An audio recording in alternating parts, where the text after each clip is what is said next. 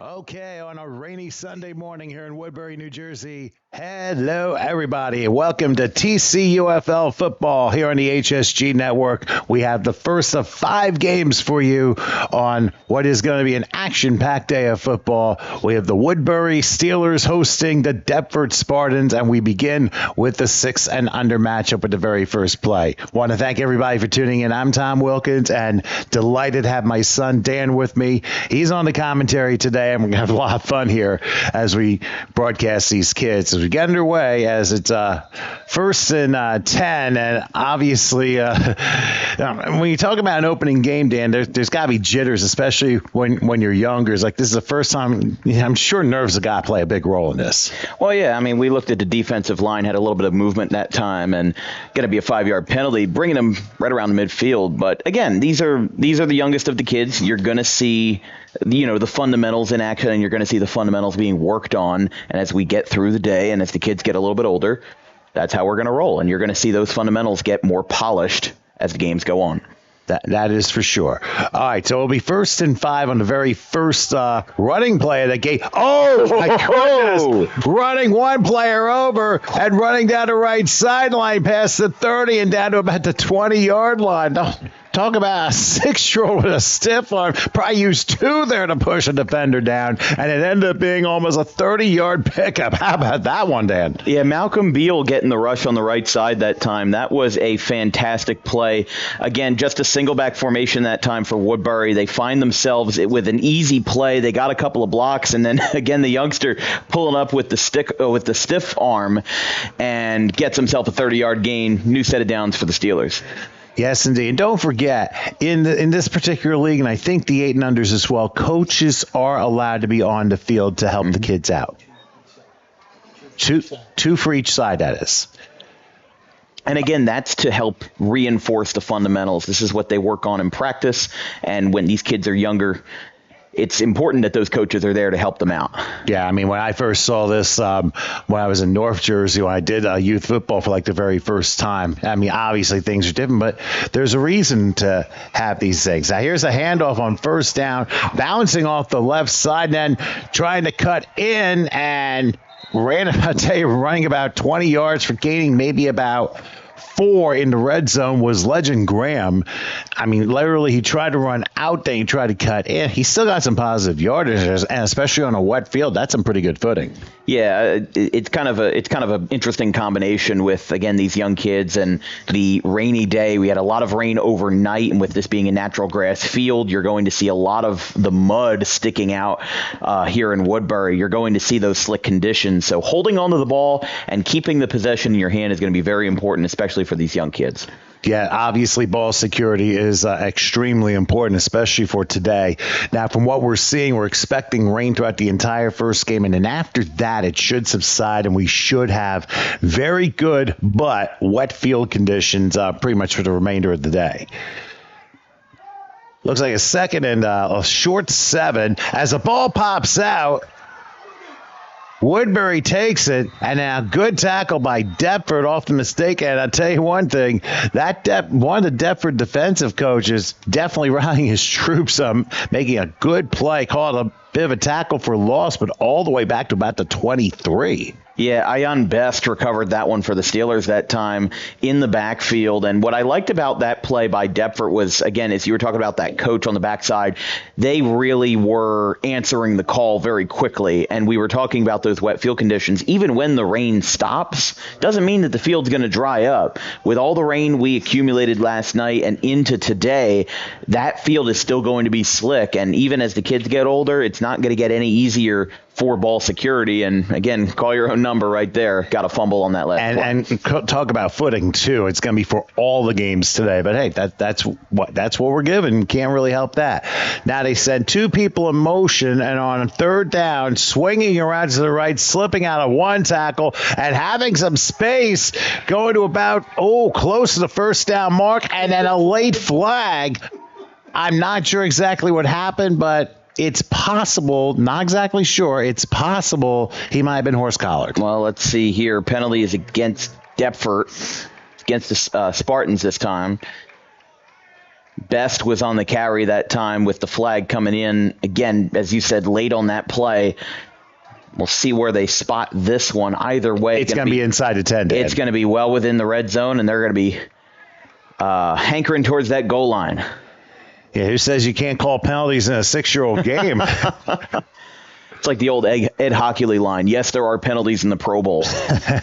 Probably one of the greatest sayings ever, to be quite honest with you. You got to have some sort of entertainment like that for the fans. But anyway, it is going to be 1st and goal. And I think all they did was penalize 5 yards. And they're going to say probably the 8-yard line. Let's see what Woodbury does here. Basically, all the formations are tight. You're not really going to see receivers that far wide in motion. But they're really going to line up a giant, I'd say a mini jumbo line, if you want to call it. But I know it's contradictory, but it looks like 3 receivers on the left. And, I don't know if the ball just slipped out or it was just a misdirection play, but it didn't go too far. Well, Beal was on the carry that time, and there was a good snap read on the defensive line by whoever made that Deptford tackle. Looked like it was one of the nose tackles that time for the Spartans. Ended up really not jumping the line of scrimmage, but got as close to the line as you could without breaking the neutral zone.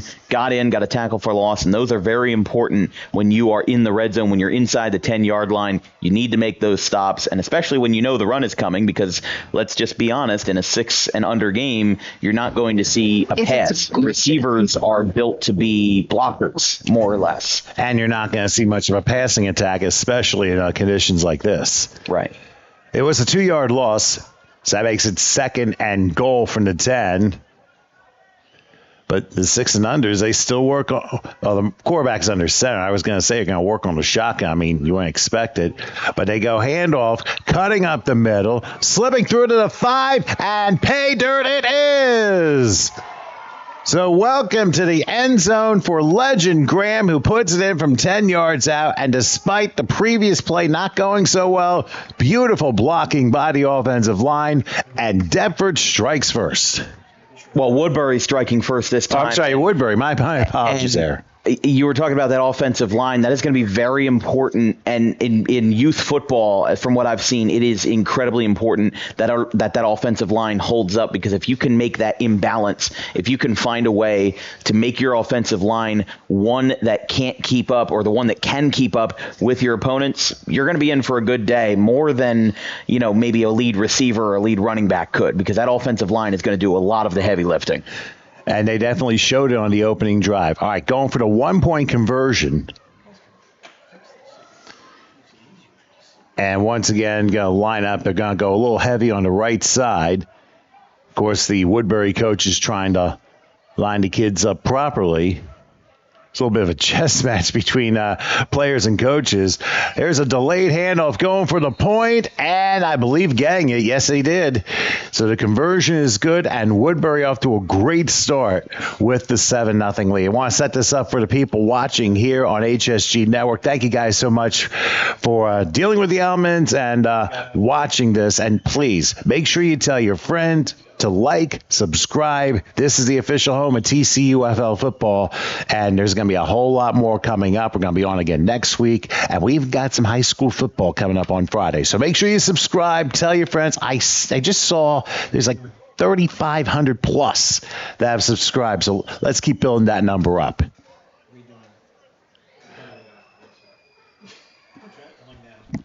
I'm sorry, what happened? Oh, there's a penalty. Evidently, there was a penalty flag that we did not see, and it's against Woodbury, so they're going to try the conversion again. This is going to make it even harder, because I think they were lined up around the 2-yard line for that standard conversion last time. And from what I'm looking like, it looks like they're going to be back behind the 10. Yeah, because of probably a hold or an illegal block. Something that, again, I whiffed on that time. Trust me, I whiffed on the teams already.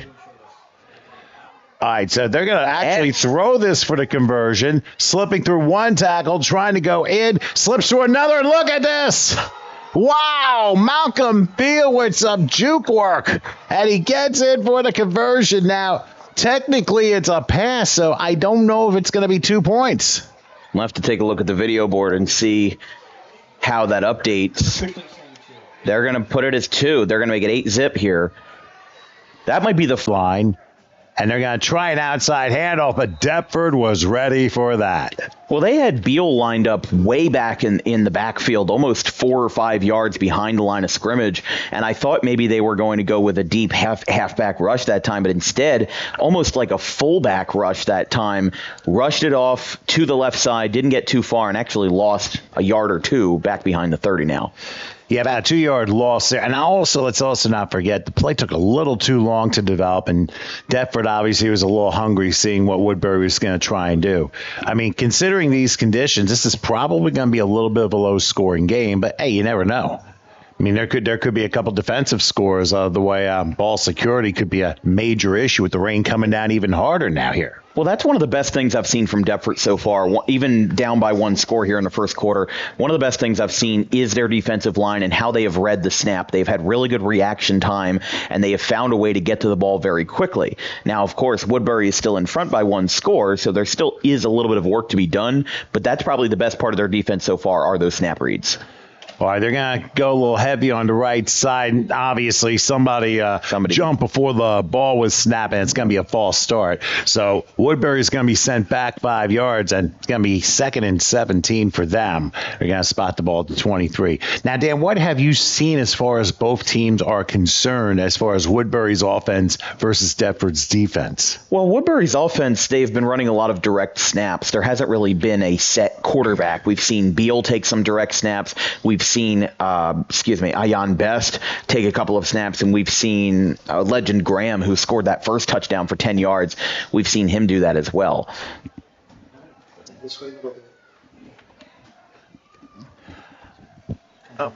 So, yeah, we have seen a couple of Woodbury players take a few direct snaps, and I like the fact that they're mixing it up on the offensive side. All right, so we're going to go 2nd and 17 as the ball is spotted at the 23-yard line following the false start. Now, obviously, there's no play clock because sometimes it does take a while for everybody to line up, so we have to be cognizant of that. All right, they're going to run the same play. Going to go a little heavy on the right. Rolling right. Let's see if he's going to call his own number. And he's going to run, crossing the 30, all the way down to 37. Got the yardage back and then so he's about 3 yards shy of a first down. So going to be a 3rd and 3 coming up as they're going to spot the 37-yard line. You can see the rain coming down. And to the top right of the screen, hi, Mom. Or you should be saying hi, Mom. I think she's still sleeping. That's okay. Well, to your right is me, Tom Wilkins. To the left is my son, Dan. Very first time we are working together. Just a fabulous moment. I don't think it's the first time. There were several years ago we did a semi-pro game in Eastern Regional. Yeah, but I don't think. I don't think we were filming, right, so that was more practice. Long. This is for real. This is YouTube. Technology has advanced quite a bit, you know. So it's just phenomenal that able to work with my son for the very first time. Hopefully soon we'll be able to do a high school game at some point this year. That'd be very nice, and to keep the family affair in is just. I mean, I think in a way it's a little bit more emotional for me because of how you have grown and developed, you know. But before I get carried away, 3rd and 3, handoff right. That's a first down, a lot more. I mean a lot more. Down to the 30 and going to be taken down and out of bounds inside the 25-yard line. I'll tell you this, that's a fantastic rush from Malcolm Beal that time. I give props to that Deptford tackler, number 18, making that play because at this level, I've seen so many kids, not in this game, but in other youth football games of this caliber, I've seen kids just, when they see that guy go way down the field, they think, all right, well, he's just going to score. That is how it is. But he never stopped running. He made sure he stopped him. It was a big gain. It's a field-flipping play.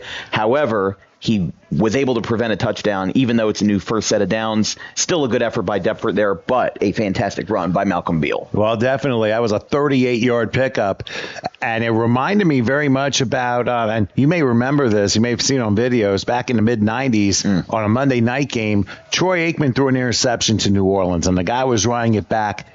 A young guy by the name of Larry Allen all 330 pounds of him, was chasing him down, and he caught him at about the 25-yard line. And that was the beginning of a Hall of Fame career for him on that very particular play. So don't give up on the play. I don't think I'm watching Troy Aikman highlights from the mid-'90s because I'm an Eagles fan born in 2005. So I'm giving overall football distinctions. And Woodbury tends to be a little bit of a Cowboys town more than you think. But anyway, here on first down, handoff crossing around to about the 20. Boy, you talk about a wheel to the 10 and pretty much back home. He is. Welcome to the end zone. Another score for Woodbury from 25 yards out, and I do not see any flags down. Fantastic rush to the left there by Legend Graham. Picks up his second touchdown of the day in the first quarter. And the Steelers are putting it on already, and they are using that rush game to their advantage. They like to use the whole field. I see a lot of youth teams who try to just rush it up the middle and keep the field of play as narrow as possible. They rarely run it outside of the hashes. Well, in this case, Woodbury's using their entire field to their advantage. When we saw that first touchdown, Graham was on the right hash. He cut to the left, made a lot of great plays and a lot of great swift moves to get out of it. This time, he's on the left hash. He rushes to the left, carries it out, and gets it to the end zone for a 20-ish yard rush. And think about this, too. I mean, this is a team that was hit with a 2nd and 17 all the way back at their 24, and all of a sudden they gain 13, 37, and 25 yards, and all of a sudden they double their lead pretty much.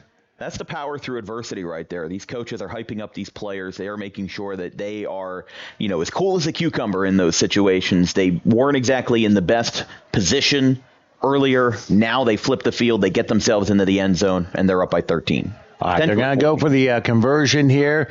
Swinging around the right side. He should be able to walk in and does, I think. He did. Side official said he just barely broke the plane. So the Steelers now with a 14-0 lead on the Spartans. And let's put it this way. That's a very impressive start for Woodbury, the way they've been going. I mean, look at you can see one of the Woodbury coaches like dancing and prancing in the middle of the field. Hey, you got to have some fun around here, So while we do this, we'll take a short break. We may actually be at quarter time, but we'll see. Yeah, all right, so we're going to break here. Woodbury leads Deptford by a count of 14-0. Let's grab a break. Got more TCUFL action right after this.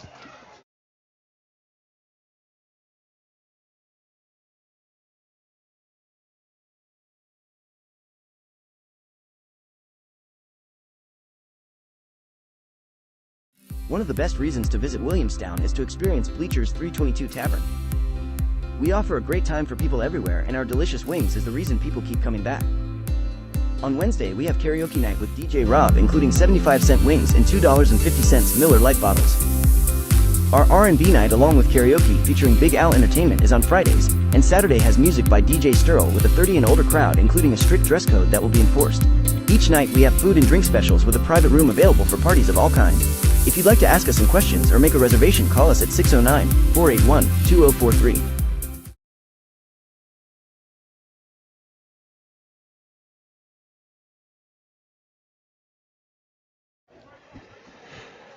Okay, back in action here. Woodbury, New Jersey, TCUFL football in the rain for our first of 5 games. The Woodbury Steelers hosting the Deptford Spartans, and Woodbury off to a fantastic start in our first game, 6-0 with a 14-0 lead. They're lining up, of course, there are no kickoffs in this particular age bracket, so we still... I think right now they have them at the 45-yard line. I guess they don't switch sides, even if it does go into second quarter. They'll probably switch when we go to the second half. Maybe.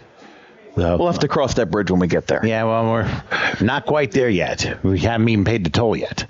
So Deptford will start, again, 1st and 10, the ball will be at the 45-yard line. Let's see how they operate this time. They're going to stack an I formation, and they're going to go with a delayed handle. That's 5 on the carry. He's going to get some positive yardage. to about the 48, but some good defense led by Legend Graham, who has been affected on both sides of the ball, whether it be running for a score or pushing back on defense. I tell you, he's brought a lot of energy here to Woodbury's sideline. Well, I'll tell you this, Legend Graham, first 2 scores of the day for the Steelers, and he now finds a way to make an impact on defense. Number 5 for Deptford rushing out to the left side there. A little bit of a sweeping motion for the Spartans, and they now find a way to get some positive yardage, keep the ball in bounds, and they'll line up from the left hash, still in their own territory, but they're not far from crossing over the plane. They're at the 47. So about a 2-yard pickup, 2nd and 8. And I'm sure Deptford before too long will get things going. And remember, as you may have noticed, especially in the younger brackets, coaches are on the field. They're allowed 2 each side. So. Right. So don't think it's 13 on 13, and they have a play drawn for the coaches to try and get back in the game. I don't think it's going to work. Or maybe the coaches are just really, really large 6-year-olds. I don't want to go fast forward. Listen. I mean, you never know. All right, 2nd down. They hand it off. Oh, a good handoff up the middle and a good tackle to prevent a first down as they get into Woodbury territory to 46. And now it looks like, Deptford's going to use the timeout here. But I did like the draw play up the middle to get most of the yardage on 2nd down, force the 3rd and short at the 46. Now, I know we haven't seen too much of Deptford's offense and Woodbury's defense, but through those few plays that you have seen, what can you make of both sides? Well, I like the fact that Deptford is keeping things diverse on the offensive side. We had a timeout called for Deptford that time. They don't seem to be as they don't seem to move the field as much as Woodbury has. Woodbury's been using sideline to sideline. Deptford is using a lot more of that traditional just rush it up the middle or sweep it out to either side in a limited capacity. If Deptford can sweep that ball out a little bit more, I think that they'll be able to burn out some defenders and find a way to get some field position, but they need to get a first down first. They're only a yard away from doing it, and if they can convert on this play on 3rd and short, I think that they'll have a way of getting to the end zone some point before the half. And, honestly, I think up the middle might be the answer. I mean, the 2 things you have to remember when it comes to football. Number 1, it's not necessarily the battle of the offenses or the defenses. It's the battle of the lines. Who can win that? And number 2, find your mismatch and exploit it throughout. Oh, they fumbled the ball on 3rd down, and it's still loose. And it looks like I think Woodbury. I was going to say, they didn't say, yep, they did. It is Woodbury ball. A tough break for Deptford. It was just a missed exchange. I mean, that's all there is to it. And remember, those are little things that you work on a lot to make sure you get perfected. But remember, these are 6-year-olds. Let's not forget about that. Yeah, Jameer Smith picks up the fumble recovery that time, and it looked like Elijah Concepcion was right on his tail as well for the Steelers. And again, I like that recovery, but at the same time, I think that what Deptford was too concerned about, somebody didn't realize that the ball was out, and they were still doing their blocks. So I commend them for still sticking to the fundamentals, but when you read the room, when there's situational awareness involved, sometimes you have to think, okay, ball is out, coaches are yelling, ball, ball, ball, I gotta fall on top of something, and Woodbury was just the first one to get there. Jameer Smith picks up the recovery. And the ball kind of stayed there for like 2.5 seconds. Yeah, I was wondering who was going to fall on top of it. It was a bit of a delayed reaction from both sides. And like I said, again, these are kids, and the reaction time and awareness is not going to be like exponential, it's like almost immediate.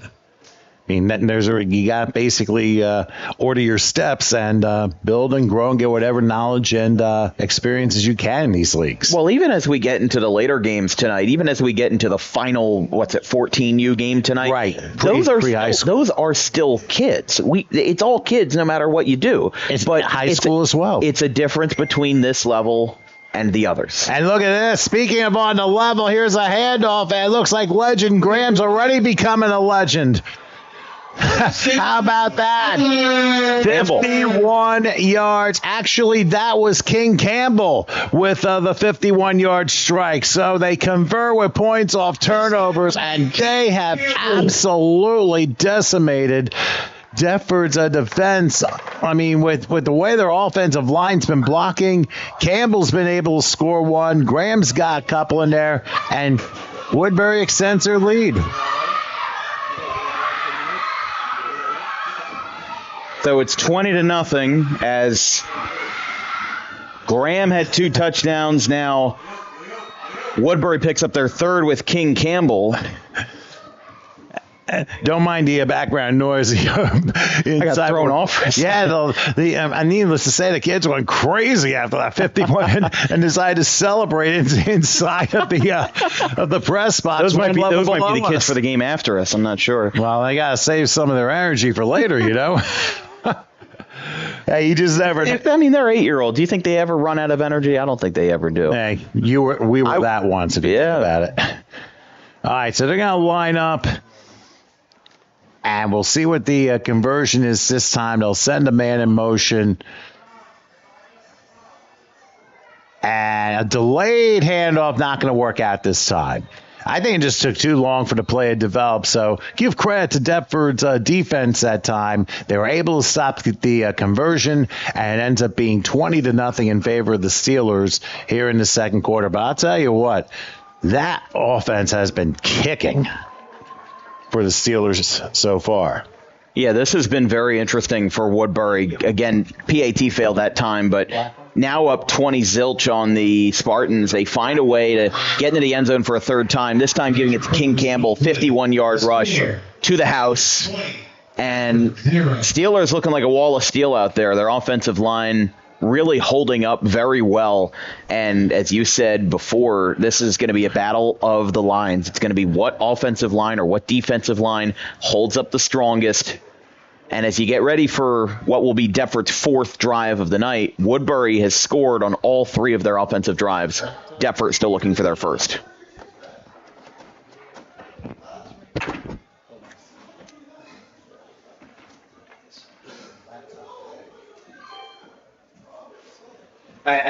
Yep, there's a computer in there, laptop. There you go.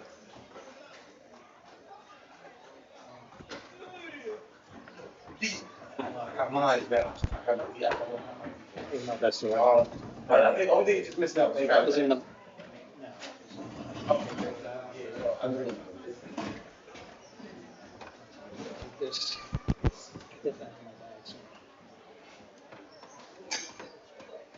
Pretty good with this. Okay, thank you. Yes, definitely. All right, let me go ahead. All right, folks, in case you're wondering why there's a break in play, we ended up playing the first half just now. So the half is over, and Woodbury leads Deptford by a score of 20-0. Like I said, lots of little nuances here, so that's why the pause in play. So Deptford will receive the ball to begin the second half, and after a few-minute break. So just hang in there. We'll be back with the second half in just a few minutes. So hang with us, and we'll give you the cast of characters for each side as well.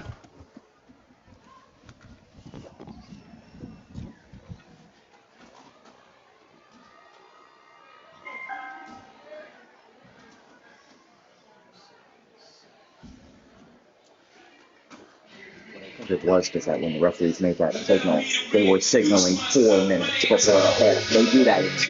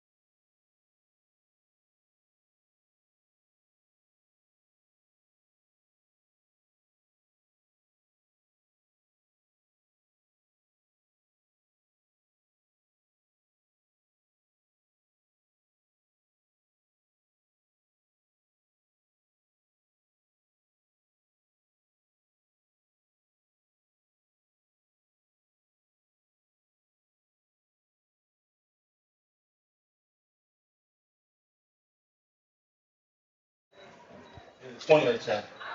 Okay, welcome back here to Woodbury, New Jersey for the second half of the 6 and under game. The Woodbury Steelers, who have a 20-0 lead over the Deptford Spartans. Woodbury with a very impressive first half, scoring on all 3 of their possessions. They just missed the last conversion before halftime.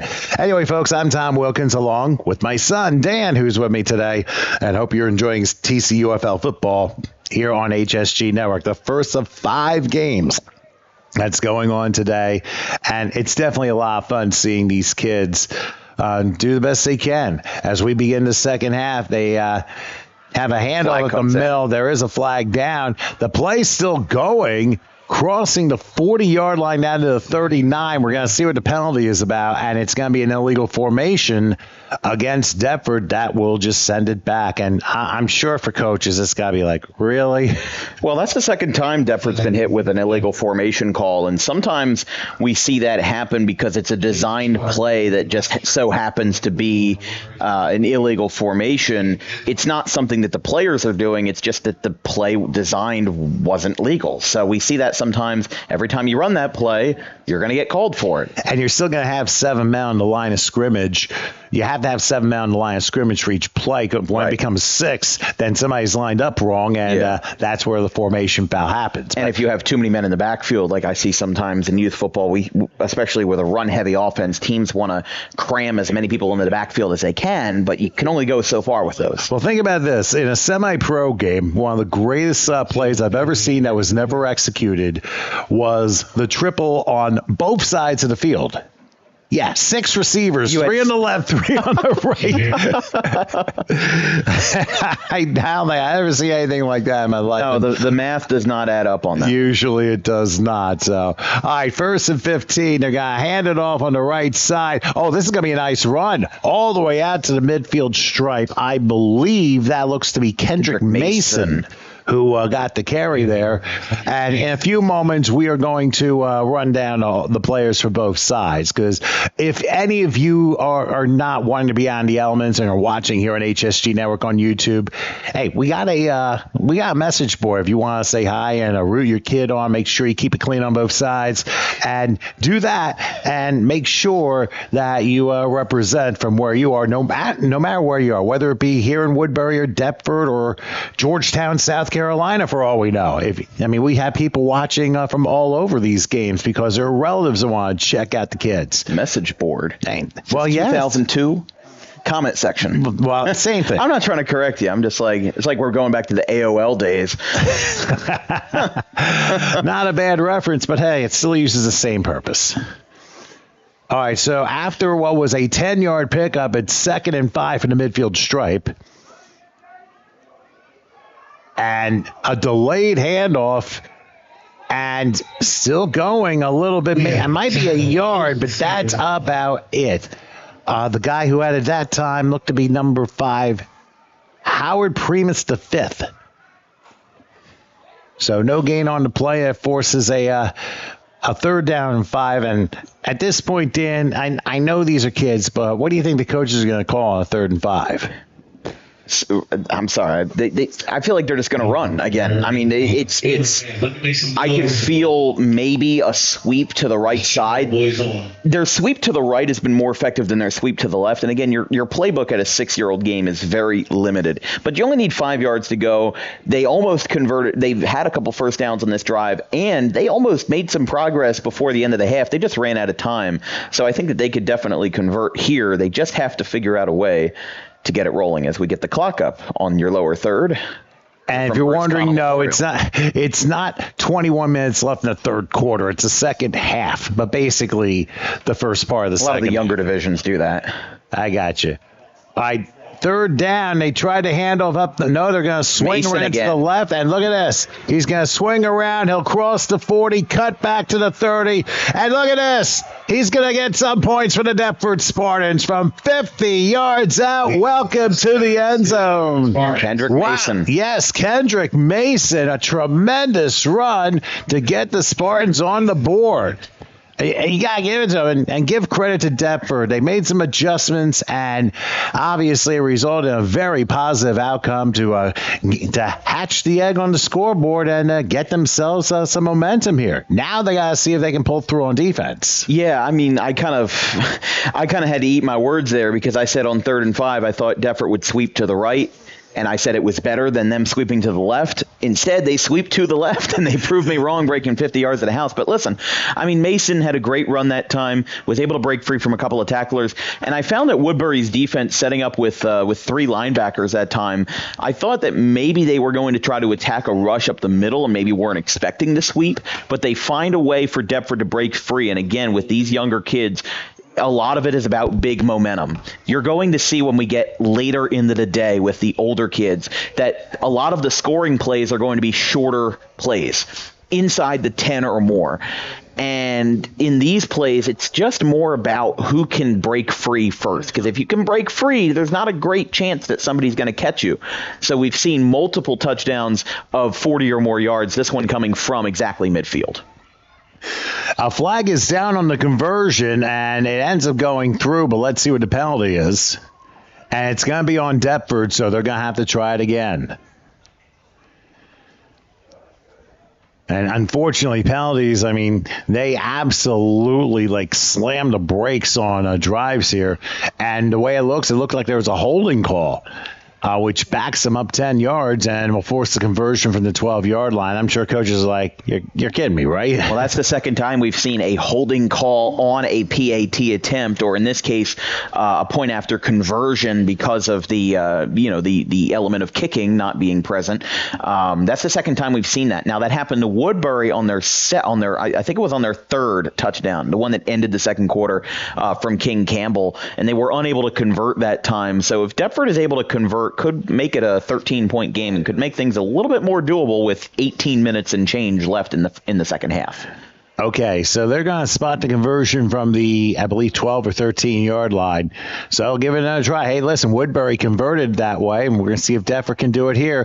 The handoff goes to the left. Can he outrun him? No. Brought down about the 10-yard line. Looked like it was number 1, Carson Gandy, who tried to get around. So the conversion fails, and the Steelers lead is now 20-6. While we have a minute, let's run down the list of the Deptford Spartan Pee Wee team. We're going to go by way of number here.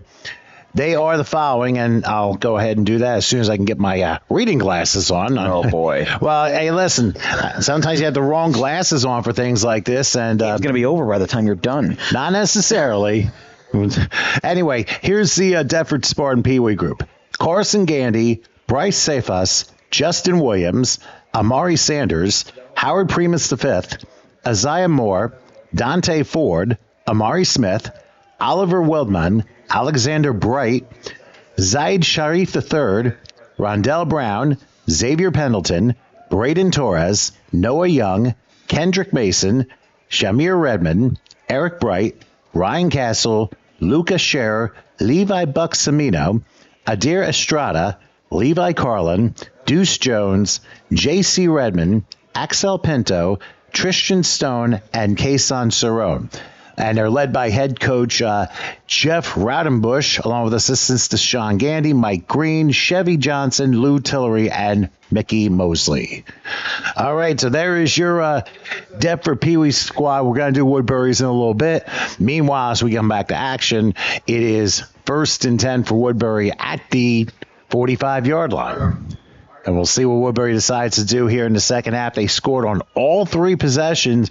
And remember, they had a 51-yard touchdown run off a turnover. There's a wide open hole. Oh my gosh. Got a stiff arm on. There were 2 Deptford players went down, and so did he. For about a 3-yard pickup. And now force a 2nd and 8. But I'm hoping the Deptford kid was okay because he went back quite a ways. Yeah, Beal ended up really making a hard action that time, moving forward, getting 3 or 4 yards on the progress just shy of midfield. And the officials they called time. Yeah, an official timeout, I guess, sure for a the kid's all right. substitution. Because remember, for these leagues, everyone must play. Mm-hmm. So they got to give some other kids time to get some experience and stuff. Yeah, he got a little bit shaken up on that play, so they're going to get him off the field, luckily under his own power, and they'll give him the assistance he needs on the sideline. Okay, and sometimes it does happen. You get these freakish things that happen, and they have to kind of stop play for a bit. 2nd and 7 from the 48-yard line, and they're going to go try back. Quarterback going to the coach to make sure the play is correct. Makes it a lot easier than having to go to the sideline from the huddle. Well, that's very Just go true. to the coach, like 8 yards behind you. Here's a handoff. Oh, he slipped. The man who scored 2 of the touchdowns, Legend Graham, unfortunately fell down very quickly, and now there's going to be an official timeout, hoping everybody's okay on bottom of the pile. Well, Malcolm Beal has been laying down the law in this second half on the offensive side. He's been giving himself some big hits, or giving the opponent some big hits. Well, I'll tell you what, Deptford's Tristan Stone, number 54, he's done a very good job plugging the hole on those first couple plays of the second half, so he's suddenly becoming a little bit of a force.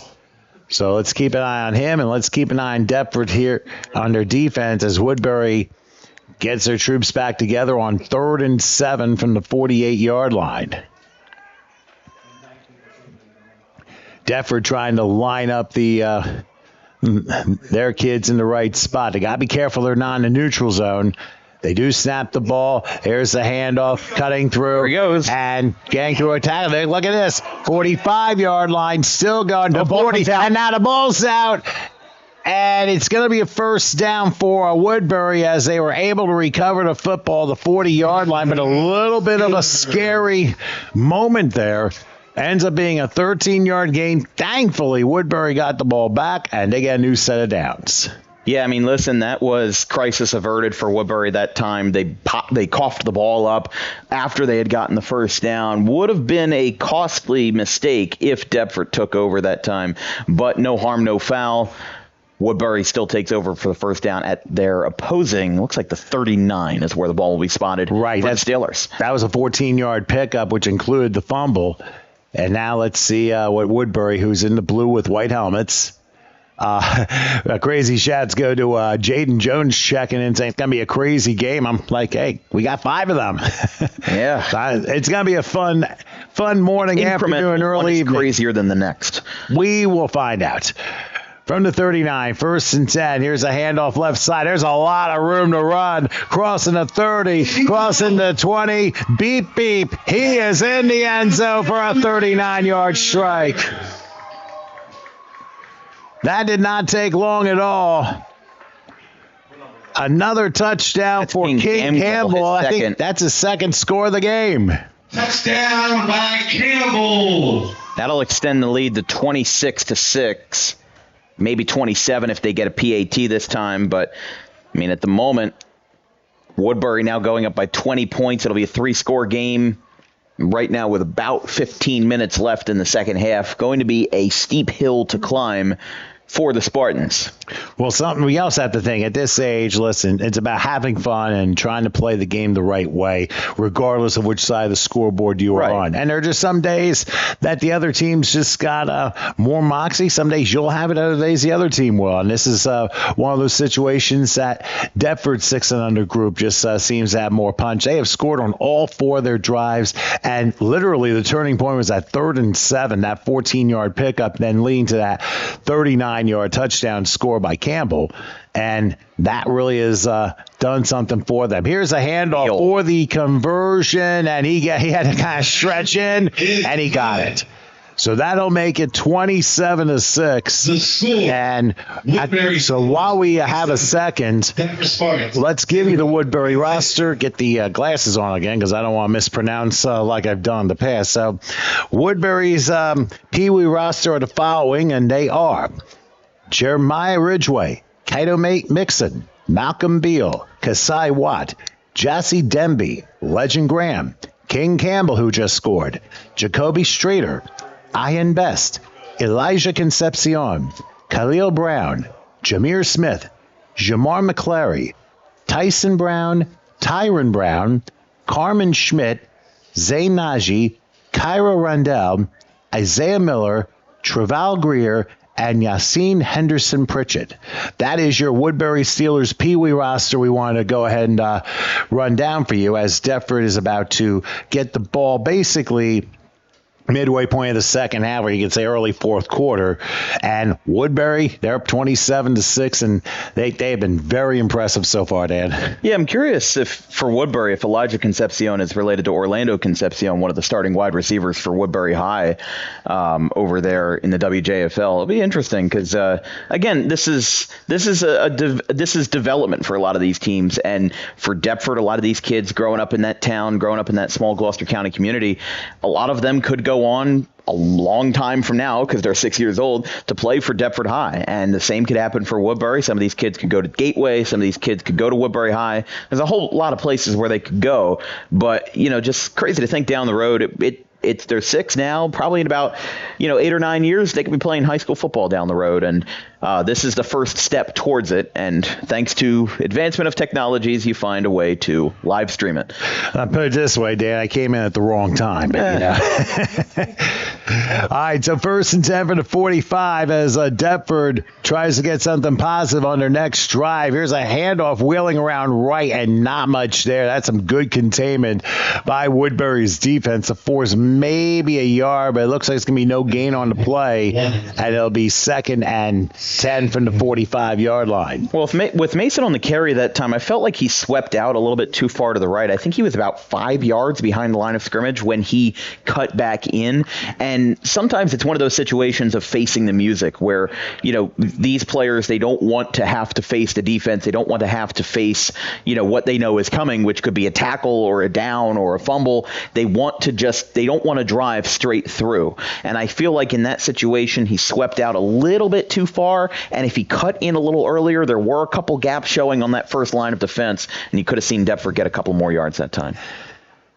2nd and 10 as Deptford discusses what their next play is going to be. But I will say, kudos to Deptford and for Kendrick Mason to get back to the line of scrimmage, because no gain is better than a loss. It's neutral. You can't win, you can't lose. But right now in this situation, Deptford's still 2nd and 10. By the way, just so you know, we have 9 minutes left in this game. We end up playing halves here with the 6 and unders, so. And I believe that's the case for the next game as well. We'll double check. Oh, there's a handoff. Unfortunately, Mason ran into a couple defenders and went nowhere but the wrong way for a loss. Ran into Mixon and ran into Demby that time for kind of a double whammy for Deptford. And even though he got back on his feet, his right knee was down, and this is going to be a loss of 5 yards, bringing them to the 40-yard line, still in Spartan territory. I think a lot of it, too, what we've noticed here, Woodbury's been putting more pressure on Deptford's offensive line, possibly wearing them down, and that's allowing them to get into the backfield a whole lot more often than they did in the first half. But like I said, it's all about execution at this point, and just as long as in the end of the game, regardless of what the score is, nobody gets hurt, everybody has fun. That's the best thing you can take from a game like this. Yes, as we get later on into the day, the kids get a little bit older, things get a little bit more personal. That cognizance starts to get there. That football spirit gets back into the game a little bit. But right now, again, they're the younger kids. They're here to have fun, and they're here to play some football. Yes, indeed. And you can see us here, Dan to my left. I'm sorry, Dan to your left, me on the right. And as we now go back into action here on 3rd and 15, they're going to try and sweep around left. Will they catch him? He cut through the middle. Look at this. He's going to get a first down at the 44-yard line. That was almost like a semi-Frank Tarkenton route, and he ends up running about 50 yards to gain 16 when he needed 15, and Deptford moves the sticks. Very impressive play. Again, that's another situation of a slow-moving, developing play, but it ends up working out this time. We saw it on the 1st and 10 play where they swept it out to the right. They went about 5 yards behind the line of scrimmage. This time, they don't go as far. The runner sweeps to the left, which is how Kendrick Mason got that 50-yard touchdown earlier in the half. He got it for 50 yards because he swept out to the left. This time, he cuts to the middle and barely gets enough for a first down. So a new set of downs for Deptford, 1st and 10. Ooh, there was movement on the front line. And so the ball got moved too, and I think Woodbury fell on it. Yes, they did. I think that's the second time that Woodbury's recovered a Deptford fumble. That would be Jeremiah Ridgway who recovered that one. But, well, I will say, prior to the snap, it looked like there was movement from the left guard for Deptford that time, but it ended up not mattering because the ball got coughed up, and despite all of Deptford's progress, it becomes a moot point with Woodbury for turnover. Well, you got to take the positives where you can. I mean, exactly. You got to remember they've played a better second half compared to the first half. That's number one. Number two, the fact they got on the board, they had an impressive opening second half drive. You have to give them back. You build from those things, and then you become better as a team as you go along, depending on who you play next. So now Woodbury will have 1st and 10 now from their own 46-yard line. And at this point, they're going to try and get some other people in the game. Like I said, in this league, everybody plays. So you got to give everyone a chance. That's what matters. Sportsmanship and humility. That's what matters. Exactly. And those are two very important parts of this game that seem to be ignored or overlooked. Unfortunately, might be ignored on the field when the emotions get in the way, but overlooked is the fact that regardless of what colors you put on, regardless of what background you're from as a human being, hey, we're all in this together. Regardless, I figure Eagles fan here, Cowboys fan here, hey, we all exist. All right, so now from the 47, 1st and 10. I think they're trying to line up the backs in the right way. They might just do an I formation or just do single back. So we'll see what they do here. Inside handoff. And, good tackle, the 49-yard line. I think that was Best on the carry that time. Well, I would. It looks like the person who got the tackle there was Asai Moore. He did a nice job of one arm wrapping around to the kid's waist and brought him down. Very good fundamentals there. Well, I'll tell you this, even though the last drive ended with a fumble, I am surprised at how well the ball security is for both of these teams. We've only seen maybe 3 fumbles all game, and there has been a constant stream of precipitation coming down in this game. And as we said, it's going to continue probably right around until noon or 1 o'clock, just from what I'm looking at. So the fact that both of these teams are holding onto the ball well, and the fact that we've even seen a completed pass in this game for 6-year-olds, it's a strong sign of development, a strong sign of progress with these teams at midfield. Yeah, right now it looks like the second game is going to be a all-rain event because based on current estimates, they're saying 12:45. It looks like it's going to end. The good news is we are dry in the press box. We can. And the viewers at home are also dry, hopefully. And make sure you shout yourself out just like Mr. Jones did earlier on the message board here. And, of course, all you need to do is shout your kid out, what have you, as we have this handoff. Look at that. Speaking of kids, down to about the 32-yard line for Campbell for another 19 yards and another first down for Woodbury. So, and by the way, those of you watching on HSG Network, make sure you like, subscribe, and keep yourself tuned in for more TCUFL football. We're going to be on again next Sunday from Delsey, so make sure you tune in for that, and make sure you tell your friends and your family. Subscribe to HSG Network, of course. We'll give you updates as to what's going to be coming up. Like we have high school football on Friday night. Next Sunday, again, TCUFL action, of course, next week. So make sure you tune in. HSG Network is the place to be here for your fall football action. And from what we heard from public address, about 3 minutes till time in this game. And Woodbury just trying to make sure they close things right. And Deptford doing the same thing. They just want to make sure that that they get some positive reinforcement to finish this game.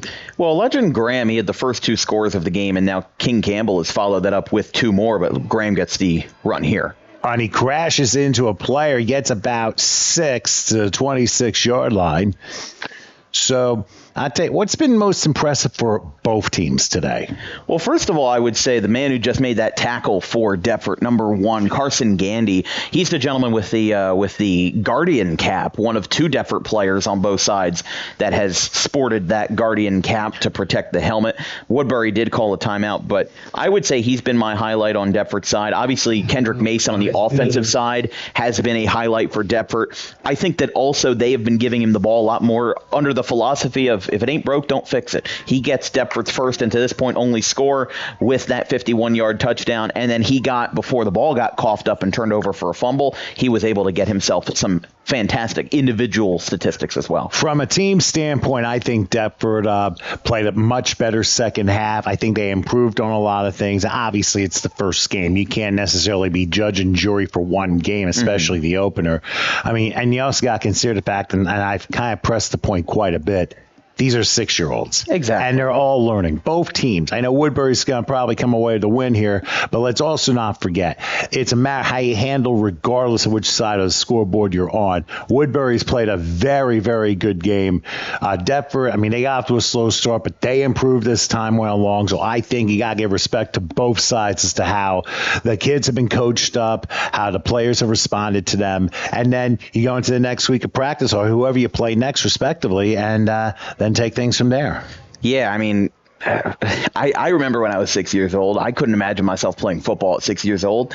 I didn't even play an organized sport until I was 8. So these kids are really resilient. I like the fact that they have a lot of emotion coming out with them. And these kids on both sides, for the Spartans and for the Steelers, they both are very passionate about the game. And that is always very respectable. As we get further into the day, as we get into the 10-year-olds, 12-year-olds, 14-year-olds, you're going to see that passion more materialized, and you're going to see it more developed, because the passion for the game of football right now is just the fundamentals. But when you develop that IQ for the game, and when you develop the love for the game that has been passed over, here's a handoff along the right side, and almost would have been a loss on the play, but a nice run by Ion Best, who was able to turn around and, I mean, get to about the 25-yard lines, where, as you can see from the scoreboard, we're under 2 minutes till time in the first game. We have the 8 and unders coming up next here on HSG Network for those of you who are waiting. I mean, I would imagine maybe, a 15-minute, 20-minute break between games, if I had to guess? I would have to kind of say so. But, of course, as soon as we're about to start, we will definitely be back with you. But, I mean, hey, you play in a steady rain, and the most important thing is as long as it's not a thunderstorm. Exactly. Like yesterday. If we played yesterday, there would have been a lot of delays. Just like Thursday night. Exactly. Timeout. Yeah, timeout is called by Deptford. Spartans. So now on Woodbury's side, what has impressed you the most? Well, as I was talking about earlier during the drive, Legend Graham got the ball rolling, had those first touchdowns in the first quarter on back-to-back plays, or I shouldn't say first quarter, early in the first half. And then the other 2 that Woodbury has scored has been King Campbell. So 4 touchdowns, 3 PATs that were successful, all responsible by 2 rushers. I really like how Woodbury has utilized a direct snap. They've had at least 4 or 5 different players take snaps and be effective with it. It's one thing if you can do it. It's another thing if you can do it well and execute, and that's what Woodbury's done here tonight. My individual kind of shout out, again, would be Legend Graham. He had those big early runs, and oftentimes I usually give my props to a player more if they started the scoring compared to if they scored when the game was more or less decided. Well, we had a little bit of a broken snap, and obviously Woodbury kind of had to give itself up as they kneeled down for pretty much no gain on the play. Look like 2 players were falling on top of each other. Yeah, that was Cairo Randell, and Ion Best, who's been picking up some more snaps in the fourth quarter.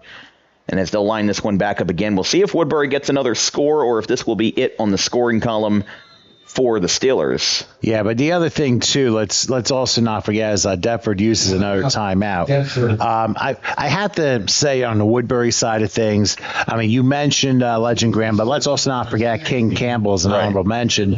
As he had his run the second half, and to end the first half, he also had that big run. So I think the defense definitely set up the offense on many occasions, but these things are not possible without the work from Woodbury's offensive line. Now, Deptford's been able to do a much better job in the second half for the most part on keeping him stalled a little bit, but these are the things you go through, and now we have a what's going on? Oh, we have I thought it was a trick play, but Stanley's going to get in the end zone for a 25-yard score. So, I mean, I thought the ball disappeared, and I thought the run was going to go the other way.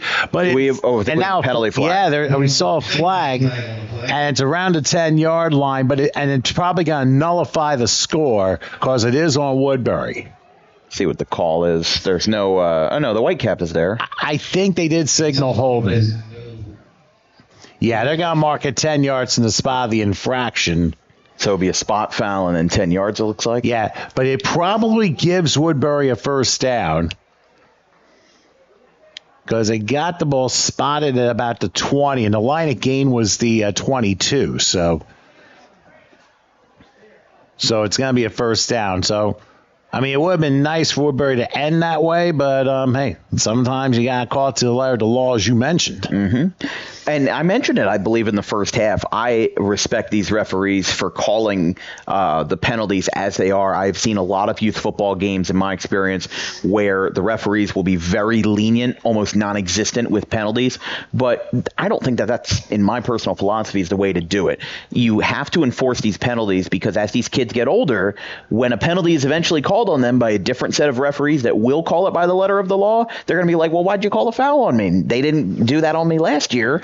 So I like the fact that the referees are setting the record straight. And again, these referees are here for positive reinforcement, making sure these kids understand the rules of football, why the penalty was called.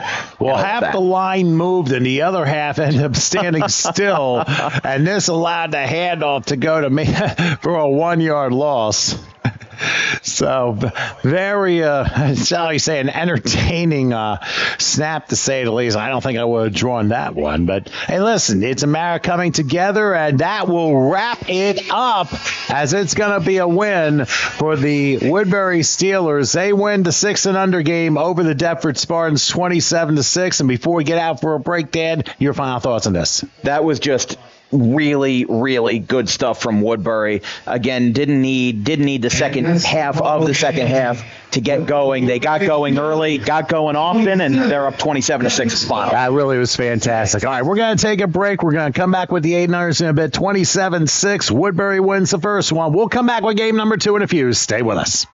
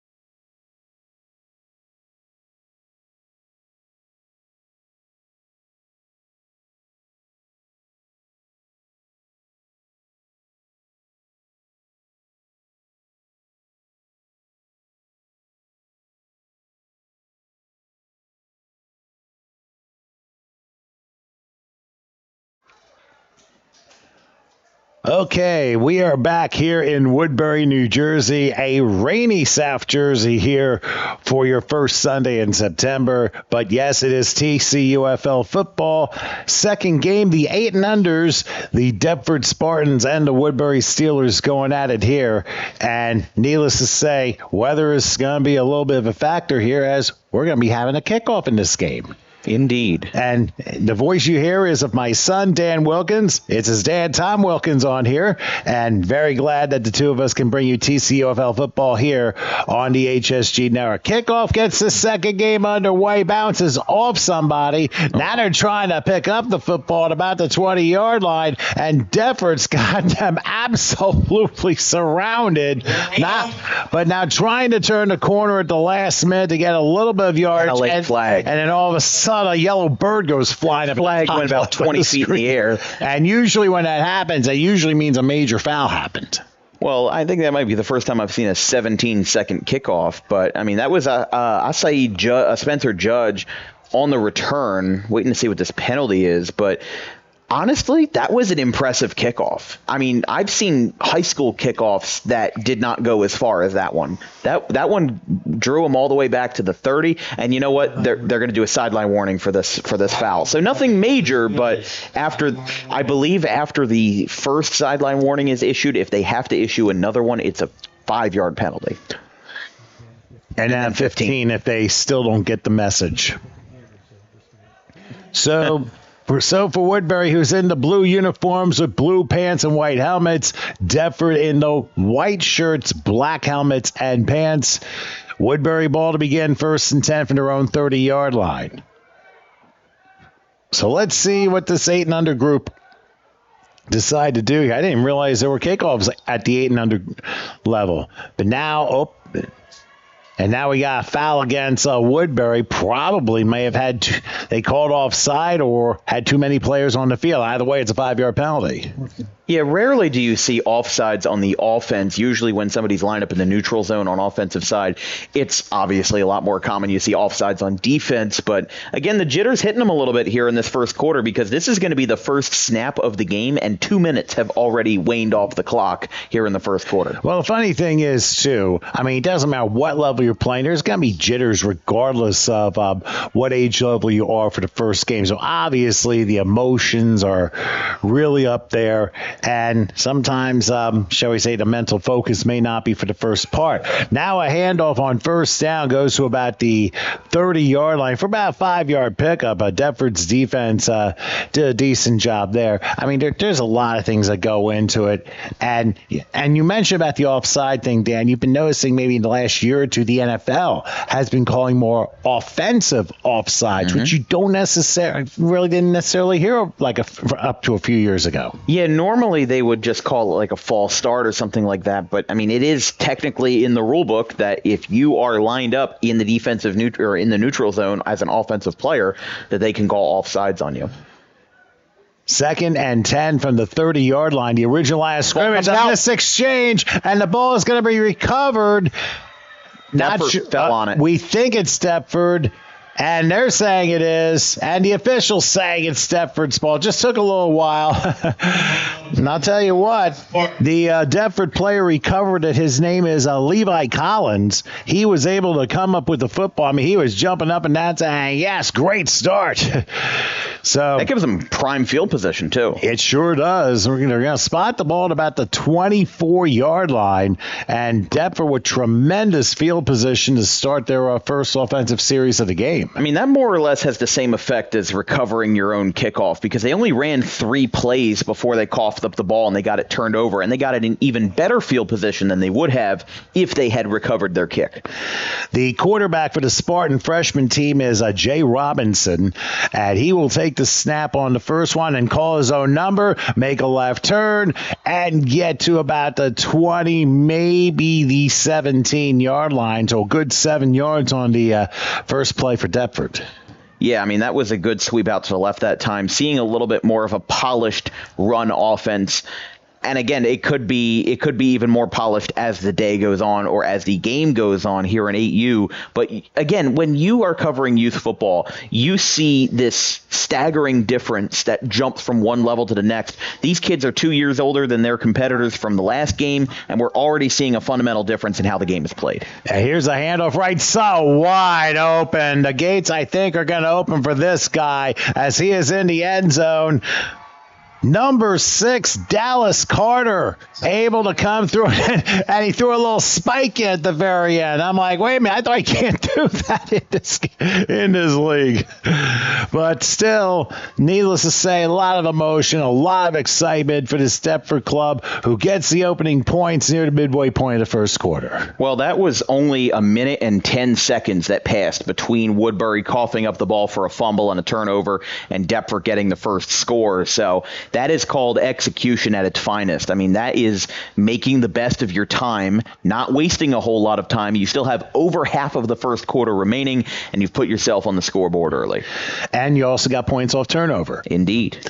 Which is also very important because these kids are now going to have that momentum. Woodbury will get the ball back after this PAT attempt, and we'll have to see if Woodbury is going to be able to respond. Okay, again, it's 1 point for the conversion. And they kind of do split backs behind, and now they're going to shift everybody to pretty much empty, and they're going to lob it, and just a little bit high. It's going to be ruled incomplete. Now a flag is down, and wait a minute. What in the? Unless it's a lateral. But it doesn't matter anyway because they're going to false start. Yeah, it's going to be called against Deptford anyway. So illegal shift is the call. They just didn't stop the play because I believe the pass was a lateral actually. But it didn't matter. It's going to be a 5-yard penalty, and they're going to retry the conversion. Yeah, they never stopped running the play. I mean, the referee called the flag, and they decided to send it to him anyway and try to get into the end zone. But I was just a little bit dazed and confused by what had happened there. If it were a forward pass, the play would have been blown dead. Indeed. But because it was backwards, that's why the play continued. And just from the angle where we were, we couldn't tell whether the pass was forward or backward. It was a little bit too close to tell. Either way, it doesn't matter. It's a 5-yard penalty. So, but if it were incomplete, they would have declined the penalty if you think about it. Indeed. All right, so they'll try the conversion this time from the 7-yard line. They're going to swing around to the left. Whoops. And unfortunately, he left the ball behind, so the conversion's no good, and the Spartans will stay with a 6-0 lead. But I will say this much. Deptford has definitely come popping with this opening drive. And their defense really set up the offense for that first series midway through the first quarter. And just want to remind everybody, of course, this is game 2 of 5 that we're doing here for TCUFL action. If you've missed any of the first game, remember, you can always DVR right in the same link here on HSG Network and tell your friends and family about us here on HSG Network.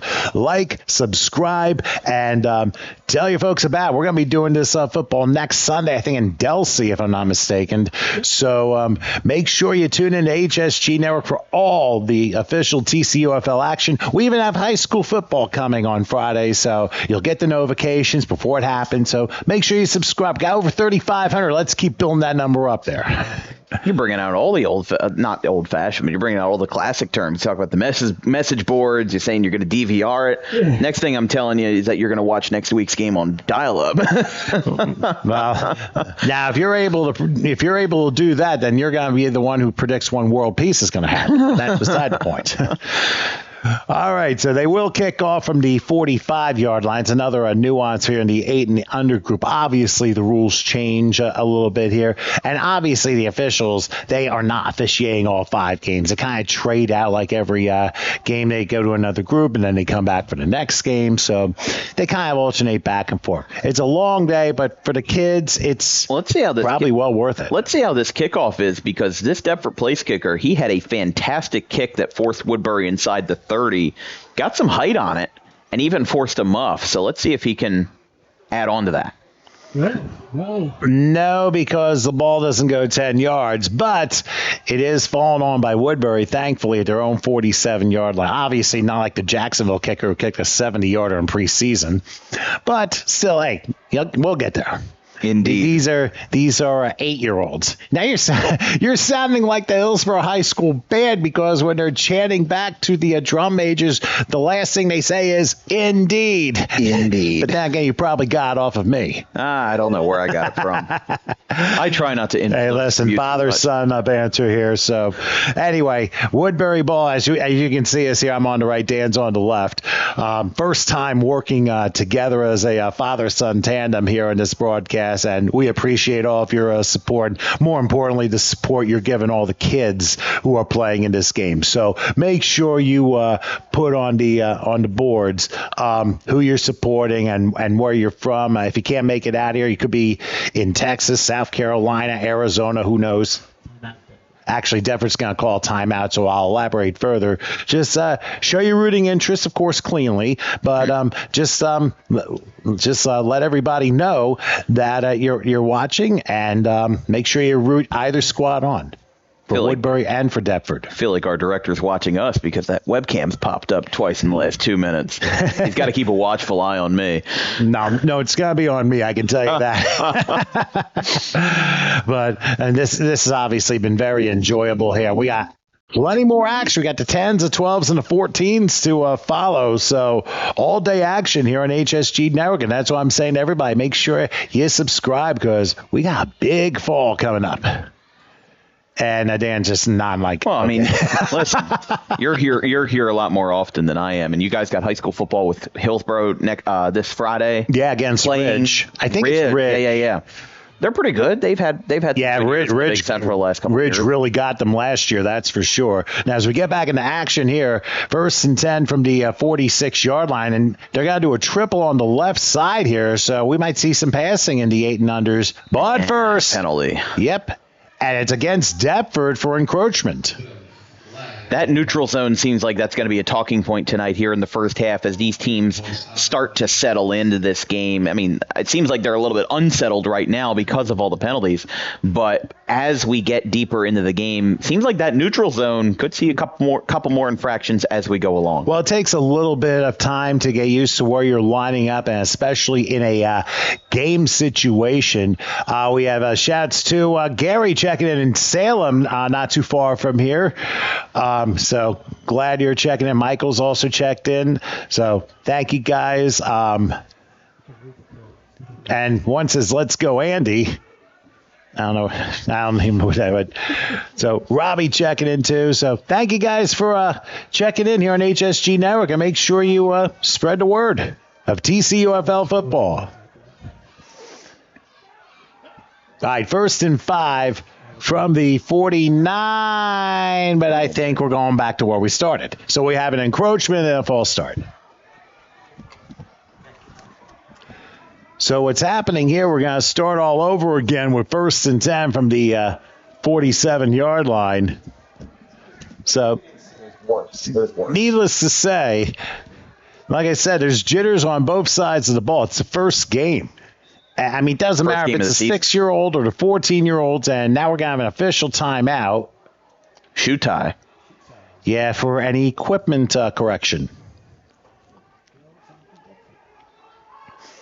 So Deptford lying up on defense. The player who needed his shoe tied was Sincere Simmons. He's back in the huddle. And now we go back to the 46-yard line and give it yet another try. And 1st and 10 from the 46. But again, that's what the officials are there for. Got to call it tight to make sure what you can and cannot do. And obviously going to be a little tighter. And that's 3. And everyone moved before the ball did, and that's a false start. So back to the 41 now. So 5 forward, 5 back, and then 5 back. And now we got 1st and 15. Believe there has been more penalty flags in this drive than Woodbury has had snaps all first quarter. They've had 3 in a row. Well, to sort things and now they out, call a timeout. Yeah, Woodbury's going to try and sort this out with a timeout here. So why don't we take a break midway in the first? In the 8 and under game, Deptford over Woodbury 6-0. We'll come back in just a moment.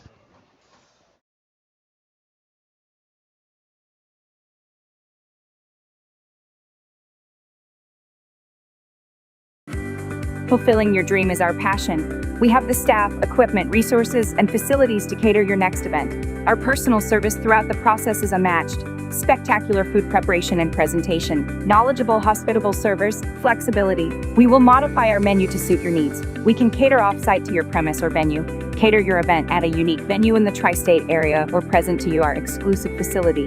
Innovative catering concepts will make your event one to remember. We are your complete caterer.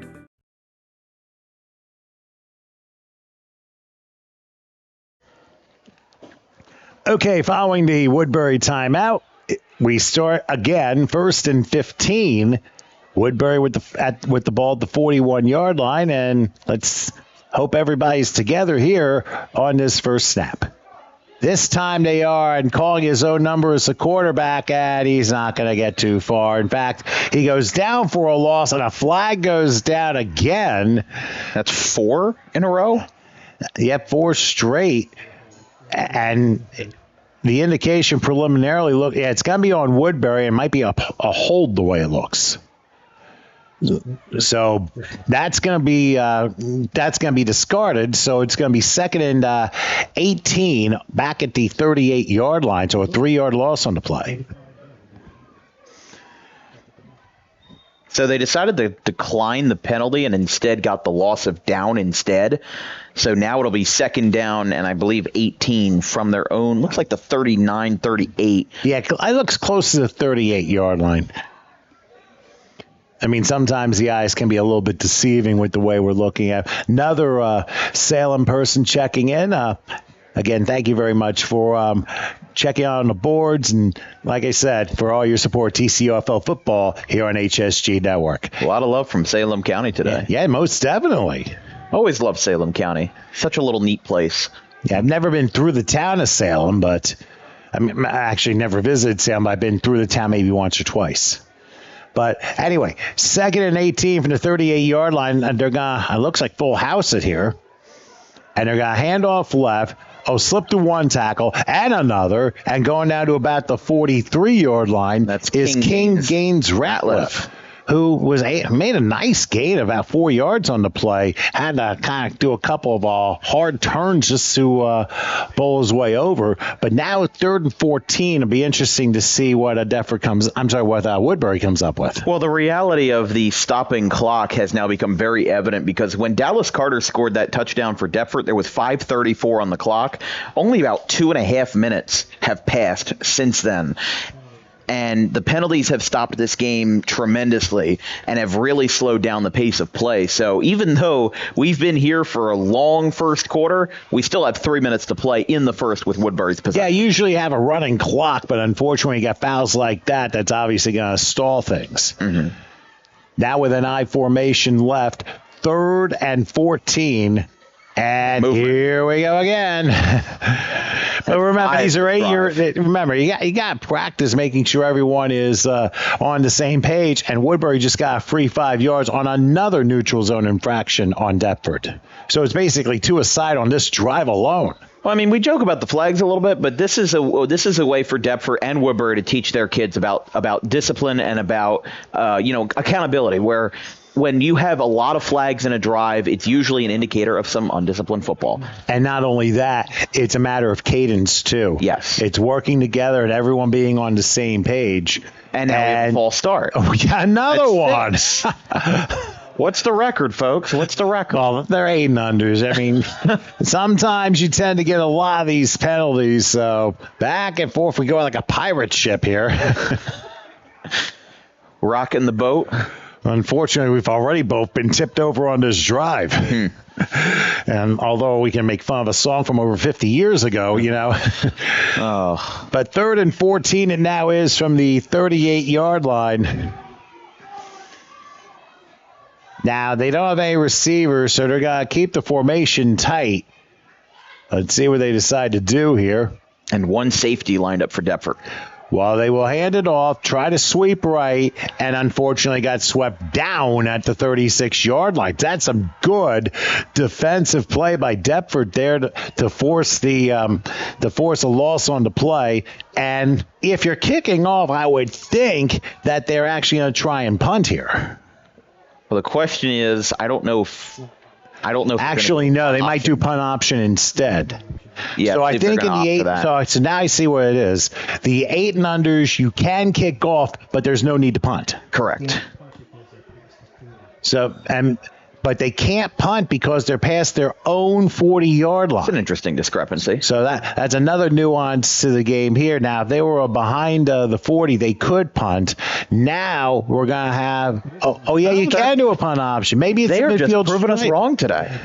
And so maybe it's a midfield stripe. So that would make sense. Because you don't want to, if you do a 25-yard punt option, you don't want to pin the opposition too far deep. Yeah, you can't. So the midfield stripe seems like a good barrier. Yeah, you can't get to your opponent's 29, decide to punt option him at 4. Doesn't quite work that way. No. But it is 25 yards from the spot, so that means Deptford will get the ball from their own 33-yard line, and they'll start their next drive 1st and 10. But what have you seen so far in the first quarter, not counting penalties, that has stood out for both teams? Well, not counting penalties just knocked out about 80% of what I was about to say. Oh, dear. But, no, the positives that we've seen from Deptford so far, I really like their run game. I think that, again, it's a little bit similar to what we saw in the 6U game, where they're not trying too much, but it's effective. Woodbury right now just has to catch up. They have to get a little bit more discipline. They have to have a little bit more of a fluid drive.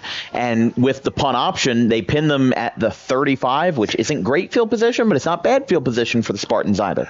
Well, true, because the end of the drive was the 40 and you had 25. That's where Deptford gets itself started. So the ball is at their own 35, and Deptford will begin 1st and 10. And they keep the formation very tight here. Let's see who gets the ball. Number 0, flag. A flag came thrown about 20 yards, going all the way down the midfield stripe, provided it counts, and it will not. Because a holding call's on Deptford, now pushing back 10. With 1:10 left in the first quarter, only one score. Woodbury's 2 drives have ended with a fumble and a punt, respectively, or punt option, rather, respectively. And I will tell you, it's right around 11:30, just before 11:30 this morning. Look at the crowds filing in. They got those little tents going up. And it will only get larger as the games continue, because the rain's supposed to be done by 1 o'clock. So if any of you are in the Woodbury and Deptford areas and you want to head down to the field that's, I believe, on Red Bank Road, you better hurry up, because they're going to fill up. Space is limited. Extremely limited. Really is. And I was here last year with John, last year or 2 years ago with John, and I mean, it was a great place to broadcast a game. And of course, as we see another flag on this handoff, I mean, basically more flags rain than raindrops here on the field. But let's see what this is all about. It's another hold. Oh, goodness gracious. That's back-to-back. And there's also a shaken up Deptford player who's just now getting up and making sure that now he goes back down again. So by the way, law enforcement, they're also there, and they're making sure all the traffic laws are strictly enforced. So make sure if you get a spot and if you park, do it the right way. Don't block a driveway, because they're going to strictly enforce you, and they're gonna cite you if you're not doing it right. So please make sure you're paying attention if you're on your way and you decide to park. Do it the right way. Now you'll notice in the distance here we have the Deptford 8 and under cheerleading squad underneath the pink tent. We'll get a little close up here behind the officials. Young kids cheering their first game and trying to prevent themselves from the elements, and doing a nice job. At this rate, I'm expecting the referees to call a flag on the cheerleaders. For what? 12 players? Full start? Full start on their dismount? Or 12 cheerleaders on the field. I don't know. Anyway, here's a handoff on 1st and 30 as a handoff. It's going to be a nice run. Juking to about the 23-yard line. So they got some of the yardage back. Probably to about the 22. That's gain of 7. They still got 23 to line of gain. And about 30 seconds left in the first. Yeah, I would imagine this is either the last snap or we've already seen the last snap of the first quarter. Yeah, you're probably right. But, I mean, I don't expect it to be up-tempo either, because, I mean, remember, it's 8 and under. I don't think that there's a play clock either. Well, no, the officials keep the time on the field, just like they would for high school. Time was called with 15 seconds left, though. Just make sure everyone is properly set, and then they'll restart. Yeah, late substitution. Allowing for a substitution to come in. Yeah, they're obviously not going to be strict on late substitutions or illegal substitutions unless it's just point obvious. So that's why sometimes these things are held up the way that they are. Well, there is a discussion between the official. By the way, red shirt looks like. Yeah, and the red shirt, the gentleman's name is Frank Copa. He's the president of the TCUFL, so definitely sending shouts to him and thanking us for the opportunity to broadcast here to you guys here on HSG Network on YouTube. All right, now we continue on. We'll see if we can get one more play in. 2nd and 23 from the 22-yard line. Oh, official timeout as one of the Woodbury coaches wants to have a word to head official. Yeah, I think just trying to get things sorted out. Obviously, this has been a patchwork first quarter with the crazy amount of flags that we've seen. Just trying to get things settled out and make sure that everybody's on the same page. We still have 15 seconds left in the first. Well, let the clock run. I mean, it might be scary to say this, but at this rate for the final game, 14 and under, that could go 5.5 hours because there could be penalty on every play. But who knows? Anyway, back to the action, and they're going to run the clock. Let's see if they can get the play off before the clock gets to 0. I don't think they will because they got 2 men in motion. So the clock runs out. We've reached quarter time. So we're going to take the long walk to the other side of the field. We'll catch our breath for a moment. So after one, Deptford with a 6-0 lead on the Woodbury Steelers in the 8 and under game. Let's take a short break. We'll come back with quarter number 2 right after this.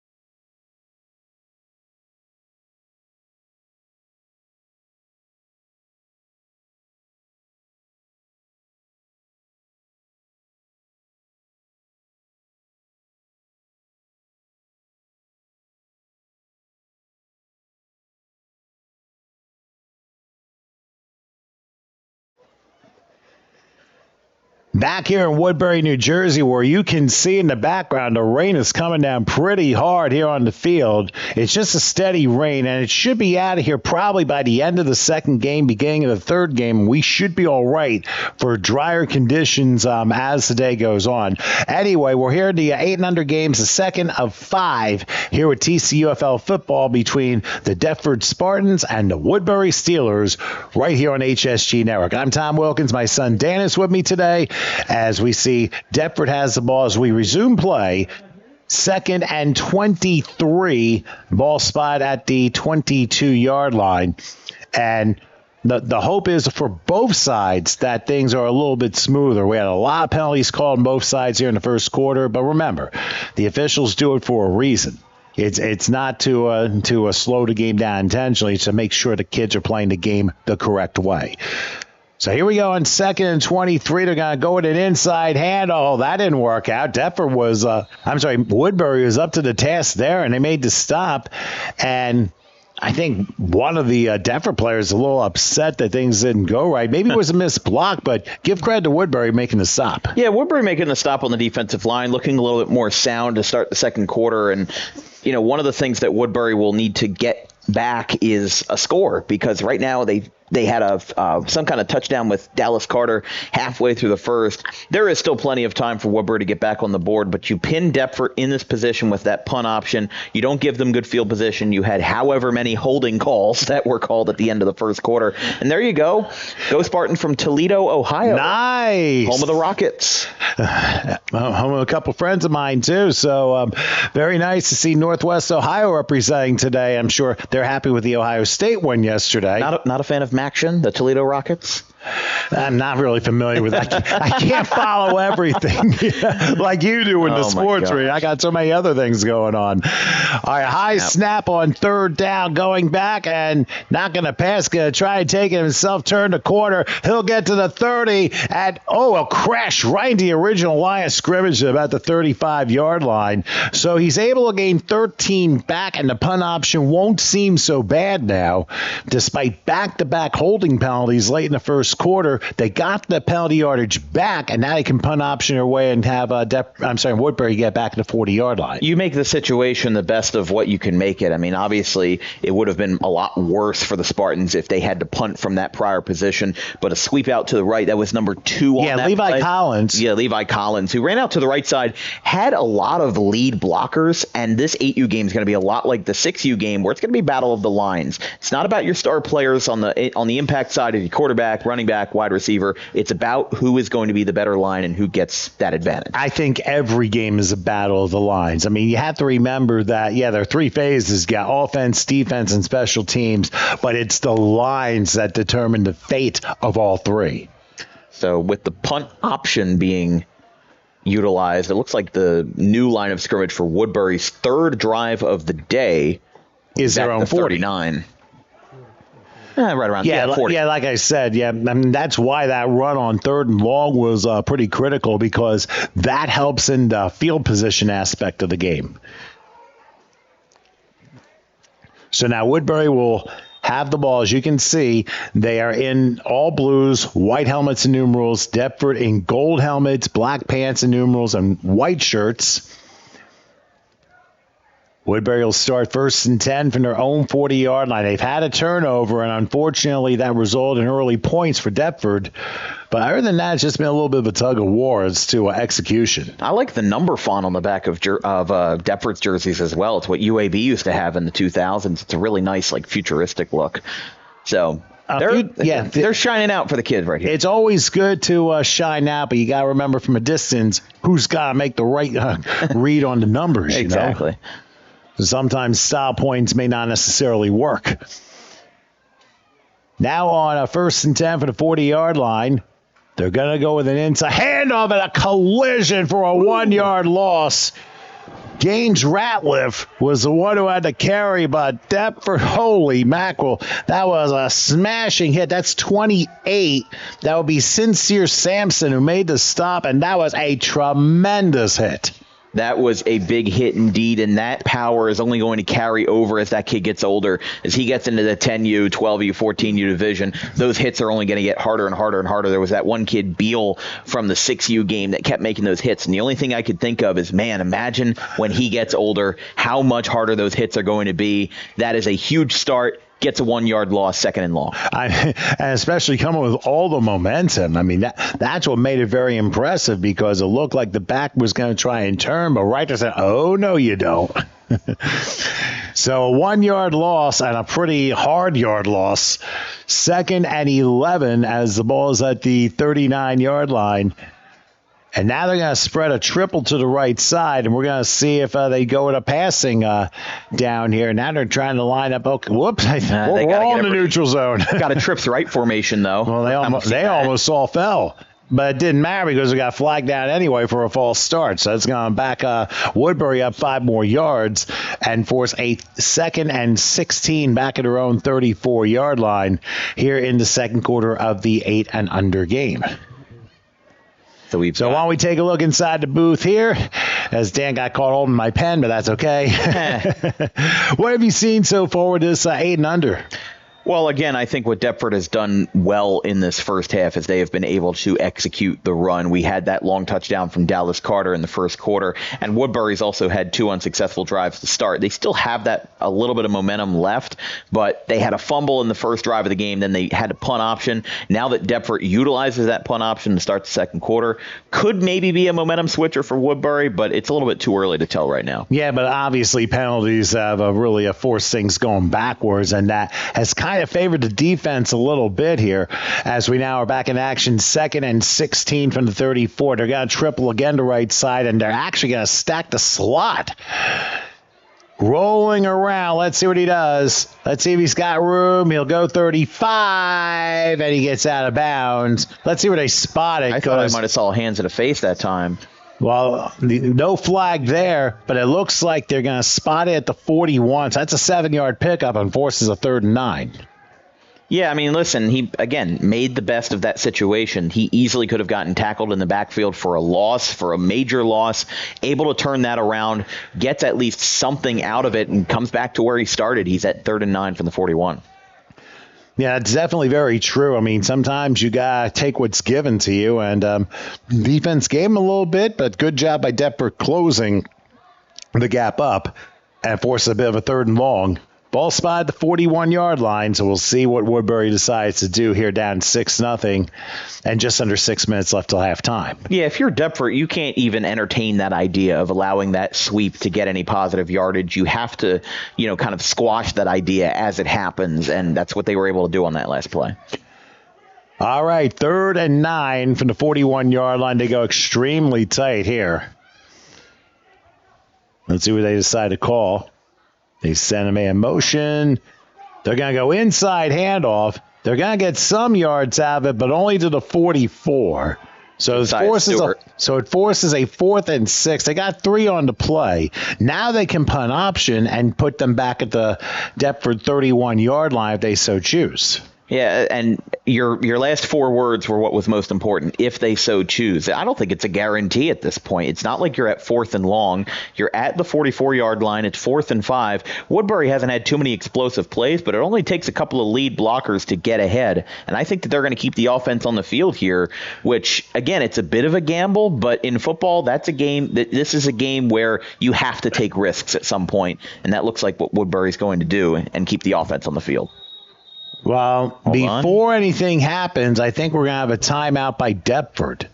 It's their second of the half. So while we break here with 5:03 till halftime of Game 2, Deptford leading Woodbury 6-0. We'll come back in just a moment.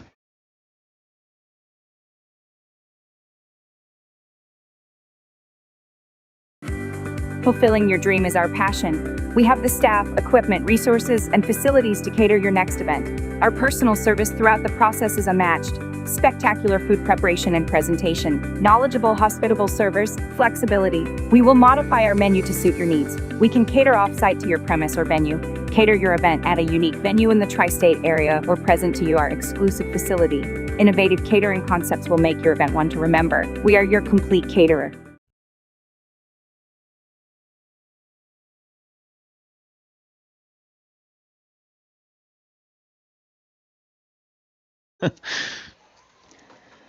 Okay, we're back here in Woodbury as we're about ready to resume midway here, second quarter, following a Deptford timeout. It's 6-0 Deptford over Woodbury in the 8 and unders, second of 5 games here at the facility on Red Bank Road in Woodbury. Now, those of you who want to get here for the later games, I must stress this. Get here ASAP because parking is super limited.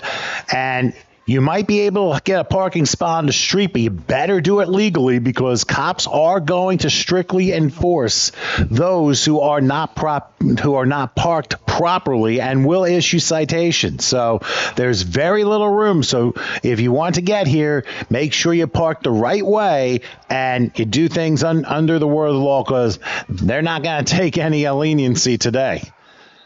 All right, on 3rd and 6. Fourth and 6. Actually, 4th and 6, rather. It looked like we had an official timeout for a second, but they are going to go for it. Instead, take the punt option. Ball spotted at the 44. And they are jamming that backfield. Well, we'll find out. Try and draw them offside. They did. They did draw them offside. Right side there was a nose tackle and a defensive end who both jumped for the Spartans that time. Now, I don't think it'll be enough for a first down, but 4th and 1 is a lot more doable. You're not kidding. So that's I thought what the strategy was going to be. You have a 6 yards to get. You just got a free 5, but now the officials are discussing, okay, who moved first? Now, the far side official said it was Deptford, but they're probably discussing as to what exactly happened. But, yes, that is correct. It is a neutral zone infraction on Deptford, and now 4th and 6, Dan, as you called it, has now become 4th and 1.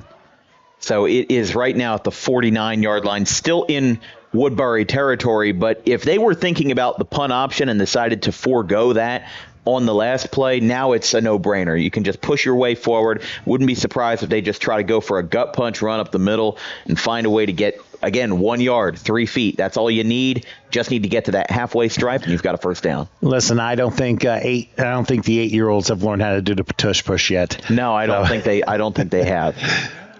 Well, we'll see what happens. So now lining up very tight here on 4th and a yard from the 49. Be interesting to see how it's done. Will the quarterback call his own number? Will they send somebody in motion? They do a handoff. He got it. Got it. First down to the 48-yard line. So that offside proved to be, shall we say, a key play here as Woodbury's drive continues. They get the first down at the Deptford 48. So a 3-yard pickup. The chains move. And it's nice to say chains here because I don't think the NFL uses change anymore. Well, they use the chains. They just they no longer do manual first down reviews. But what I was going to say was that both of Woodbury's drives, the last 2 drives, have been very long. They had a 4.5-minute drive in the first before they did with the punt option. Now they've got a 4-minute drive where they're still advancing the ball into enemy territory in the second quarter. Woodbury is chewing off a lot of clock here in the first half. Well, the way they're going, they could chew the rest of it off. Here's a handoff up the middle. That's going to get some positive yardage to the 45. Another 3-yard pickup, but hey, every little bit of a time helps. And another thing as well, their first drive of the day, they coughed up the fumble and they had a turnover with 6:43 left in the first quarter. That's still another 3.5-minute drive. It's just good clock management. And even though the Spartans are up 6, you are taking away their opportunities to hang onto the ball. Because if you give up a possession here, if you give up a turnover, what's Deptford going to do? They're going to try to just run the clock out until the end of the half. And of course, an insurance score would be nice. But the last thing that Woodbury wants is to lose possession of the ball without getting into the end zone. I think Woodbury also understands that it's Deptford's ball to begin the second half. Correct. So they want to make sure they level the score, possibly go ahead, if at all possible, before halftime. I mean, with this pace of the game, we could have an entire second quarter with only 2 drives, 1 on each side. I've seen games like that almost similar to what you were just describing. 2nd and 7, they're going to call his own number and push his way forward to about the 41-yard line. Still going to be about 3 shy of a first down, but it's going to force a 3rd and 3. So kind of like the little offensive push that Woodbury's been getting, but now they're going to probably need to quicken the pace a little bit. Yeah, I think they definitely have to pick up the pace a little bit that time.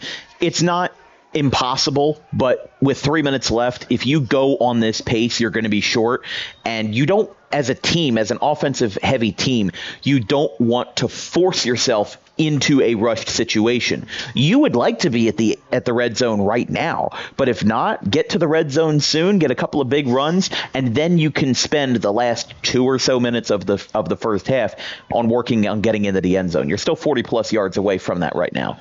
And time running to 2.5 till halftime.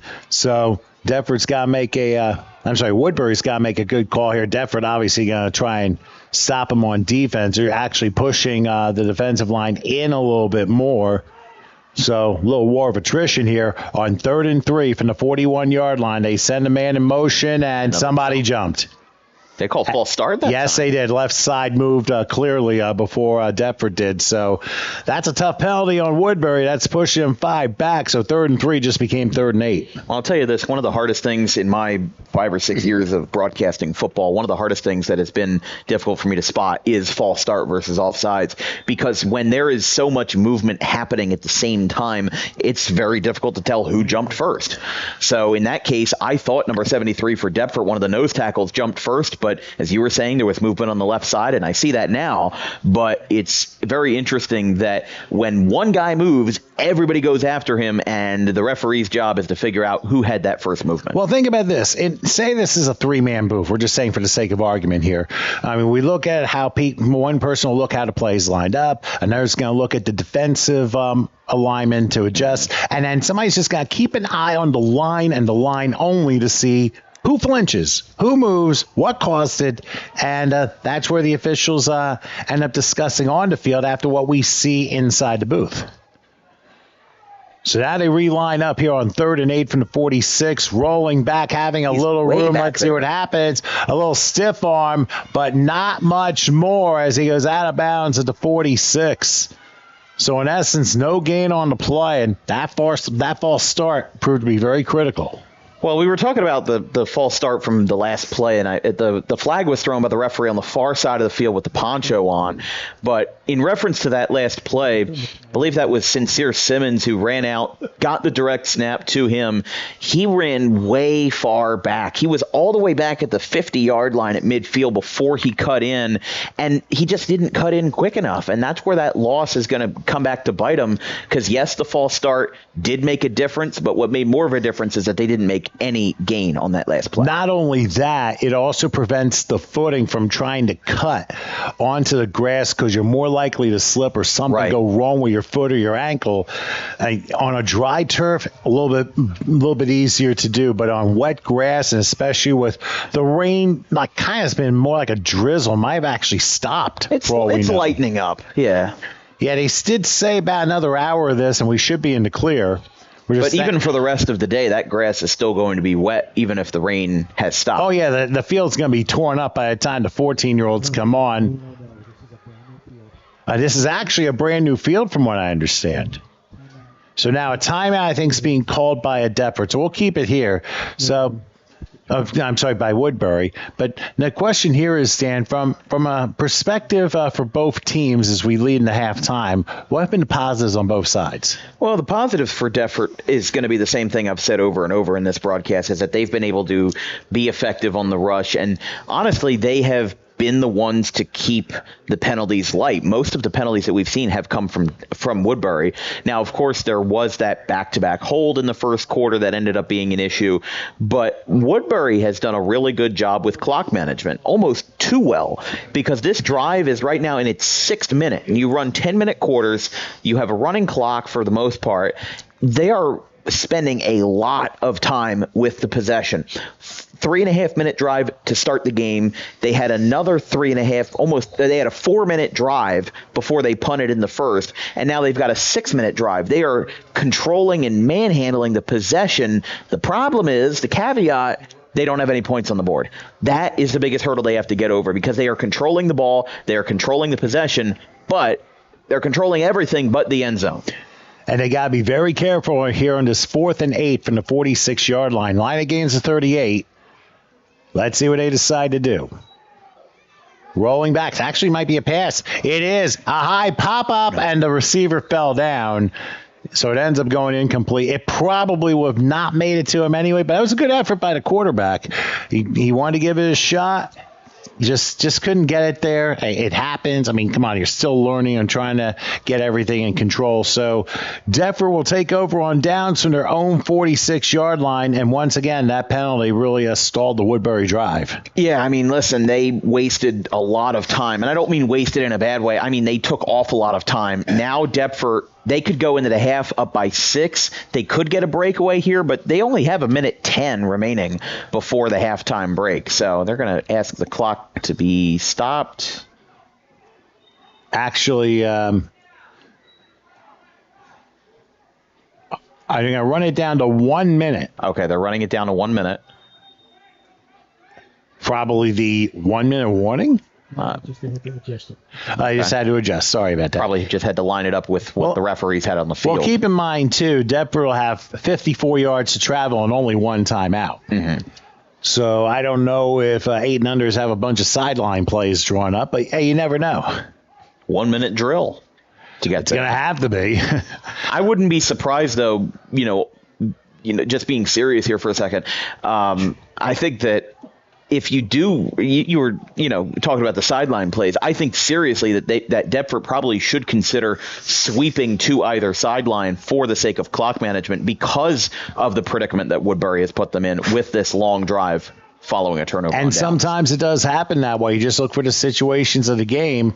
Going back the pass and trying to get out of the way, and one tackle slipped out, and a big mess on the far side. as the quarterback there only gets about, I think, may have lost a yard there. Levi Collins. He was the one who had the football, and I think he got out of bounds with 51 seconds left till halftime. Well, we were talking about that, the sideline plays and the ways to effectively use the clock that you have remaining. They now draw it down to 51 seconds. The referees got the clock to a minute. They now take 9 seconds off the clock, stop it for second and long, and just overall good execution by Deptford there to keep the clock in their control.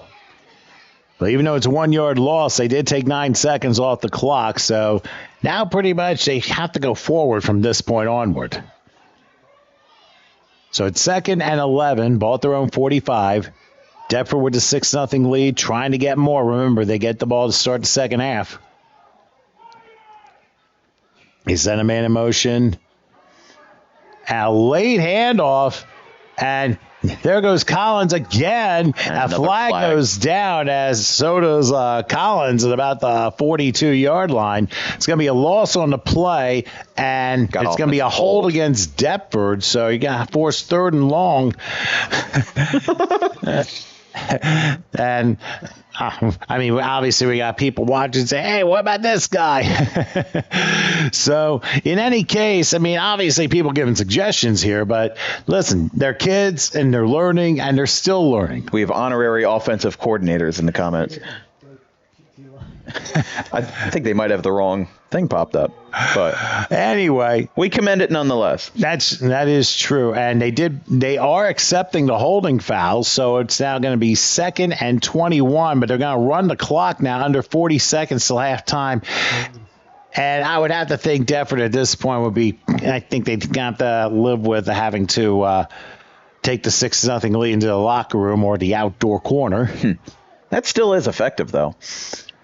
Another handoff up the middle and slowly running for maybe a yard to the 37-yard line. So I don't expect them to run anything else. But your thoughts on the first half as the clock winds down? Really quickly, that 6-0 lead, actually they did stop the clock with 7 seconds left. Yeah, there's actually a Deptford player hurt, yes. But what I was saying, the fact that Deptford is only up 6 at the half is a testament to Woodbury's clock management. I've said it before like a broken record, but I will laser in on that final drive. There was a Deptford punt that took a minute and a half out of the second quarter, and then the Woodbury turnover on downs took 6 minutes and 22 seconds for that drive to get from beginning to end. That's just fantastic right there for this level. They got a couple first downs. They put Deptford in not great field position, and with the penalties, now with the clock running, they will go to half with a 6-point lead. Indeed so, and we will do the same. So we've played 20 minutes, and now it is... I guess snack break. Yep. As MTV snack break for us, too. Yeah, I would think. All right, at the half, the 8-unders, Deptford leads Woodbury 6-0. So we will take a break for a few. We will come back for the second half in a bit. So please stay with us.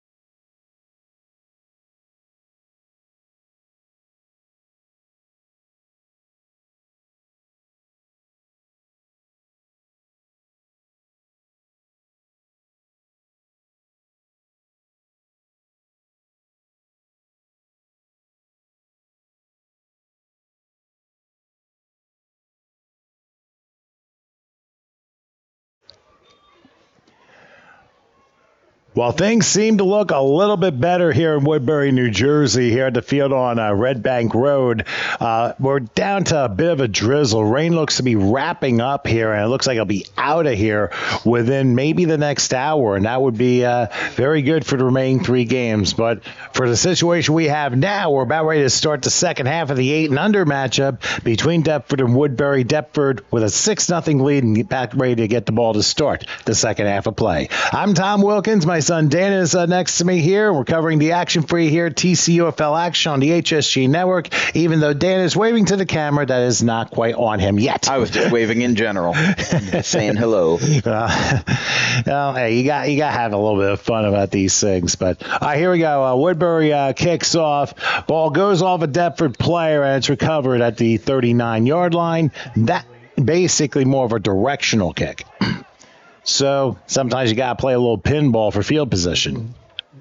So why don't we go ahead and look in the booth here. And Dan, I mean, what do you think both teams need to do in the second half to come out on top in what has been a pretty competitive, penalty-filled, but close game nonetheless? Well, there weren't as many penalties in the second quarter as I maybe thought there would be, but the first quarter was definitely one that needed a little bit more discipline. But for Woodbury, I actually, despite them losing right now, I don't think they need to change much, mostly because they've been doing everything right except get into the end zone. They've wasted a lot of clock time. They've wasted a lot of time offensively, and they forced Deptford into some bad situations. But Deptford has been doing a pretty good job as well of just doing the fundamentals, getting the runs down, doing everything that you need to do. All right, so Deptford will begin at the 40-yard line. They'll post it, and it looks like a full house in behind.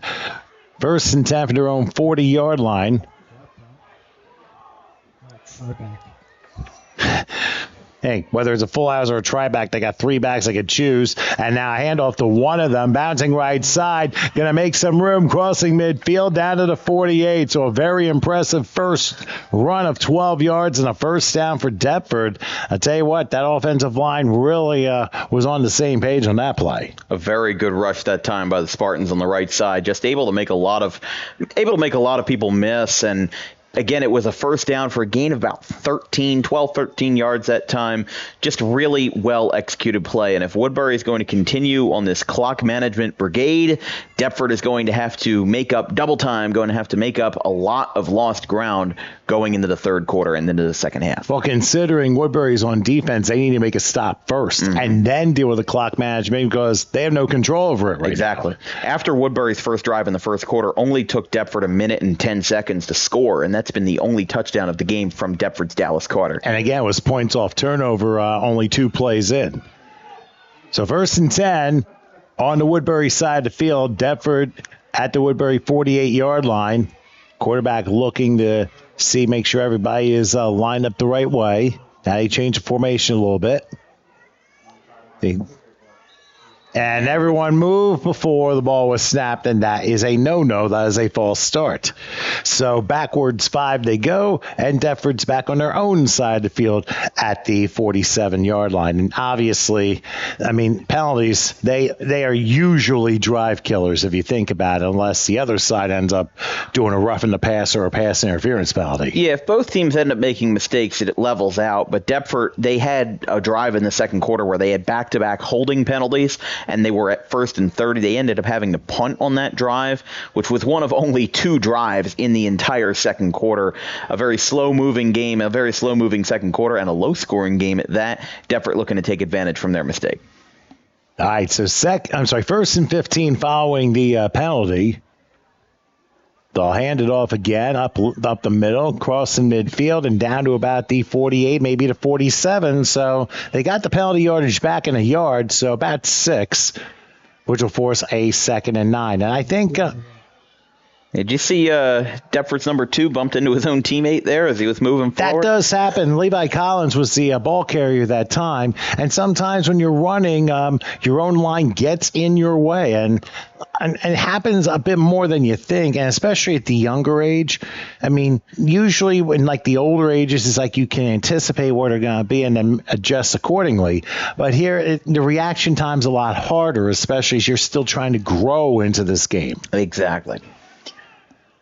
So 2nd and I'll say a pretty long 9 here. Ball spotted right outside the 48-yard line. See if they give Collins the ball again. We'll keep an eye on it. No, they're going to go up the middle, and it ain't nothing there. Nothing doing. No gain on the play. So forces a 3rd and 9 that time. Saw a couple of Woodbury players.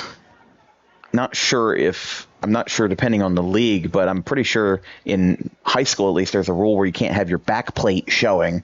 There was a player for Woodbury there were a couple that had him out, but the referee's seeming to let it go. With all the penalties that we've had in this game, might be one that they don't need to add on.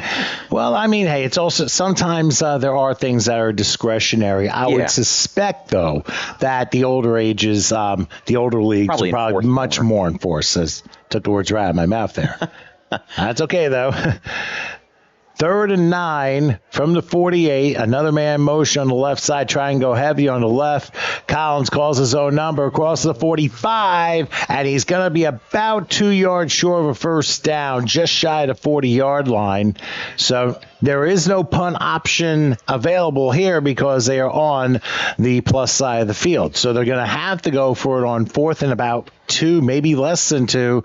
So for Woodbury's defense, it's time for a big stop to get them back in this game and give them a chance. I don't see any reason why they just bunch the offensive line. How about Elkton, Maryland? Hey, about an hour from here. Not far from the Baltimore area. There you go. You are correct. Glad to have you guys check in from Northeast Maryland.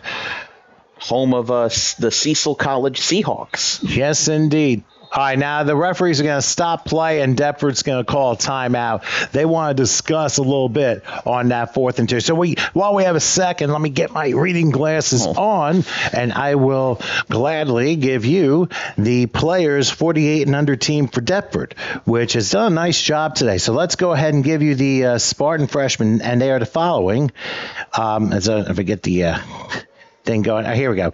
We have Jay Robinson, Walter Weidman, Levi Collins, Breton Flynn, Ezra Loper, Delon Jones, Dallas Carter, Bryce Rodenbush, Zalden Granderson, Kevin Brashear, Jeremiah Sharper, Luis de Guzman, Jace Joseph or JC Joseph, Brandon Carlin, Phoenix Figaniak, Titan Adams, Ezra Jones, Rashawn Adderley, Isaac Pitt, Kingston Robinson Franklin, Luis Morales Jr., Isaiah Reed Jr., Israel Moore, Carlton Dobbins, Frank Pottle, Asher Brady, Messiah Clark, Sincere Sampson, and Braden Horsey. And I'm trying to see if I can. There's a couple more, but I can't seem to get them down here. But we'll try and get to it. Head coach for the group, as we see on 4th down and 4th and short. Yeah, I don't know if he made it.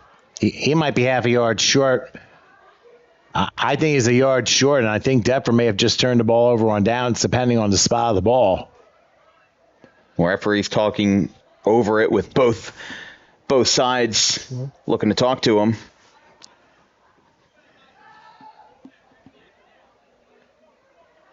Or is this going to be a do-over? Interesting here.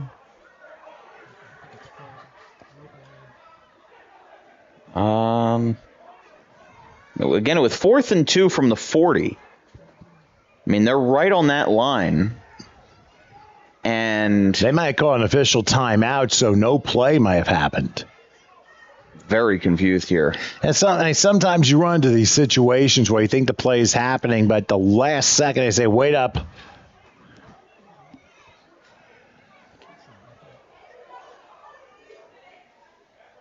They're going to line this one back up. We're going to try it again. That's interesting. That happens. 4th and about a yard and a half from the 40-yard line. Let's see what happens. This is a huge play. They hand off left side. Gonna make the turn. He got it, I believe. Yes. At the 37. He needed a yard and a half. He got 3. And it is a first down for Deptford. By the way, the coaching staff for the freshmen, head coach is Andy Bracey, along with assistants Kevin Brashear, DeJuan Collins, Jason Fisher, Kyle Jones, Frank Pottle, and Warren Sharper Sr. with 4 minutes 15 and counting. We'll introduce the Woodbury Steelers freshmen as well, starting with King Gaines Ratliff, Aiden Jones, Micah Gregg, Jeremiah Stewart, Josiah Stewart as well, Chase Watson, Messiah Brown, Cameron Holmes, or Quay Holmes as well, Sincere Simmons, Sharif Abdul Rahman, Rashawn Gaffney, Cameron Oglesby, Andre Wint, Champion Winston, Jaden Castellano, Jonathan Mercedes, Asaid Spencer Judge, Messiah Baez, Luis Egner, Adrian Ingram, and then the last three, Jackson Young, Cole Dunmeyer, and Tassan Jackson. All right, there's your Woodbury freshman group, the 8-and-unders, as Deptford has the ball 1st and 10 from the 36-yard line of Woodbury, and I thought somebody might have jumped, but no call there, and Woodbury takes advantage of it. I don't know if they got back to the line of scrimmage. No, it's a 3-yard loss. I think the quarterback was like, they jumped. Where was the flag for that? And he may have a point, but sometimes the refs can't get all of them. Well, also, when these guys are 8 years old, we didn't see in the 6U game any players contesting a foul. Here, the players have been around the game of football long enough to know what a basic foul is, what a basic jump or a false start or, any kind of hold.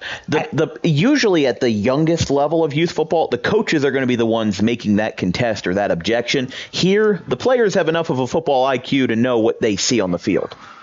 All right. Well, anyway, you have to remember the 6-and-unders. It might even be their first organized game of football, too. That's where I'm saying that. And I didn't even mention that in the very first part here. Anyway, a 2-yard loss, 2nd and 12, as there's a handoff, and I don't think Collins is going to get very far, maybe back to the line of scrimmage, but this could look like another 1-yard loss here. So Woodbury's defense is jumping here and forcing a 3rd and long. By the way, while we have a moment here, for those of you checking things out here on HSG Network, whether it be here in Woodbury, in Maryland, in Ohio, or elsewhere, please make sure you tell your friends to check out the TCUFL action here on HSG Network. We're here again. We're next Sunday in Delsea for some action there. And we've got some high school football. So make sure you like, you subscribe, you let people know about HSG Network. We will certainly keep you updated as we go about. I wanted to give names I forgot to mention earlier for the freshmen for Deptford. We had Braden Horsey, Javon Alston, Julian Hernandez, Anthony Green, Mason Green, Nicholas Pastore Jr., Elijah Spites, Troy Logan Jr., and Trent Wilson. Those are the ones that we were missing from earlier, but we got the problem resolved. We want to make sure we get proper recognition to all the kids. Remember, everybody plays, so we want to make sure we give the recognition to all the kids that are participating today. Here on 3rd down, I don't think Collins is going anywhere, and Woodbury, their defense has struck on 3 losses. Well, a couple of tackles that time by Sincere Simmons had the tackle on back-to-back plays for the Steelers that time, and this puts Deptford in a very odd predicament because, hello. Oh, my gosh. Unsportsmanlike on Deptford. A very late flag. Now, incredibly late. That must be the magic word. Believe words. Imagination. Well, let me say these words. The weather looks like it's clearing out, and we're very thankful for it. I know the Jersey Shore might be raining till about 4 or 5 o'clock, but if you are in the area locally, Woodbury, Deptford, remember the field is on Red Bank Road in Woodbury. Please do not waste time. Get there, but do it the right way. Space is very, very limited. You can't block driveways. You can't block corners. There will be law enforcement very strictly enforcing the rules of the road, so make sure you do it the right way. Otherwise, you're going to get ticketed, and I don't think you're going to like it.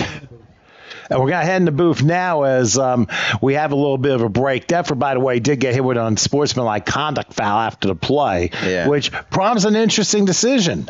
Now you can do a punt option. Exactly. They weren't able to do it before because they were at the 49, 48-yard line. They weren't able to do the punt option before.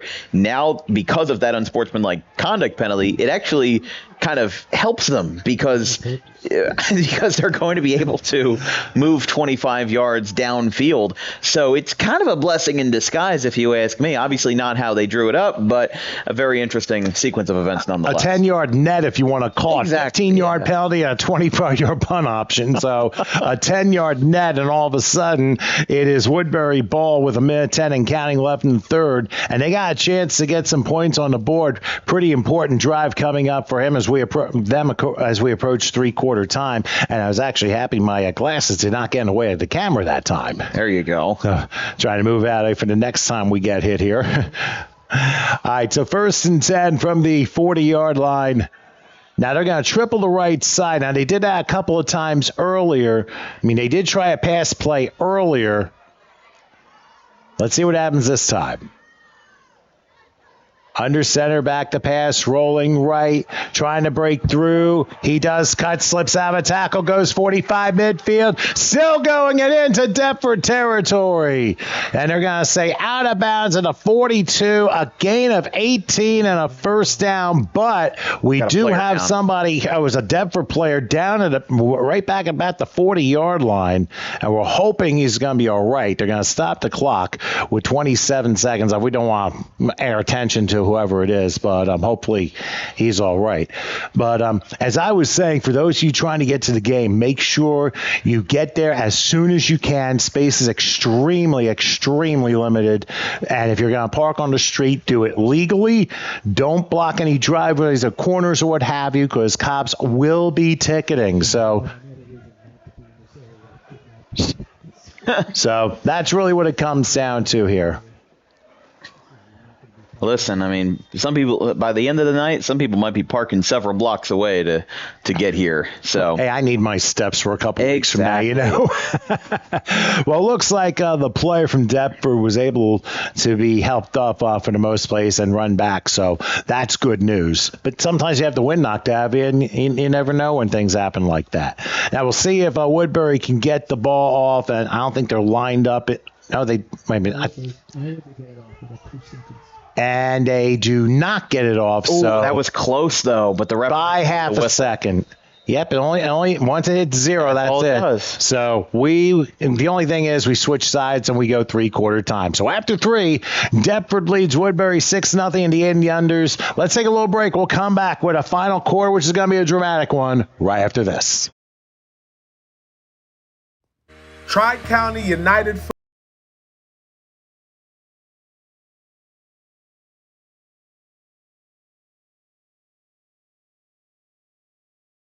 on our About page, just press New Organization Application. Here's our website. Come join the fun.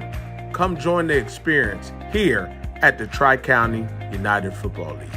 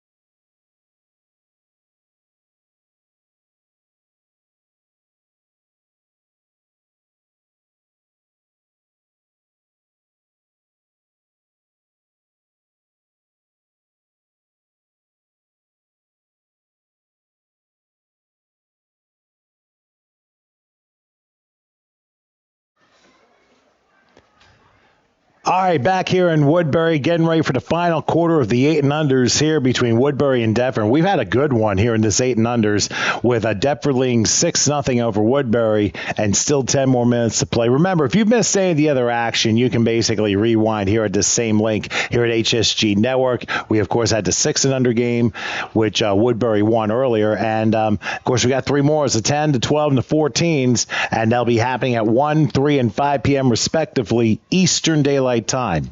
And we just don't know who's going to be watching in the other time zones. All right, on the next play, well, now we got, and we got a little problem here is something developed after the play, and flags are down because of it. They got themselves separated that time. Listen, football can be an emotional game, but again, this is where the mental discipline has to take effect.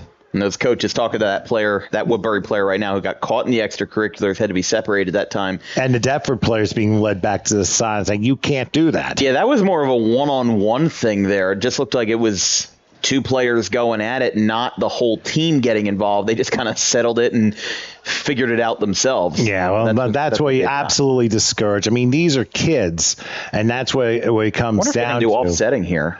They will. They are, yes. Well, because both were involved. Right. I mean, the down counts because it happened after the play. The ball is spotted at the 37-yard line. So that was I would have to say a 4-yard pickup. And needless to say, the Woodbury coach is like, why? Yeah, you don't need a mic on them to figure out what's going on there. So the down does count. And just 9 seconds into the fourth quarter, now Woodbury going to try and get things resettled here. But, I mean, obviously, emotions are going to be charged with everybody. It's a matter of how you contain them. And you do it the right way, it's going to work a whole lot better. You do it the wrong way, it can really spiral out of control in a hurry. Yeah, listen, football is spirited because of the emotions that it carries with it. People have the greatest moments of all time in this sport because of the fact that they are emotional, because of the fact that they are passionate about the game. Sometimes, though, it just gets a little bit out of hand, and you have situations like that, and now it's settled, and you get the unsportsmanlike calls out of the way, and you move on. Oh, not so fast. Not so fast. I think a coach... Oh, that yeah, he just threw out a coach. Wow. He did the old baseball ejection. They're pointing at somebody down on the sideline. Yeah, I mean, that just hurts the kids. I mean, what's just happening is very unfortunate, but that's going to really change things now for Woodbury because now you got 2nd and 7 just became 2nd and 22. And that wasn't even because of one of the 11 on the field. It was because of a coach. And when that happens, especially at the 8U level, you have to wonder who's serving who in that situation, and that's really unfortunate. I totally agree. Like I said, this is all about the kids, and that's what we have to mention here. As you can see, the score from the 6 and under earlier in giant font. With Woodbury 6 and unders, they had a heck of a game in the rain early on. If you've missed any of the action, right here on this link, check it out right here on HSG Network. We got 3 games left to go. Like I said, the 10s, the 12s, and the 14s all coming up later. Rain is starting to come back for probably one more round, so it's lightening up here, and they're asking the clock to get moving here as we're 2nd and 22. Woodbury back at their own territory at the 48-yard line after, shall we say, a series of unfortunate events. You want to make Tim Burton here. Handoff up the middle. And that goes to the Deptford 48. So a 4-yard pickup, and now they got 2 downs to get their 18 yards here. As you can see once again in much more normal font, the score from earlier. Hey, it could be 3D and go right through your computer screen for all we know, And listen, you got some fun with that and try and be a little bit comical. Try to make light of the situation that time. More than light. Hey, it's getting lighter out here. Well, still got 9 minutes to play. And listen, one thing that I was going to circle back to at the start of the fourth quarter was how Deptford beat Woodbury at their own game. I made a big point about how Woodbury was making a big deal out of clock management and wasting a lot of time on the clock. There was only one full drive in the third quarter. Deptford's drive that ended in a punt option, 8 minutes and 50 seconds. You do not get much better than that. And now we go into the thick of it, into the final home stretch with a 6-0 Deptford lead. All right, when they got 2 downs to get 18 yards here because punt option is off the table. 3rd and 18. Punt options off the table unless they get a penalty. Well, yeah, barring any further penalties, we've had plenty of them. Here's a handoff, right side, slipping through a hole and down to about the 46 for only a 2-yard pickup, and the defensive coach is very happy about that. And again, that is the good kind of spirited coach that we like to see. He's hyping up his players. He's excited about the outcome, and that is what will create a fan of football for life, is a coach that will lift up the players and give them an opportunity to be excited about the game. And that's exactly what we have.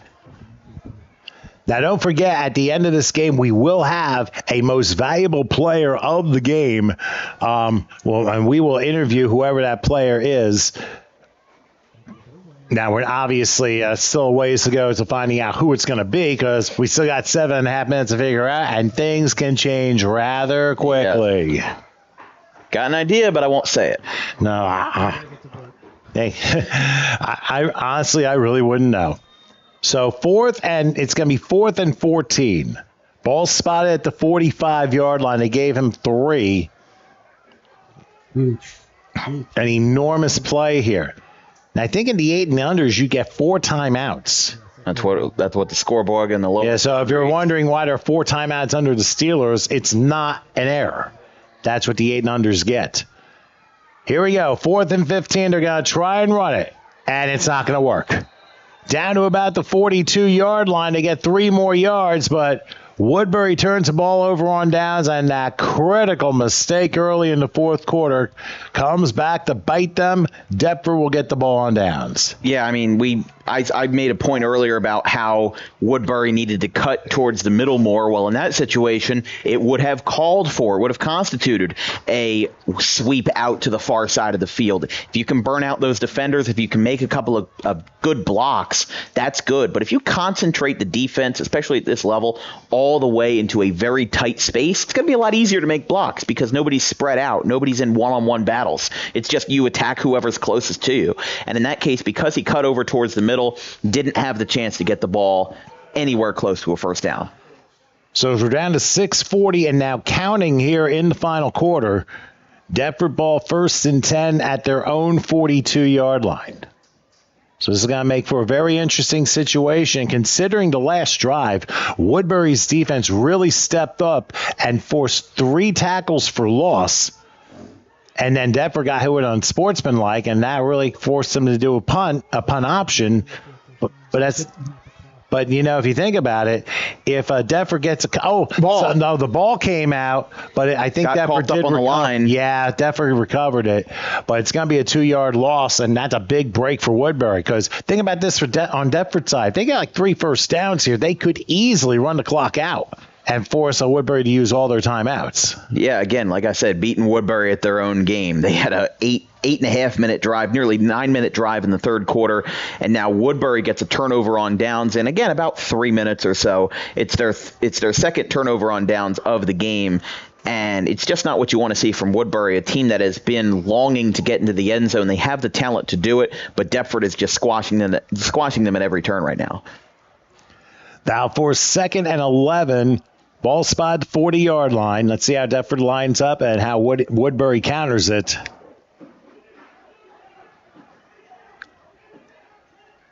Man in motion to the right. He's got to get the ball. That possibly an illegal shift.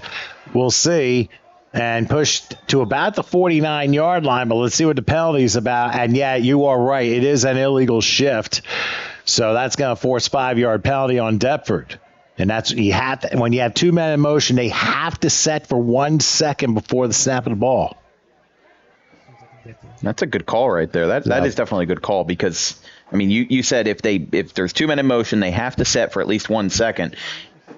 And right now, sorry, my director's in my ear, but what we were saying was you should know. Father and son here, as you can see here on the right side of the screen. He's not the one making me laugh right now, but just having a little bit of fun up here. If I gotta be here all day, might as well just make the best of it. That's all you can do, especially in games like this. I mean, it's about having fun, and it's about a good game. And yeah, especially with the 8 and unders. I mean, it's about the kids, and the kids are really putting on a good show here in this second game. And as you can see below, they are enforcing the illegal shift penalty. But for Woodbury, what do you think they need to do in these final few minutes? Stop the ball. Put the best men you have on the defensive line. Make that a wall of steel. No, well, pun 100% intended that time. But after the illegal shift penalty, you now open the door for Deptford to make even more mistakes. Mistakes make mistakes. We watch NASCAR all the time. We say cautions breed cautions. In this case, mistakes make mistake. They breed mistakes. And if Woodbury does another one, there's Dean Madden Jr. Fitting for somebody with the last name Madden. Just run outside if they're stacking the box with all them kids. Well, you got to remember, too, you're going to have a bunch of online coaches here, but they're also not calling the penalties. But this is a bad one off of Woodbury for a neutral zone infraction.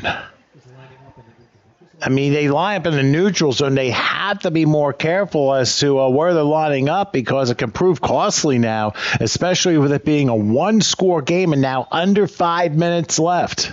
Yeah, that wasn't even a jump that time. They were just literally lined up in the neutral zone, and that's a crucial mistake that right now brings them to still second and long, but that illegal shift penalty is now lessened.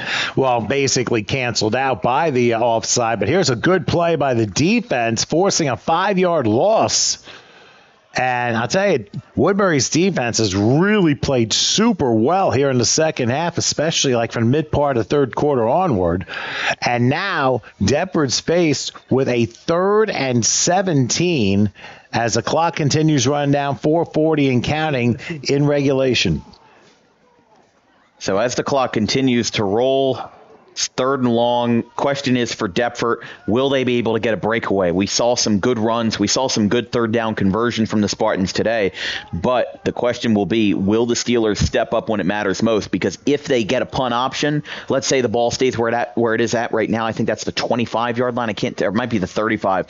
Can't tell for sure. But either way, yeah, 35. If they get a punt option, that's going to be huge for Woodbury. Good field position. Here's a handoff on 3rd and long, trying to turn the corner. Got through one tackle to the 45 and down to about the 47. About 4 yards shy of a first down, but still in punt option zone should they wish. Or they could really gamble and try and go for it on 4th and 4. But that's going to be a very interesting decision for the Deptford sideline to make. In a one-score game, I personally wouldn't do it just because of, you never know what could happen with Woodbury. If you punt it now, you're at the 47. You're going to give them good field position for your defense if you do the punt option. Meanwhile, if you try to run on 4th and 4, then you're just not going to you're going to give them field position in opposing territory if you gamble and you do not get the turnover. And I think Woodbury's talking about that situation right now. They just called a timeout here. So we'll throw some other people's comments up. I see Isaiah obviously on the Woodbury side here. And I think, if you can't make it out, hey, Sienna's here checking out. Obviously, listen, they're kids 8 and under, and they're just going by what they've got here. And even Dean, you mentioned strength of defense here at this point of the game. It's been a very defensive contest, to say the least. Dean Madden Jr. And sometimes it's just always good to go back to the old NFL tapes. And, exactly. And listen, Dan, one suggestion I certainly would give, go back to all the reels and videos and stuff of the old announcers from the 80s and 90s before the Joe Bucks. You got the late Pat Summerall and John Madden, and they basically solidified a young Al Michaels. Oh, yeah. Even Marv Albert and the late Dick Enberg, who did games back on NBC for many a year. So you hear those commentaries, and that has led into what we have today. Indeed. Got to break you the habit a little bit. But anyway, 4th and 4. A humongous play in this game with 3:33. Oh! The question is, did Deptford move? It's offside. They're moving it. Hold on. They started moving the chains before the referees made a decision. Well, they're going to discuss, because that's why I said, did Deptford move to draw them off? Oh, boy.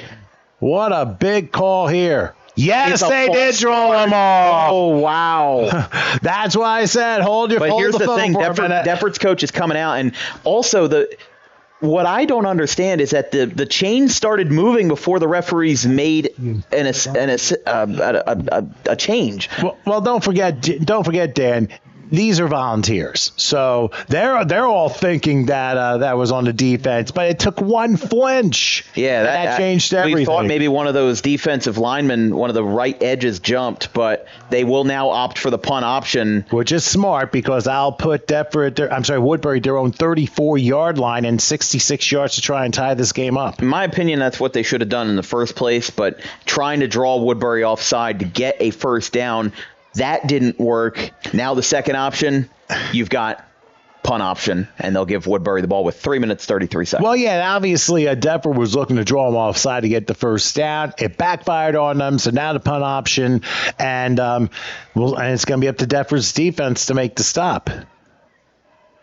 So I wonder if Andy's one of the Deptford coaches. I wonder if that's what I'm not exactly sure. I mean, these are people viewing this game, and make sure that you tell your friends about HSG Network because we're going to be here throughout the day. We got 3 more games after this: the 10s, the 12s, the 14s.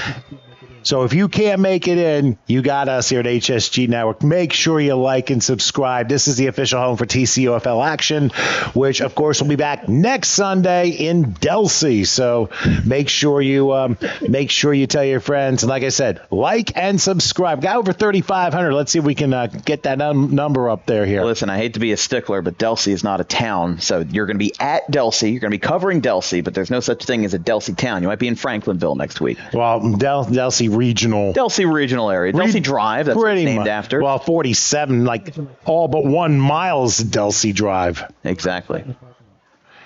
Anyway, on 1st and 10. Oh, they're going to go on a handoff up the middle. Gains Ratliff. And Ratliff will get to the 38. I thought he was going to try and take it to the outside and get some yardage, but he decided to cut in at the last minute. And now it got to go tempo, but he gets looks like 7 on the play. Actually, they're going to give him the 39-yard line. So a 6-yard pickup, 2nd and 4. But they need to hurry up. Now, both teams have 3 timeouts.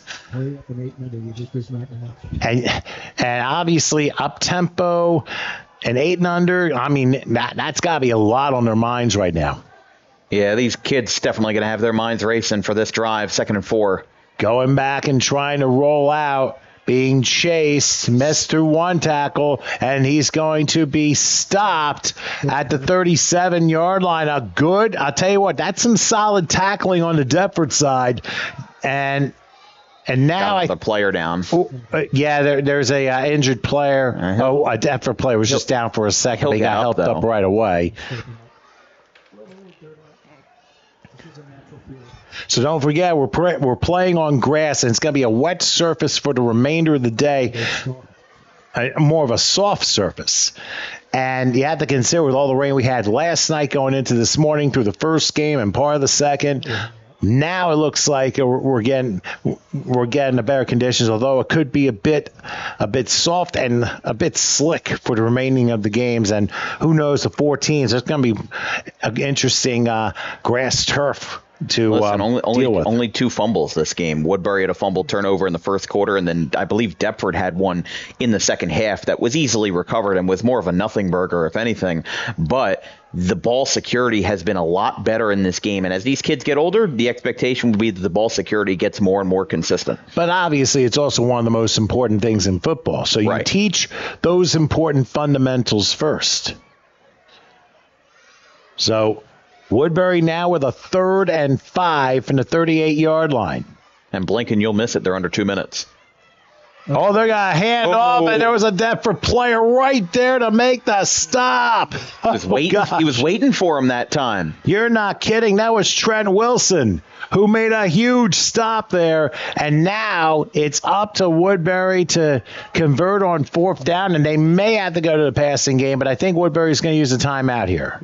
Trent Wilson looking more like Trent Williams out there, making that great stop, was able to come in on the right side and make that play. But also Woodbury handed it off, kind of fed him to the Sharks right there, made that play as soon as it was happening, and then it was just swallowed up, and now you've got 4th and mid-range on what could be Woodbury's last drive of the day if they do not convert. That is possible. I mean, stranger things have happened at the end of game as we have had. I mean, Woodbury's used 2 of their 4 timeouts. So if somehow they turn the ball over on downs, they're going to have to go into punch-out mentality. So now on Deptford's side, I think the offense is going to be like, okay, we got to hang on to the ball as hard as we possibly can. So that way, it doesn't sneak out. 1 minute, 41 seconds remaining in the fourth quarter. And again, the philosophy for Deptford is the same that I had for Woodbury when they made that stop earlier. I wouldn't be surprised if Woodbury tries to pull a little Uno reverse card and say, okay, let's try to do a hard count, draw them offside. Of course, when Deptford did it, it didn't work and it forced them into a punt option. But you never know. Second try could be what could be the charm for Woodbury. If they try to do that same song, second verse, draw Deptford offsides. From what it looks like on my screen, it looks like it will be enough for a first down, if albeit barely. But if it's enough, I wouldn't be surprised if a hard count's in order. That also wouldn't be a bad idea, but remember, I don't think you can call back-to-back timeouts before a play happens. So we'll see. Who knows with this league anyway. But 4th and 5 and 38. They got a tight trips left formation too. See what they do. Rolling left. Let's see if he can turn the corner. He will get the first down and more. Cross the midfield, and a flag is down, after which he goes down to the 37-yard line. Now, let's see what the penalty is. I'm guessing it's going to be against Woodbury, but we're going to find what the official says. And that flag came in after Simmons crossed the first down marker. It might even be a sideline warning. It could be that. There were a lot of coaches crammed up on that sideline, and it is. That is a first down. So that sideline warning is so they may add 5 yards to the end of the run. I think they would cut 5 yards from the end of the run because remember Woodbury got a sideline warning. Oh, that's right. I forgot about that. Game in the first quarter, and because it was a warning, we mentioned it in the open. That the first infraction after the warning is a 5-yard penalty. So the play went to the 38-yard line. So in essence, a 24-yard gain, but losing 5 because of the sideline infraction. Could be worse, though. I mean, I saw that flag come in, and my heart dropped for Woodbury for a second. I thought maybe it could be a holding call, or a block in the back, or a block in the back that would negate the play entirely, but instead it's a 5-yard penalty. You still keep the first down, and now the officials are talking over, and Deptford's coach is coming out from the sideline trying to get a word of what's going on. I mean, this game's been handled for the most part very, very well. The referees have kept the letter of the law intact. And that's why, I mean, there have been a lot of penalties on both sides. So, I mean, that was a little scary there because if there were to be a block in the back, they could have not quite gotten the first down. Maybe it would have been a 4th and 2 or 4th and 1 for all we know, but it was just sideline, and that was actually a little bit of a break for Woodbury. But now they got a minute and a half left. Luckily, the clock is stopped because of the penalty, and they got 43 yards of travel to see if they can tie this. 43 yards, 90 seconds. Just takes one play, but their current pace of play just right now won't cut it. They will need those breakaway plays. Have another play like they had Simmons have earlier in this drive, literally the play before this one. They need plays like that to get into the end zone, not the cream of the crop with what they've been doing for the status quo of most of today. I can score on this drive in 13 seconds. Mm-hmm. Now, all right, 1st and 10 for the 43. Again, rolling left, running into a guy, and he got entangled a little too much, and now a flag at the very end. Oh, boy. And this might be on Deptford. Yep, it's a face mask.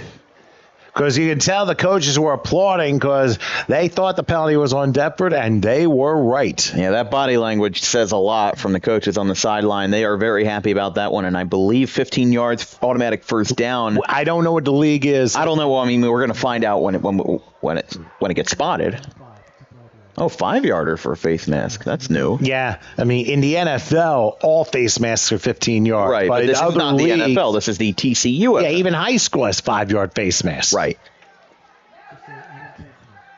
So I guess because it was an incidental face mask and unintentional, that's why it was 5 yards, which has to be a dilemma for the referees because in addition to that, instead of it just being a flat 15-yarder, they have to determine whether there was intent in a split-second moment. That's true. It should be first down. It might be 1st and 7 from the 40-yard line. Yeah, they're telling them. Yeah, they flipped. Yeah, good job. They flipped the sign because you repeat the down in a situation like this.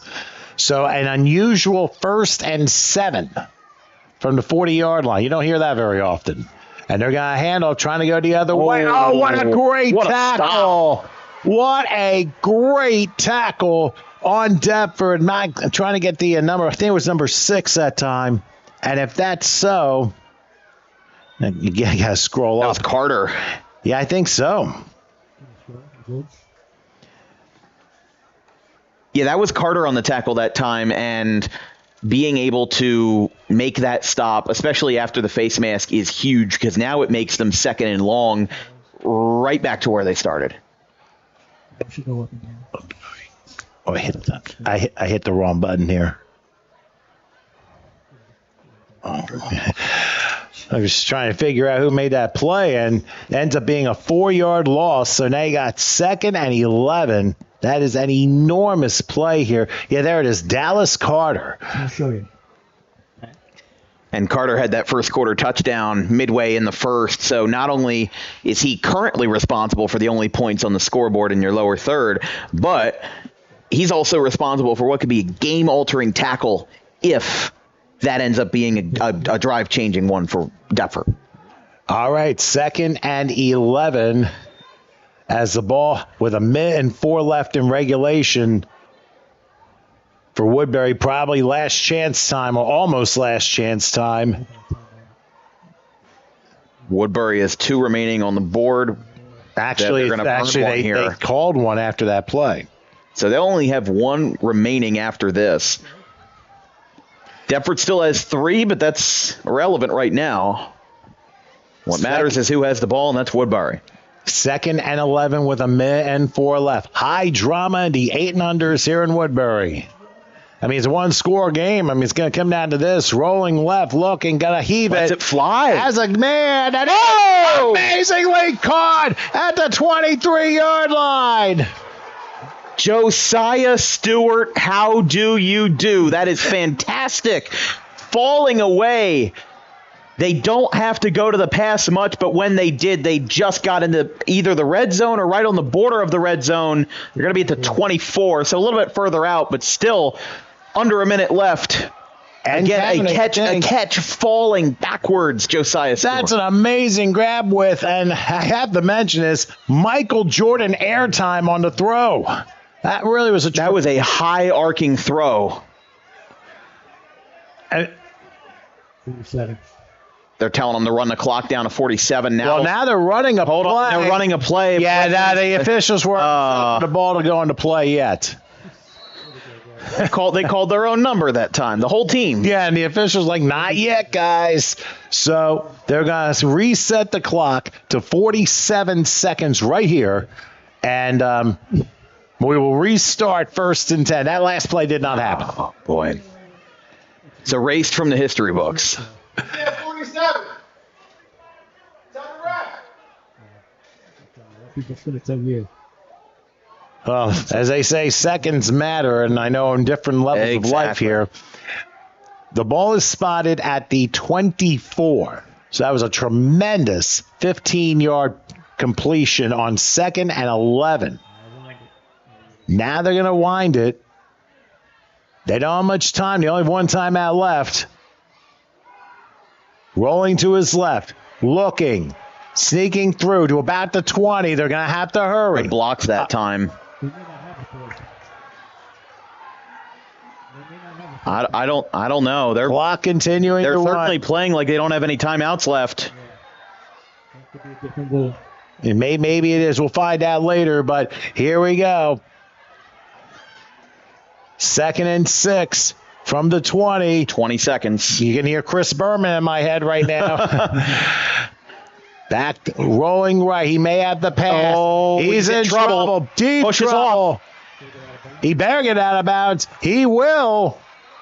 with, oh my goodness, 4 seconds left. Let's see where they spot the football. It's going to be desperation time right here. We're going to need one more of those heave-hos. Pretty sure that they don't have it, so they can get rid of it. The presumption is they don't have a timeout because if they did, they most certainly would have used it.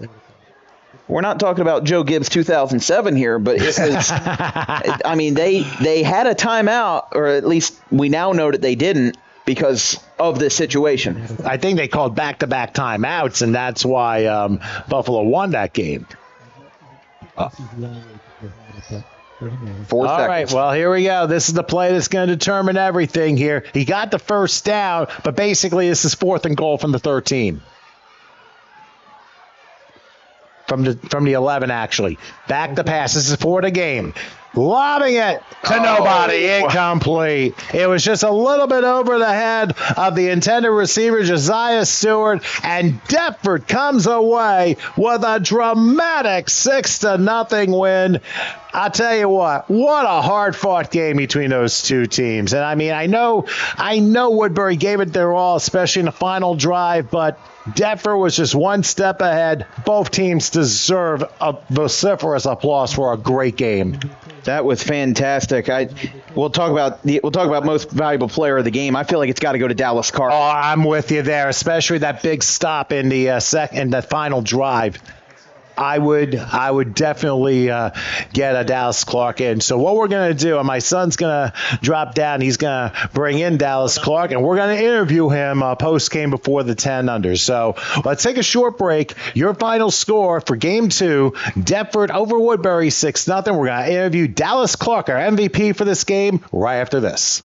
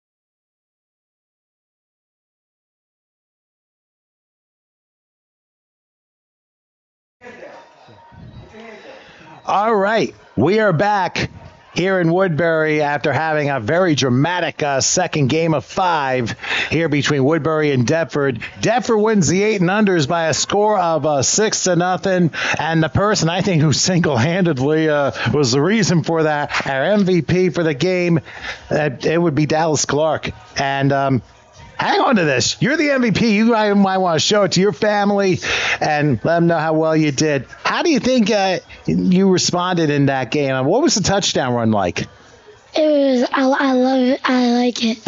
Well, what made the difference for you? There was a lot of people. Well, yeah, definitely a lot of people there. But you also made a huge stop toward the end of the game. I mean, who do you credit that? I mean, you jumped in. I know him. You do? You know the guy who, well, I guess he's going to get you back one day, you know? Anyway, with your football stuff, I mean, how long have you been playing? 2 years. Oh, 2 years? So you basically were in the Pee Wee division like over the last year or two. So how does it feel to be in the freshman division now? A little bit more challenging? Excellent. And who's your favorite team? Cowboys. Just like me, we had a tough night Thursday night. So, and where do you go to school? I go to school at Woodbury, West End. And your favorite teacher? Miss Richardson. And your subject? Math. Oh, you like math? Hey, numbers do add up, and you definitely got to be a good mathematician when it comes to this game. Why don't you hold that ball up for everyone to see? We have people watching in Ohio and Maryland, and you ought to be very proud of yourself for being the MVP of this game. So, Dallas, congratulations again as we get about ready to start the 10 under game. Thank you for joining, and best of luck and stay healthy the rest of the year.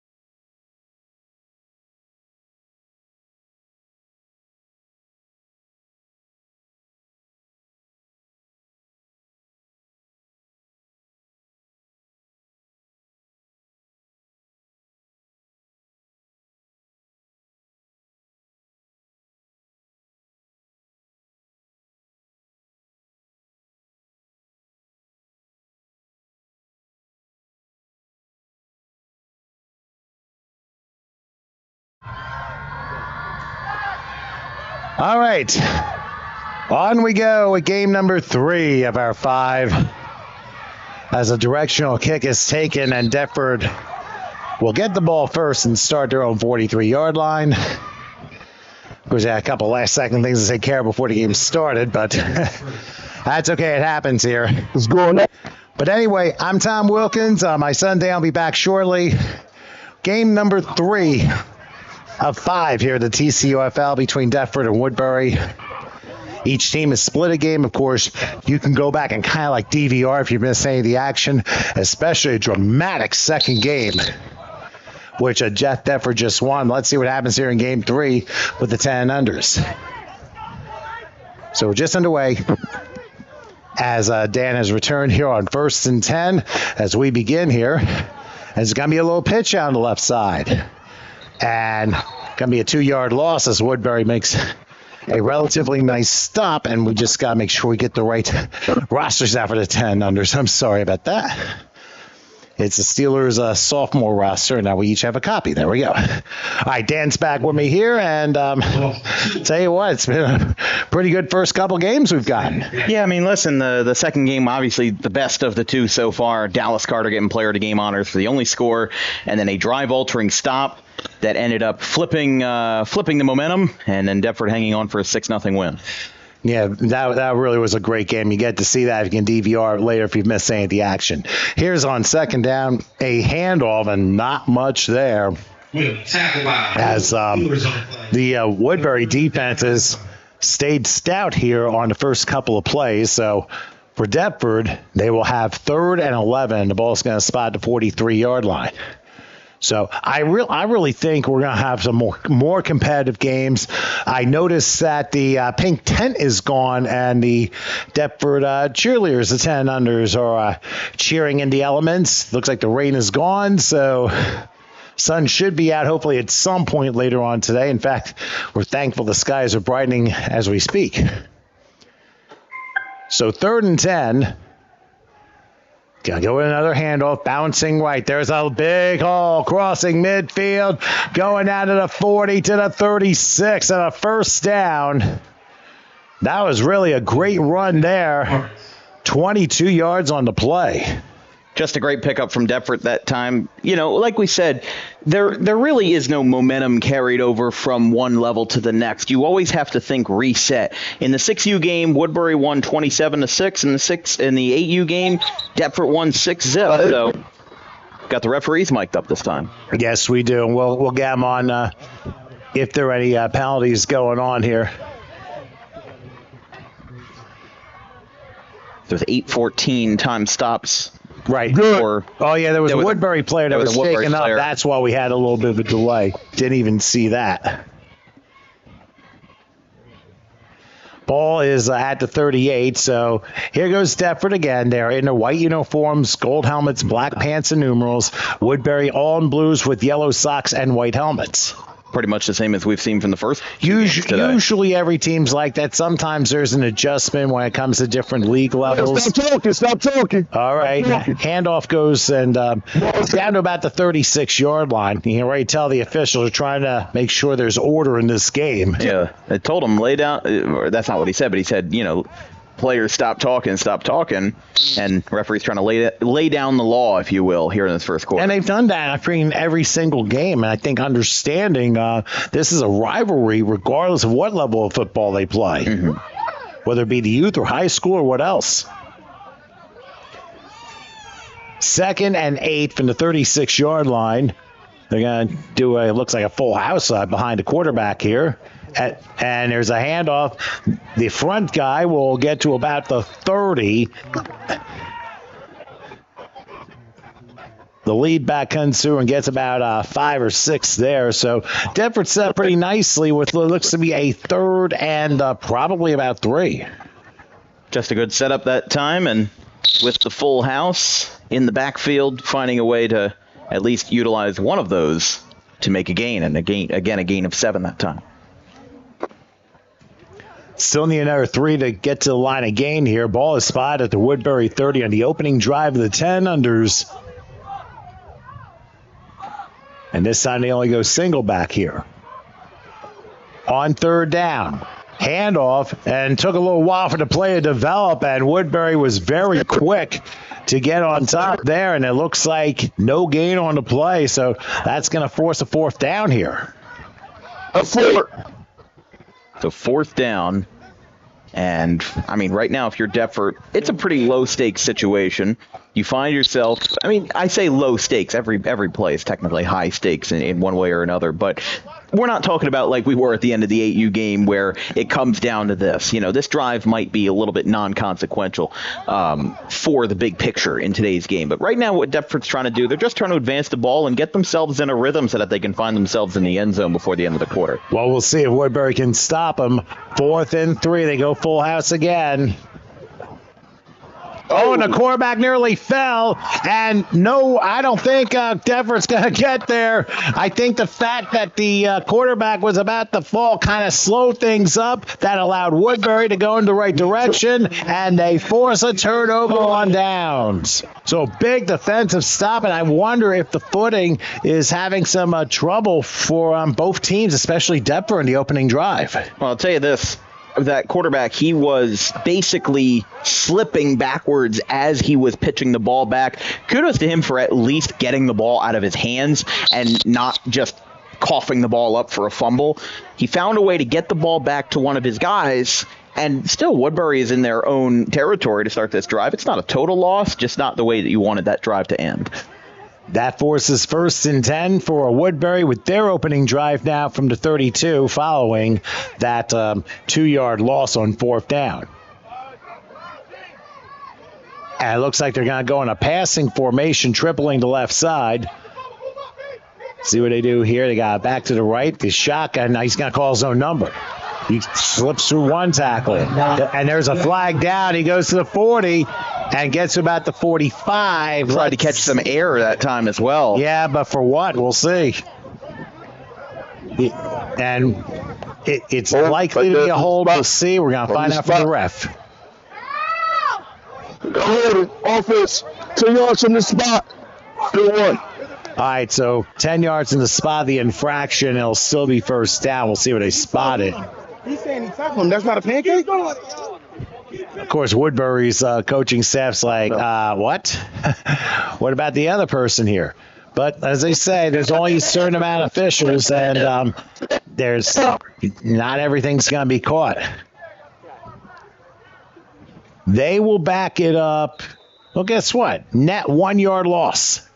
So it was a 16-yard gain, ended up being a 1-yard loss, and we have a rare 1st and 11. Yeah, almost no harm, no foul that time. I mean, it was a holding call, but again, with it being a spot foul, didn't end up actually hurting them that much. Exactly, because they were heading down the left side, and the hold occurred while the play was going forward. Hold everything. Another flag is down. False start. And that's going to be on Woodbury, too. Offense. They're lining up on sides. Number what? So they line up offside, and they end up getting another 5-yard penalty. So now 1st and 16 as Woodbury finds himself going backwards on penalties. Another rare combination. You're saying 1st and 11, 1st and 16 feels even rarer, but well, holding penalty maybe 5 yards further backfield. And exactly. Yeah, but on that play that had the hold call attached to it, I really liked what Cornell Moody was doing there. He tricked us. He had a trips left formation. Looked like maybe they were going to try to pass, but no, he just took the direct snap himself out of the shotgun and then cut immediately to the left and found a gap in the defense. But, of course, a hold made it a moot point, made it irrelevant. All right, 1st and 16 now from the 26-yard line. They're going to hand off right side. And, Deptford Ray with a wave of tackles there, so nothing doing to force a 2nd and 16. A little bit later on, we will read off the rosters from both teams as to who's participating in this game. Meanwhile, if you're not able to make it, make sure that you tell your friends about this TCUFL action between Woodbury and Deptford, all right here on HSG Network. Make sure you like, subscribe. This is the home for TCUFL action. Next week, we're in Delsea. We got high school football game Friday night. You'll get the notifications before the event happens, so make sure you stay with us here on HSG Network. Over 3,500 subscribed, and hopefully more to come. Oh, there's a handoff and another good defensive Deptford play, and it ends up being Brandon Williams Jr. who made a very nice stop and forces another 2-yard loss. Lining up on sides. So right now, still scoreless game in the second half of the first quarter. It's going to be interesting to see how Woodbury ends up managing this drive because it just hasn't been going right for them, but there's still room for improvement. There's still room to grow. as one of the other referees telling the sideline to back up a little bit. Obviously, we saw a sideline warning and a sideline penalty go into effect during the last game that preceded this one. Think about the last drive when that happened. Oh, my goodness. That was huge. All right, so 3rd and 18 from the 24-yard line, and nothing happened there. Evidently, there was a missed exchange, and quarterback had to eat the play up. Now, in the 10s, I don't think there's a punt option. I think they have to go with some kind of special teams. That option. Oh, there's a punt option. You heard it from the referee's mic right in our ear. Well, guess what? I think the official said otherwise. So that's going to give Deptford some very good position, I think, in plus territory. With 3 minutes left here in the first quarter, the ball will be spotted at the 49-yard line of Woodbury, or actually might be a little bit closer to that. In fact, they're just taking the football out of play, 46-yard line. I'm a little bit surprised that they have the punt option at the 10U, but I would imagine, knock on wood, I don't know if I'm correct, but this might be the last division to have that, because I doubt the 12s or the 14s would have that. Well, obviously, you're more developed at that point, so you got to have the kick and punt here, you know. Well, the thing is that at youth football, I've covered a lot of high school football. Obviously, you have as well over the years. Kicking and punting, special teams is one of the last things that gets specialized. They worry about offense. They worry about quarterbacks, running backs, wide receivers. Then you could talk about offensive and defensive lines. But when it comes to kicking and punting, it's such a niche specialty that even at the high school level, you rarely see specialized kickers and punters listed on high school rosters, especially in New Jersey. 1st and 10 for the 46, and quarterback calls his own number. He's number 7, and he will dive his way to the 40-yard line. That number 7, by the way, is Caleb Santiago, somebody to watch here in this particular game. Game is 6, so they'll be 2nd and 4. And we could be seeing a lot of him because for 10 years old, he looks like a pretty tall person at that age. I'm telling you, these kids, they're having something special in their Wheaties these days. I remember when I first started covering youth football some 7-8 years ago, when I was probably around the same size as some of these kids on the field. I remember those kids looked a lot like me. Now those kids, they are big. They are putting in the work, putting in the training, and especially if they want to pursue high school football, they need that. We might have more 7-footers playing football before you know it. All right, modified here as Santiago calls his number again and gets close to the first down. In fact, he got it. Official saying move the chains. So a 4-yard pickup, and it's a first down as Santiago is able to get there. So it's going to be a matter of stopping him, or if you can't stop him, containing him as much as possible. Yeah, I mean, listen, Santiago, he ended up calling his own number twice, had a direct snap to him that time. And in those kind of situations, it's more about the containment because they're going to advance the ball. It's just a matter of stopping them when it matters the most. Obviously, right now, Deptford is making the progress, but they're taking some time off the board and could be headed towards a scoreless first quarter if there's no breakaways. Well, hey, that could change very quickly in one play. Single back here, 1st and 10 from the Woodbury 36. However, it's going back 5 on a false start. Stop. Offense. So I'll move it back 5. It'll be 1st and 15. Like I said, I mean, there's obviously some jitters in the 10 understood. I mean, they've been playing football a while, but, hey, it's a new season, new excitement, and sometimes it gets away into the focus. When everybody starts 0-0, it's almost impossible to tell who's got the advantages, and this game could very well end up being close, like the 8U game that preceded it with a 6-0 final.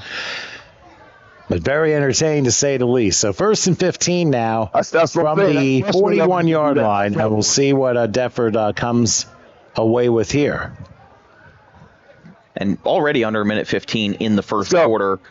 Not much budging. Hurry up. Not much budging from the offense from either side. Well, I think the officials are trying to push to get the plays off a little bit quicker compared to the other two when they're still trying to learn. All right, again, calling his number. He'll get to about the 38, so Santiago just pushes his way, pushing his way to the 38-yard line. So short in the final minute of the first quarter, it's been the Santiago show.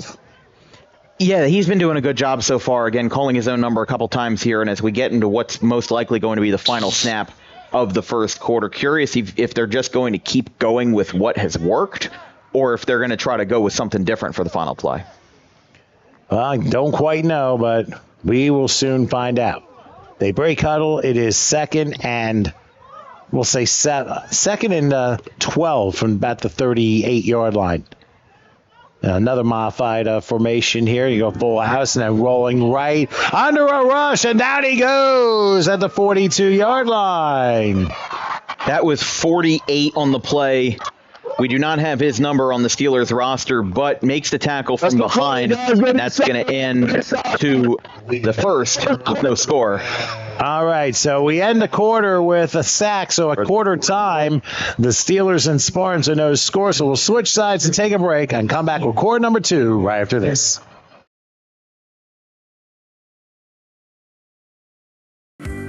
Fulfilling your dream is our passion. We have the staff, equipment, resources, and facilities to cater your next event. Our personal service throughout the process is unmatched. Spectacular food preparation and presentation, knowledgeable, hospitable servers, flexibility. We will modify our menu to suit your needs. We can cater off-site to your premise or venue, cater your event at a unique venue in the tri-state area, or present to you our exclusive facility. Innovative catering concepts will make your event one to remember. We are your complete caterer.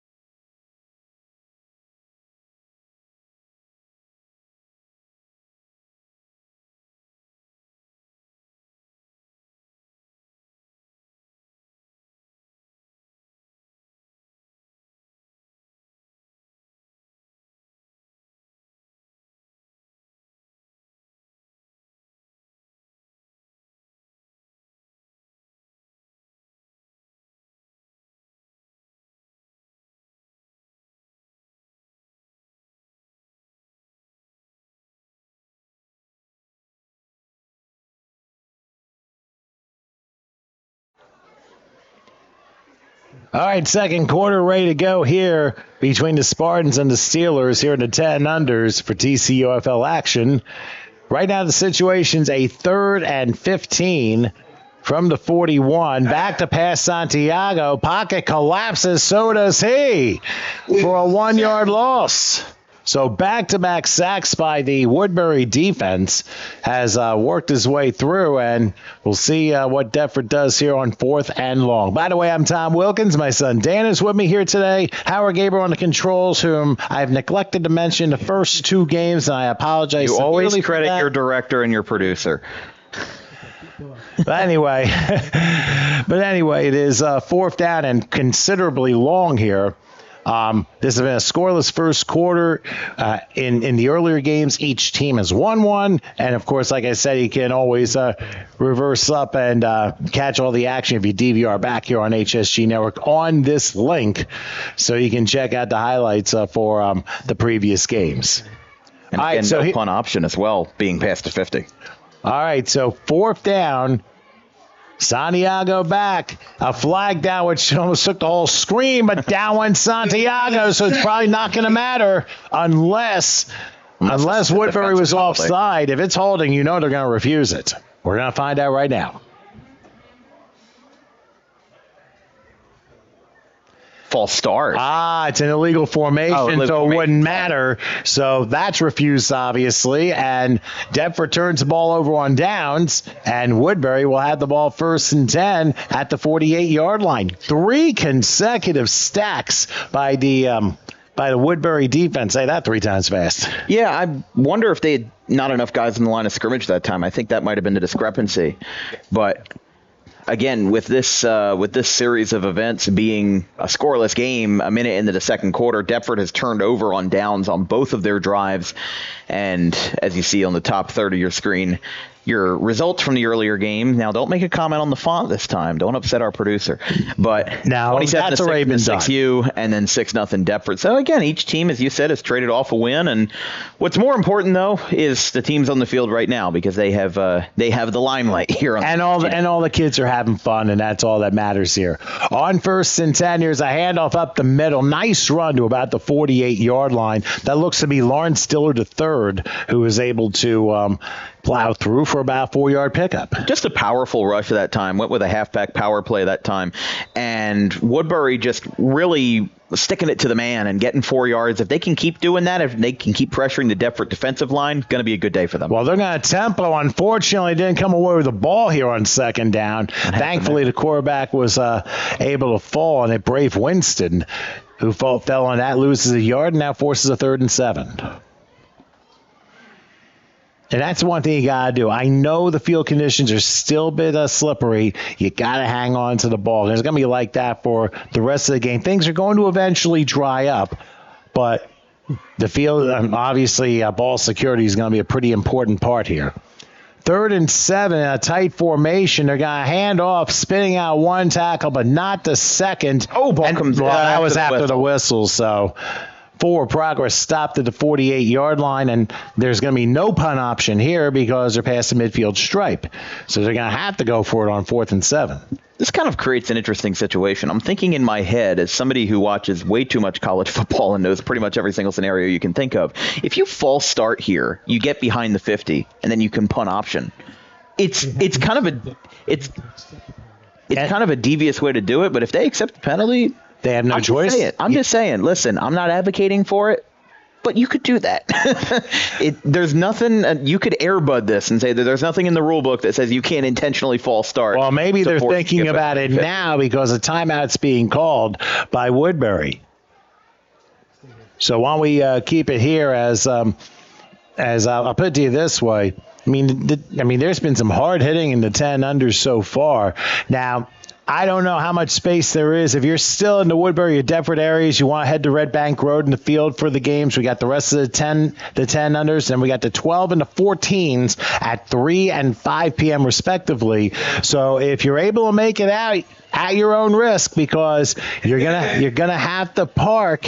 I mean, there's very little room, and parking's going to be a you-know-what. So if you had to park you're going to have to put on your running shoes. Well, you're going to need to get your steps in, but park legally because Woodbury is enforcing the traffic laws very strictly today. So if you're in somebody's driveway and you're blocking, or you're blocking the corner, you're in the yellow spot on the curb, they're going to ticket you.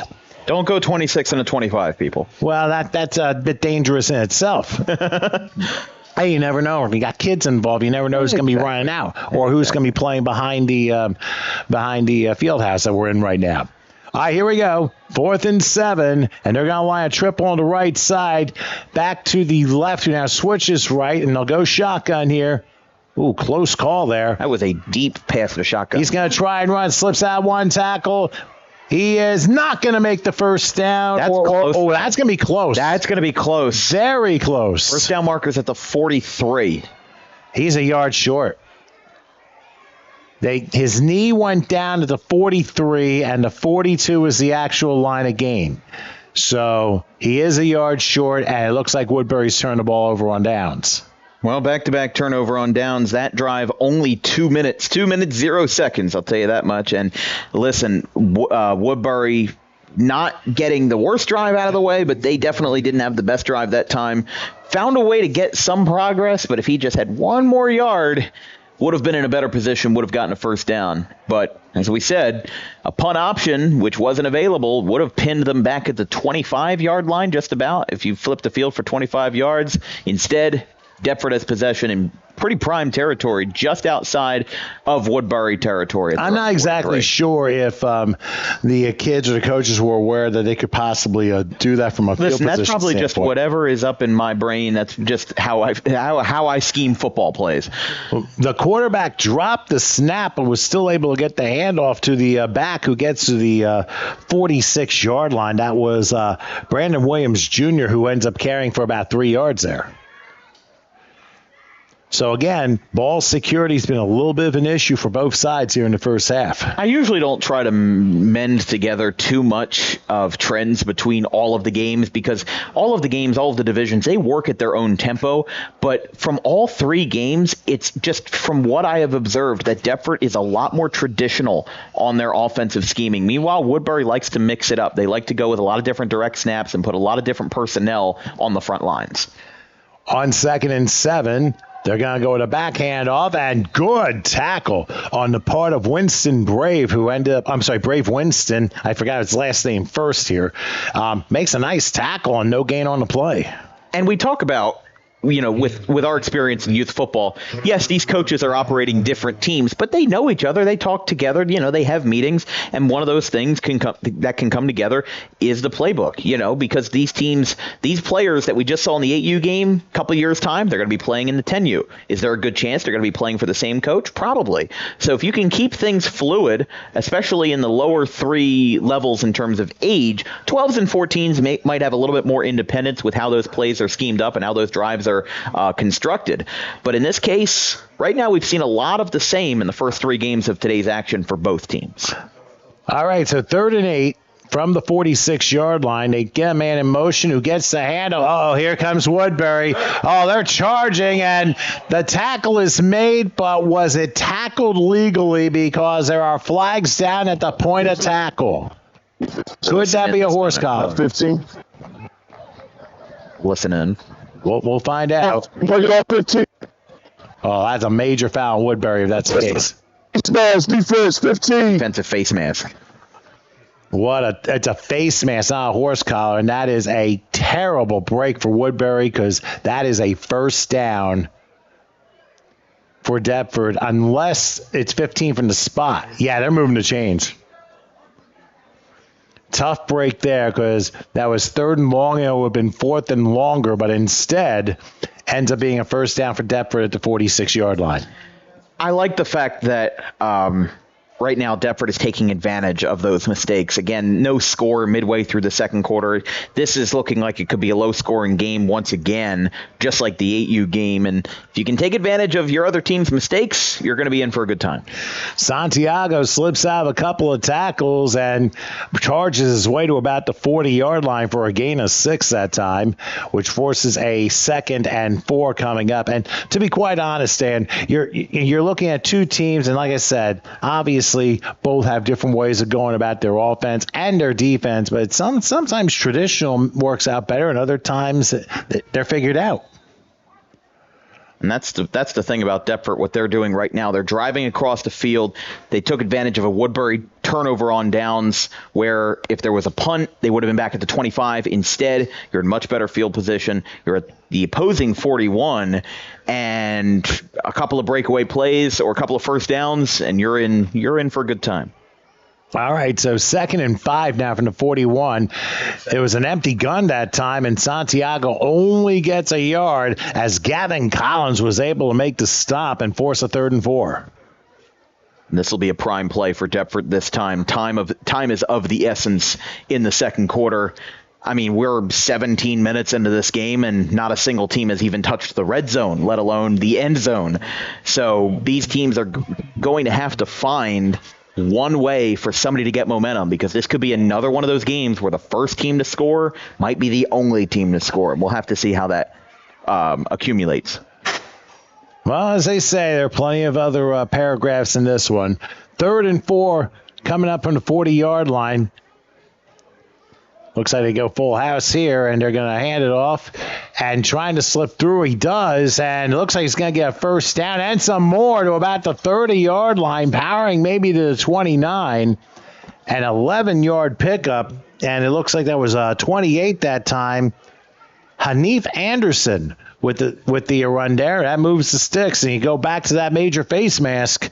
That has kept the drive going now for Deptford, and they're taking full advantage. He has brought a full entourage of Woodbury Steelers on that run that time, and we talk about Woodbury's defense holding still in these two games, and now finally it's starting to break for Deptford in their favor. They're up at the 29-yard line with 2:40 left in the half. Deptford just needs to take this momentum, take the money and run. They just got to find a way to break through and have a consistent set of plays that will be successful, because if you have a break in the action, that momentum is going to swing right back the other way. 1st and 10 from the 29. Oh, yeah. Wow. Oh, here's a handoff in the backfield, and there came Brave Winston like a rocket, enforcing a loss on the play. We've been calling his number a lot. That was a fantastic snap read by Brave Winston that time. And Woodbury themselves, their defensive line, finally starting to get the memo of, okay, we're starting to get backed up against the wall. We can see the light at the tunnel, see the light at the end of the tunnel, but we've got to face it head on, and that's exactly what they did there. Fantastic snap read from Winston, and now they set up 2nd and 11. And when you're able to read the offense like that, more times than not, you're able to get the job done. Meanwhile, looks like Deptford's going to use a timeout. And we're going to keep it right here. Just to remind everybody, of course, about the action between Deptford and Woodbury. Of course, we do have the comments that you can do underneath this video here at HSG Network on YouTube. Looks like we got, 130 people watching already? And already nearly 1,500 people have tuned in. And we're not even halfway done our work yet. So make sure if you want to shout your team out and let us know where you're from, where you watch. We've had people from Maryland, people from Ohio. Very happy to have you guys here. Thanks for your support here with the TCUFL here on HSG Network. Make sure you like and subscribe. Like I said, we'll be back next week at Delsea in the Franklinville area for more TCUFL action. We even got Friday Night Football coming up. Hey, glad to have football back. It definitely is a good thing. Oh, yeah. And this is the best time of the year. You got football going on in the regular season. You've got baseball wrapping up their regular season, get ready for playoffs. It's the best time of the year to be a sports fan. Definitely is. And even over the holidays, when you have the bowl games, I know they got too many bowl games anyway, but hey, at least you get to watch things where you don't expect teams to show up. I mean, look, you're not a fan of the Pop-Tarts Bowl? Well, maybe the 2000 Flushes Toilet Bowl, but that's another story, you know. Gotta have a sponsor for everything. Oh, yeah. All right, 2nd and 11 from the 30-yard line after the Deptford timeout. Let's see if they get the – oh, there's a couple of blocks left side. Handoff, trying to turn the corner. He will. 25, pushed out of bounds, close to the 20. We'll see where they spot it. Looks like he's going to be short of a first down by maybe 2 yards, I believe. Actually, they're going to say he got to the 23. Yeah, 23, 20, yeah, 23. So about 4 yards shy. It'll be 3rd and 4 coming up he did step out of bounds, so it did stop the clock at 1:35 till halftime. I'll tell you this clock wound down fast in the second quarter. That last turnover on downs was a Woodbury turnover on downs with 6:55 left in the half. We're now at 1:35, and Deptford is finally starting to trudge their way into the front lines as they're lined up inside the 25. Here's a handoff right side, but right into a sea of blue here on 3rd and 4. And we're going to see where they spot this. It's going to be back at the 23, so going to be no gain on the play. And somebody's probably calling a timeout here. Yep, Deptford's going to use the timeout. So, 1:23. What do you think they're going to be talking about, Dan, about this? Well, I think obviously the game plan for Deptford is to get themselves into the end zone because they have to do this before the end of the first half. I think if they don't score at the end of the first half, I think you actually transfer some of that momentum to Woodbury because they know, hey, we stopped them. We made a big stop when it mattered most. They're just outside of the red zone, and if they have another play where they get forward progress, they could get into the red zone. So my biggest point of concern is if Deptford can just find a way to get some extra blocks. They have found a way to get consistently good blocks, but it's just not consistent enough for it to make a positive impact. Those of you watching, of course, Dad's on the right, my son's on the left. If you're watching here, thank you guys for supporting us, and of course, more importantly, supporting TCUFL football here on the HSG Network. Don't worry, I'm just trying to open our producer Howard's cap of water here. Hopefully, it doesn't spring out like all over the place on the electronic equipment. But it definitely has been an entertaining game so far, and we got 2.5 more to go, and there's going to be plenty more where this came from as we go along here. So as we get back into action, Deptford down to 1 timeout. Now, should Woodbury get the ball back, they have 2 timeouts, and they will get the ball to start the second half. Let's keep that in mind. And as Deptford breaks huddle, they'll give it a shot here on 4th and 4. Ball spotted at the 23. We'll see how they line up. Looks like they are tripling to right, almost looking like a diamond on the right instead. So a 4-pack. And it doesn't matter because 12 on the left side moved. That's a false start. Left tackle that time. It's going to be a big blow for Deptford, especially in their pursuit of the end zone before the half. Oh, discipline so big, especially toward the end of the half in the game. So, I mean, like I said, when you're in the thick of action, it makes it so much harder. Especially under pressure. Never easy to get your offensive line set at this level. Maybe as they get a little bit older, there might be some kind of, I don't know what the right word is, there might be some kind of poise that comes along with as these players age, especially these linemen. And as these kids get older, again, you're going to see less and less of those false starts. But under pressure, never easy in those situations to stay still and stay calm. Mental toughness and mental discipline. That's what it is. 4th and 9 from the 28-yard line. Santiago will pitch it out. Let's see if anything can be made. Turn the corner, 25. He's got it. Oh, I think he got it. He's inside the 20. That should be a first down depending on the spot of the ball. And once again, it's Hanif Anderson who comes through on a 4th and 9, and I believe he gets 10. That's what it looks like that time. I think that, again, as you get closer and closer to the final minute of the half, that is a big breakaway for Deptford. If they can keep doing plays like that, obviously with the right hash, there's less room to run. Now that you've swept the play out to the right, I wouldn't be surprised if they reverse course, get a sweep to the left, try to deceive some of those Woodbury blockers. I believe he stepped out of bounds too, so that's why we're down to a minute 13 left till halftime. Now keep in mind, one timeout for the Spartans to use here as they break huddle. Ball looks to be spotted at the 19-yard line to 1st and 10. Santiago under center. He's going to roll back. He's going to lob one, and the pass is caught, slips through a tackle, and I think he got out of bounds at around the 10, maybe inside the 10. Finally seeing that passing game break through, and you're going to see more and more of that as these kids get older. The 12U and 14U games, won't be surprised if we see a good bit of passing in those, but in the 10U level, it's a lot more of passing out of desperation, and that's exactly what Santiago did there. Found a man to the right side and was able to make the completion on a high-arcing pass, and now Deptford is as close to the end zone as anybody has been all day. You are correct. I think that might have been more of a design play, to be honest. I would agree. And the receiver who got was slipping out of a tackle, and I think we got another timeout. I don't think they signal as to who, but granted, that last play seemed to have been more designed. He was able to slip out and gain about 10 yards. So it's going to be goal to goal when we resume play with a minute 3 left. I mean, what have you seen with both these teams in this first half? Well, right now, Deptford is staying cool, calm, and collected. They're not getting themselves into many penalties, and this drive is still an extension of the fact that they took advantage of a defensive face mask from earlier in the quarter. And now they have used those fruits of their labor to get into the 10-yard line, get into the red zone, and get right on the doorstep of the end zone. More importantly, if one of these teams can score before halftime, they'll certainly have a leg up in that halftime huddle compared to their opponent. There's no question about it. I appreciate the reminder, Dan, because I completely forgot about that third down face mask, which basically is why this drive is happening right now. And unfortunately for Woodbury, you catch a bad break like that, you try and get back, and sometimes you don't.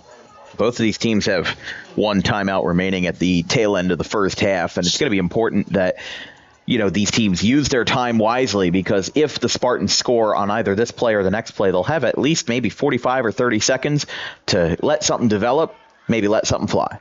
All right. Well, I didn't realize it was Deptford who called the time. I'm sorry, Woodbury called the timeout. So 1st and goal, the ball spot at the 8-yard line, and we'll see how this plays out. Santiago with a delayed handoff. Oh, my goodness. Talk about, again, Brave Winston getting into the backfield, and Deptford will use their last timeout because of it. That was Brandon Williams Jr., who had to carry it. He was met by Winston in the backfield, loses a yard, and Deptford will use their last timeout with 55 seconds left till the half. Good defensive stand there by Brave Winston to find a way to break through that defensive line. Again, another good snap read, something to look forward to. We've been calling Brave Winston's number a lot, and wouldn't be surprised if we keep doing so for the rest of the night. And honestly, I'd like the defensive fronts on both sides here. They've been both sides been doing very good. I mean, these kids are giving it all they've got, especially with the rivals that they are. They definitely are doing a great job here. As you can see, some more love commentary from coming up. Yeah, Salem has been represented quite a bit here, and we've got a lot of comments from those folks, too, as far as elsewhere. And, yes, Chris Taylor. Ha-ha. Chris Taylor. Hello. Rowan grad. Indeed. Crazy shots to him. And you are right. Youth football is back. As a matter of fact, all football is back. So we're very happy to see you guys commenting here on the boards here on YouTube here at HSG Network. Now the ball is spotted right now at the 10-yard line. I can see above the results that were from the two previous games. And if you miss any of the action, make sure you check. And you can always rewind DVR pretty much at HSG Network in that same link as you were watching this game right now. And more importantly, you don't have to pay anything. No $50 a year subscription to NFL Plus or something like that. So it's free and easy here. 2nd and goal from the 10. Back to pass. Slipping out of a tackle, but then a wave of blue comes down on Santiago, and he loses more yardage. Now there are no timeouts left, so they're going to have to hurry down with 40 seconds till halftime. They're going to have to get that tempo rolling with 35 seconds and counting. And again, Keanu Jones was on the tackle that time for Woodbury. That offensive line just shifted in the wrong direction. It actually kind of hurt their quarterback instead of aiding him on his pursuit of the right side. Okay, 3rd and goal.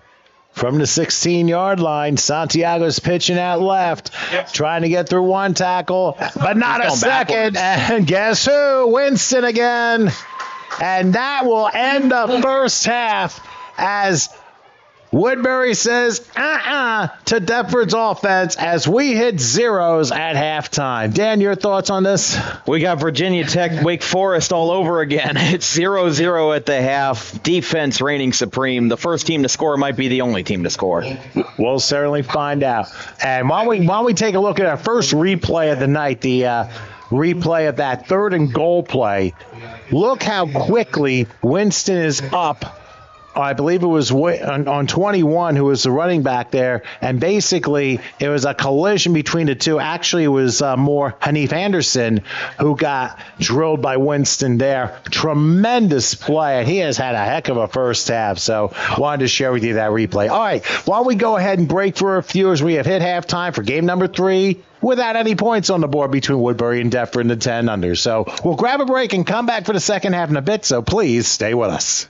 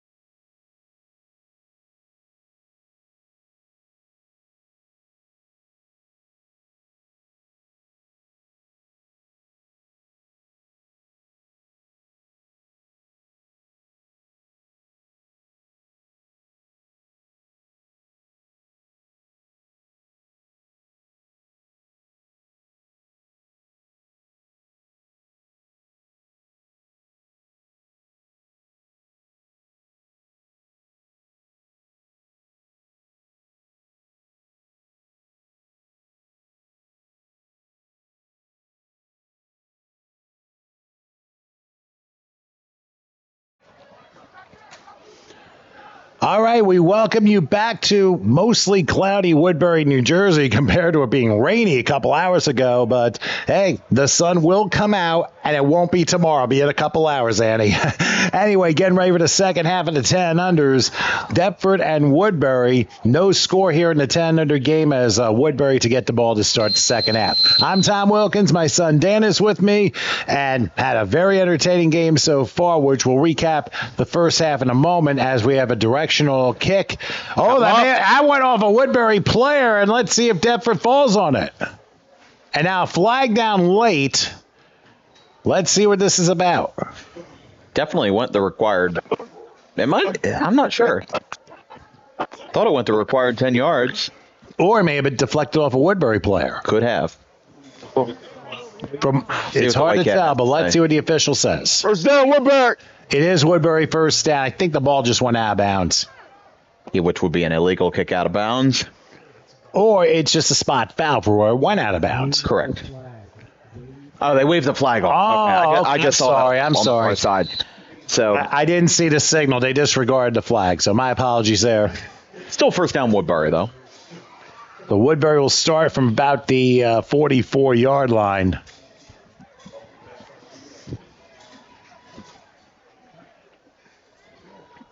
And let's see what they do. First and 10, a scoreless tug of war here in Woodbury between two rivals and two very good squads, to say the least, from as far as football programs are concerned, regardless of level. Oh, there's a loose ball on the snap, but Woodbury falls on it. Ends up being a 2-yard loss. Once again, Brave Winston is all over the place. I mean, he finds a tackler, and somehow he finds the ball when it's out. Yeah, I mean, listen, we talk about strength in numbers in football, and right now it's strength in lack of numbers. The fact that there has been no score at all in the first two quarters today, in the first half. Now we enter the second half, and I still sticking with my gut, sticking with the philosophy that the first team to score is probably going to be the team to win the game because they're going to have that long-lasting momentum. They hand off on the left side, and his knee goes down the 40-yard line, so a loss on the play that'll force up third down. Just to let everybody know, we are live here in Woodbury on Red Bank Road. Now, if you are heading out to the 12s or 14 unders, please, there's a lot of traffic in the area. There isn't much room. If you need to park away from the area, do it legally. There is lots of law enforcement out, and they will enforce violators. Do not block a driveway. Do not park in the yellow zone. Do it the right way, or you're going to pay. We're just going to leave it at that. So, it's not Philadelphia. There's no free reign on parking. Well, that's a whole different story altogether. So right now for Woodbury, they have a third, and it looks to be probably like 14, actually 13 from the 41-yard line. Okay, appreciate it. We just got rosters for the next game. So that's definitely good news there. We will get to that when the time comes. Whistles here. Oh, we got rating flags, too. For what? Let's find out. Offside defense. Coach, defense, 5 yards. Well, correct. That's going to help Woodbury out a lot on the encroachment foul. So that moves the ball to the 46-yard line, and it makes it first and 10. Well, I'm correct because I heard the official say it, so I'm not a wizard of any kind, but definitely looked like either way there was movement. And now that puts them back within 10 yards to the first at the 46-yard line, 3rd and 8. Yeah, 3rd and 8 was what I meant. So let's see how Woodbury lines up as we're in the first couple minutes of the third quarter of Game 2. And let's see how they can convert. This has been a defensive tug of war here, almost reminiscent of a game done earlier this year. Oh, the ball came out, and Deptford fell on it at the 46-yard line. That is big. Only got 2 minutes into the third quarter before we had our first turnover, and Woodbury's going to pay for it. The thing is, Deptford, they tried so hard to get into the end zone at the tail end of the first half. It took them pretty much 6 minutes to get into the red zone, and then by the time they did, that momentum just wasn't high enough. They weren't moving the ball quickly enough, and they ran out of time, ran out of gas. Now with 8 minutes left in the third, just getting started in the second half. I'll tell you, I think Deptford's got that momentum. They've got the legs to do it. We'll have to see. Crazy shouts to Dwayne checking in, and Kevin, who loves his defensive battles. And trust me, we had one earlier this spring in Atlantic City. I mean, that was a fun one. I think it was the last game we did, and it was just no score throughout the entire game, and both teams scored in overtime. The only difference was the second team got the 2-point conversion to win the game. So it can happen. Oh, now we got a timeout called by Deptford, so they're going to use their first timeout. Why don't we do this? We're going to take a short break with 7:53 left in the third. No score yet. Hopefully we'll have some more right after this.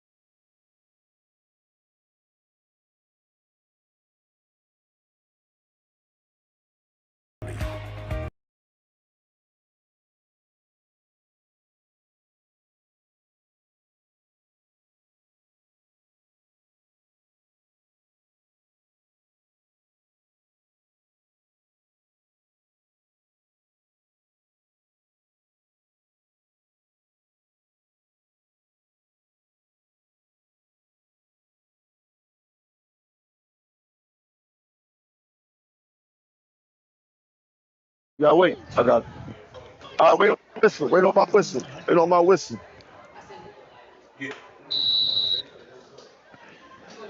All right, they took an early timeout here on this drive, so Deptford at the Woodbury 45, 1st and 10. They hand off left side. Oh, slipping out one tackle and ended up getting positive yardage. I'll tell you what, Cone Miller had him wrapped up, but unfortunately the back slipped out and ends up getting 2 yards on the play. Yeah, Gavin Collins went in for an early tackle that time, and honestly, even though he didn't finish the job, he was able to slow down the momentum enough to only hold him to 3 yards, and that's always going to be a positive for Woodbury. If they can hold them to that momentum, they don't have to get a loss on every play. Deptford can move their way a little bit, but they have to limit those gains, and that's exactly what they did. Well, it goes to the 43-yard line, so 2nd and 8. Little breeze coming in. Yeah, in the box. And it's mid-60s right now. Temperatures are supposed to rise a little, maybe like 72, 73. It's not going to feel like summer today, that's for sure. Here's a handoff, and that's a little more like it if you're Woodbury. I'm like, okay, we're going to make up for that one. That time it was Gavin Collins who made up for lost time, was unable to finish the tackle on the last play, now is able to do it, gets a loss of 1, and now you're back to square one at 3rd and 9. Well, 3rd and 9, I mean, obviously, now you can open things up. I mean, you try and figure a potential pass, but then again, Deptford has only thrown 1 pass in this game. So with a scoreless game here in the third quarter, I'll be interested to see which way they go here. And to think of it, you're probably going to see more of a run, but this is what Woodbury has to do. Not take an unnecessary penalty like the last drive in the first half. Unnecessary penalties are gonna be the bane of the existence for some of these guys. And again, in a game that is this low scoring, Timeout. Deptford's going to call another timeout here. Second timeout in like less than 4 minutes. That could cost them down the road. If this game continues to be close, they're only 4 minutes into the second half, and they've already burned 2 timeouts. That could be a big consequence there. Yeah. Well, I'm going to go ahead and read the Deptford sophomore rosters while I have a second here. Let's go ahead with it. The kids playing for Deptford Spartans, they are Kingston Hines, Eric Hall, Braylon Cephas, Irvin Izell, Giovanni Osborne, Braden Collins, Darnell Rippey Jr., Caleb Santiago, Braden Williams Jr., Kendrick Johnson, Josiah Ellis, Sakira Young, Anthony Adams, Adrian Adams, Knox Jones, Jeremiah Fleming, Jonathan Josephs, Travis Wilson, Basim Gilliard, Avion Robinson, Blaze Bunton, Peyton Howard, Andrew Pratt, Matthew Neal, King Collins, Braden Thomas, Carmelo Vasquez, Hanif Anderson, Jackson Sierra, Dejan Coleman, and there are others once I get this thing fixed up again. That's what happens when you don't own a laptop. You don't know how to work it. It's not a touch screen. We'll get the rest of them, I promise. I'm not going to leave any kid left behind here, you know. All right, so 3rd and 9. They're going to pitch out right. Let's see if he can turn the corner. No, there's a flag down at about the 46-yard line, and we'll see what this call is. Decline that, or you want to take him back? You want to decline that or take him back? Sounds like it's going to be on Deptford. And they're saying, holding is what they're going to say. We'll see what they say. Even when the spot is here. The spot is, we go with, you take it. Go back 10 from here, it'll be 4th down right here. Well, tough decision by the coaching staff. Decline, it's going to be right there. Holding, offense is decline. 4th down. All right, so they refuse. So they refuse the 4th down. Let me go ahead and read the rest of the roster for Deptford. Dijon Coleman, Lion Rip Witherspoon, Antonio Sanchez, Carter Redmond, James Smith, Liam Thomas, Reese Sharp, Johnny Torres, Jonathan Thorante Jr., Braden Rodenbush, Liam Washington, Jeremiah Stevenson, and Giovanni Amatrano. So those are the kids for the sophomore Deptford Spartan team. Want to get those, and we'll get the Woodbury ones in a little bit. Might be even better because if they turn over on downs here, we get to introduce Woodbury as they come on offense. Well, let's see how much time we get here. So on the 4th and 11 from the 46-yard line, they take a shot, got a low snap. They're coming. They got him. Down he goes in his own territory at the 47-yard line. So Deptford turns the ball over on downs, and now Woodbury has a golden shot. And it's raining flags yet again. Oh, no. So we'll find out. It's after the play. It's going to be Woodbury ball. All right, guys, but they're pointing. It'll be yardage, all right? Oh, it's going to be a sideline warning. Okay. Sideline warning. Sideline warning. Honestly, that's not as bad as it could have been, considering there was a coach ejected in the last game for Woodbury. A sideline warning is the best case scenario in that situation. So they turn it over, get the offense back on the field. All right, and we'll see what Woodbury does in this scoreless game near the midway part of the 3rd quarter.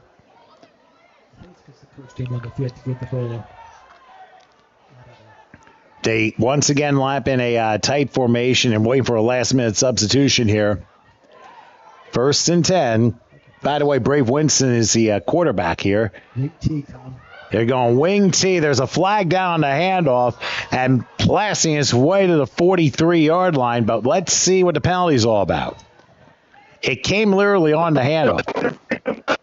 Oh, it sounds like it's going to be a hold again. So, yep, it's a hold on Woodbury. A hold, offense, 10 yards, complete 1st down. So a tough break there for Woodbury on their opening play. And incidentally, I mean, we are one of very, very few live broadcasts that gives you a live referee microphone. And it's coming out pretty good if you think about it. Now, for those of you who follow HSG Network, you will hear that in the game at Hillsborough High School on Friday night against Ridge, which you can tune in. Now, remember, the Hillsborough games this year are 6 p.m. at home on HSG Network, so make sure you tune in an hour earlier compared to other years. So you'll be able to hear that more succinctly. And another ball issue here, but the play continues, and Brave Winston ends up getting to about the 42-yard line, so pretty much back to the line of scrimmage. May have lost a yard there, but I'll tell you what, penalties really hurt Woodbury so far in this game. For the most part, no harm, no foul, but again, getting back to that point about penalties, they really end up making a difference. Again, no score, 4:35 and counting in the 3rd. We've had a turnover on downs and a punt in the 1st quarter, and then 2 turnover on downs in the 2nd. Now in the 3rd, we've had a fumble turnover and another turnover on downs. It just keeps on going and going and going. And I've said it like a broken record. Whoever scores first might be the only one to score tonight. Well, we got flags down here as somebody jumped. But who? Offside. Yep, defense jumped neutral zone infraction. So that's going to be a break. Defense. So that makes it a 5-yard penalty. Dan, while you have a second, why don't you go ahead and give those Woodbury Steelers? Start out with number 0, Cornell Moody, and then Samuel Ridgway, Caden Archie, Lawrence Dillard III, Elijah Holmes, Damian Castillo, Jason Holland, Anthony Small, Mason Allen Jr., Raya K. Jones, Keanu Jones, and Keno Jones, 3 Jones in a row, Xavier Gonzalez, Ezra Archie Miller, Gios Young, Keenan Bergen, Raekwon Kusi, Brave Winston, Marcus Knight, Jamel Schaefer Jr., Joshua Escalera. And after this play. Well, wait a second. We got a handoff going up into plus territory down to the 48. Continue on. 3rd and short there as, again, Joshua Escalera, Nathan Phillips, Jahir Robinson, Jason Sheehan, David Bishop, Dominique Wilden, Koan Miller, Dominic Spotto, and Gavin Collins to round out the Woodbury Steelers sophomore roster. Making sure everyone gets covered here in this contest as we're down to about 3.5 left in the third quarter and still nothing on the board here in this third game of 5. We got the 12s and the 14s coming at 3 and 5 p.m. respectively, and it's all right here on HSG Network. Remember to like, subscribe, tell your friends about it, and catch some great TCUFL action right here. And, of course, we're going to be back next Sunday in Delsea to do another weekend of action. Here's a handoff cutting through and breaking through across the 40, across the 30. It looks like the Roadrunner might actually score. Almost! He gets somersaulted at about the 2-yard line. Still happy about it, though. Close to Elijah Holmes. That was the play that we could look back in the post game and say that changes everything. Woodbury finally got the home crowd spirited. They finally got something to cheer for. Just felt like stagnant football from the opening kickoff. We've got a TCUFL replay right here. Let's take another gander at it. Again, 2 runners in the backfield. They pitch it back to Holmes, and he just gets some great blocks there on the offensive line. And then by that point, last line of defense is long gone, and he gets all the way for a 48-yard rush to the 2-yard line. So 1st and goal, handoff up the middle, and slides through. That should be a goal, and it is! Welcome to the end zone, and finally the omelet is hatched.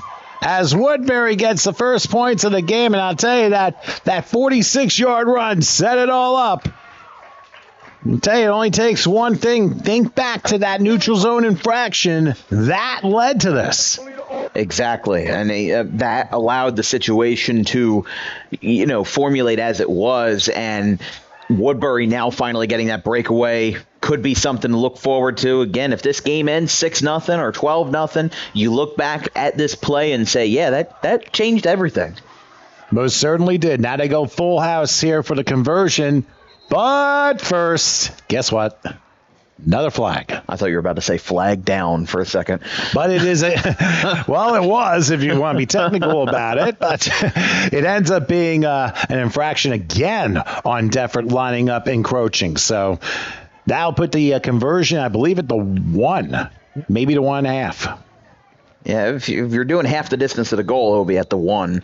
Makes it a little bit easier for Woodbury. And I'm not sure if the conversion line's a 2 or the 3 in this league. I can't tell. Yeah, so, right up nestled against the goal line. Yeah, pretty much. Yeah, about the 1, we'll say. And we'll see if they try to do another power move. They might actually try and go to the right and maybe get the conversion that way. Might be something to look forward to. Again, you got two or at least 3 in the backfield with full house there. All right, well, let's see if it works. Oh, he calls his own number. Did he get in? No, he's short. So the conversion is no good, and that could prove critical here as Woodbury takes the 6-0 lead. And as we go back into our booth here, as I think my son got caught napping slightly. I was writing down. I know. Oh my goodness! False accusations. No, it's not accusations. You got to play around here, But what have you thought so far? The adjustments in the second half. What have you seen pretty much on both sides? Woodbury's finally breaking through. I mean, that final run there, Elijah Holmes really taking over that offensive side, getting a 48-yard run, and then going to the house to get it done. The extra point, I can live without that. I think that in youth football, the extra point is actually pretty hard to make, if you ask me. Even after an infraction, they couldn't get it. Right now, the job for the Spartans, though, come back, get into the end zone, forget like anything happened. Well, and that's true. Now, Deptford, they've had a very good drive, and, of course, they fell short at the end of the first half. Now they have to get back, pretty much going back to their traditional ways to see what adjustments they can make on offense to see if they can level the score. There's still plenty of time. Indeed. But I don't know how many more chances they're going to get the way this clock has been. Yeah, time is of the essence. That was a 2.5-minute drive that time for Woodbury, getting themselves in the end zone for the first time today. And that was a recovery from a fumble that they had with 8 minutes left in the quarter. They now respond, and before the third quarter ends, we finally have our first score, our first inkling of offense tonight. That's true, and I completely forgot about that points off turnover. Not directly, because there was the fumble by Woodbury, and then Deptford had the turnover on downs, and then Woodbury. Oh, that's right. I'm sorry. I was the other way around. Yeah, I mean, it was indirectly. I used to curse my brother out when I coached with him. I would tell him to run.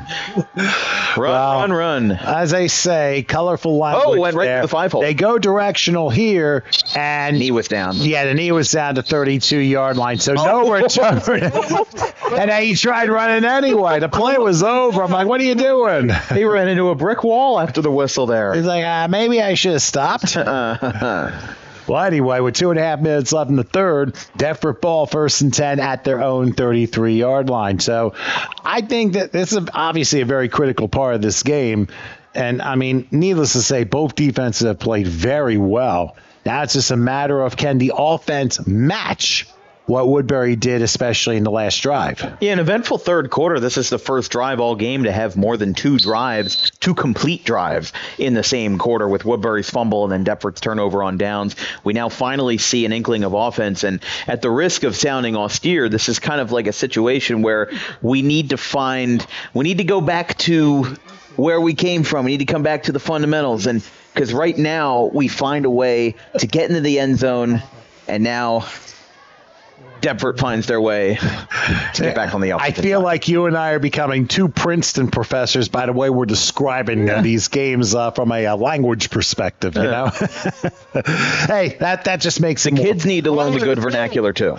Well, that is true. You cannot steer them the wrong way. But you started it. All right, 1st and 10. Here's a handoff up the middle and down to the 36-yard line.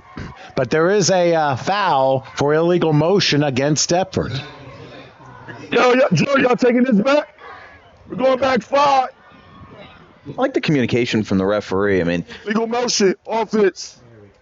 So illegal motion costs Deptford 5. And like I said, these penalties are going to be more and more costly, especially with this being a one-score game. Yeah, 2:24 to play in the third. Deptford obviously has time of the essence, but in this game they haven't really had the same clock management fiasco that we've seen Woodbury take advantage of in the prior game. But again, those trends don't really carry over. We talk about the game at hand. We talk about the fact that Woodbury got into the end zone, that 48-yard rush from Elijah Holmes, followed up by the 2-yard goal line scramble. Now Deptford has their backs against the wall. There's the results on the upper third from the first two games of the day. Again, Woodbury and Deptford, they have split the first two games, but right now the limelight is the black and gold on the offense and the blue and white and gold on defense. Well, that's how it's been all day.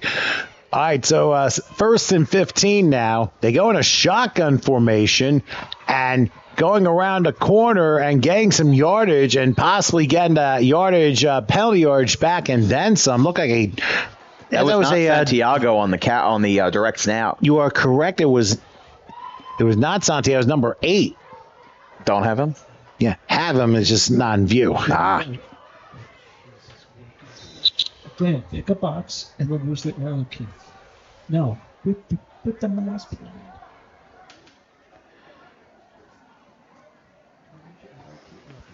That would be Brandon Williams Jr.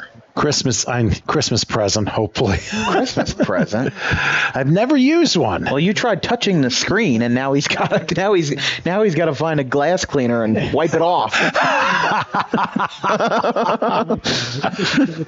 Oh my gosh! All right, second down. They're gonna try it the other way, but this time Woodbury's ready and buries the back down at about the 33-yard line. That is a statement play by the Steelers at that time. That was a great play to stop them before the line of scrimmage, and again, make that statement, make yourself known. It's like getting attacked by a bear. You make yourself big, you intimidate the other side, and good things will happen for your defense. Well, let's see if they can get one more play off before a three-quarter time. They might just let the clock run out. They got 21 seconds. They probably could, and their offensive huddle certainly doesn't scream urgency right now, but they will get back to the line of scrimmage with 13, so they could get one off here. They're going to have to rely on their defense if that's the case. Anyway, 3rd and 10 from the 33-yard line. Big play here. Will they get the play off? They will. They do. Oh. And evidently there was miscommunication, and Woodbury surrounded Santiago that time for a 2-yard gain. But wait a minute, a flag came down at the end. So right before we go to break for three-quarter time, let's find out what the penalty's about, because that came from the far side of the field. Now, Woodbury's saying it's on Deptford. Of course you're going to think. Unsportsmanlike or personal foul? Oh, sportsmanlike conduct, defense 15. Wow. They got Woodbury on sportsmanlike conduct, and that moves the ball to midfield stripe. Well, at least you know you don't have to go too far as we have hit three-quarter time. When we return, Deptford will have the ball at midfield, 1st and 10. Steelers lead the Spartans 6-0 to 10 under. We'll break and have the final quarter right after this.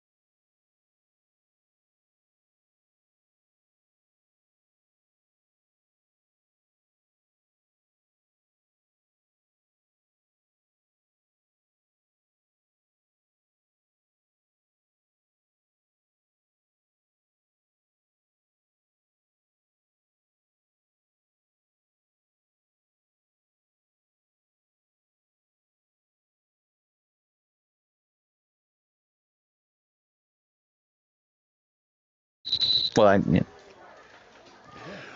right, welcome back to more TCUFL action as we get to the final quarter of this 10 under matchup, and it's coming down to the wire here as well.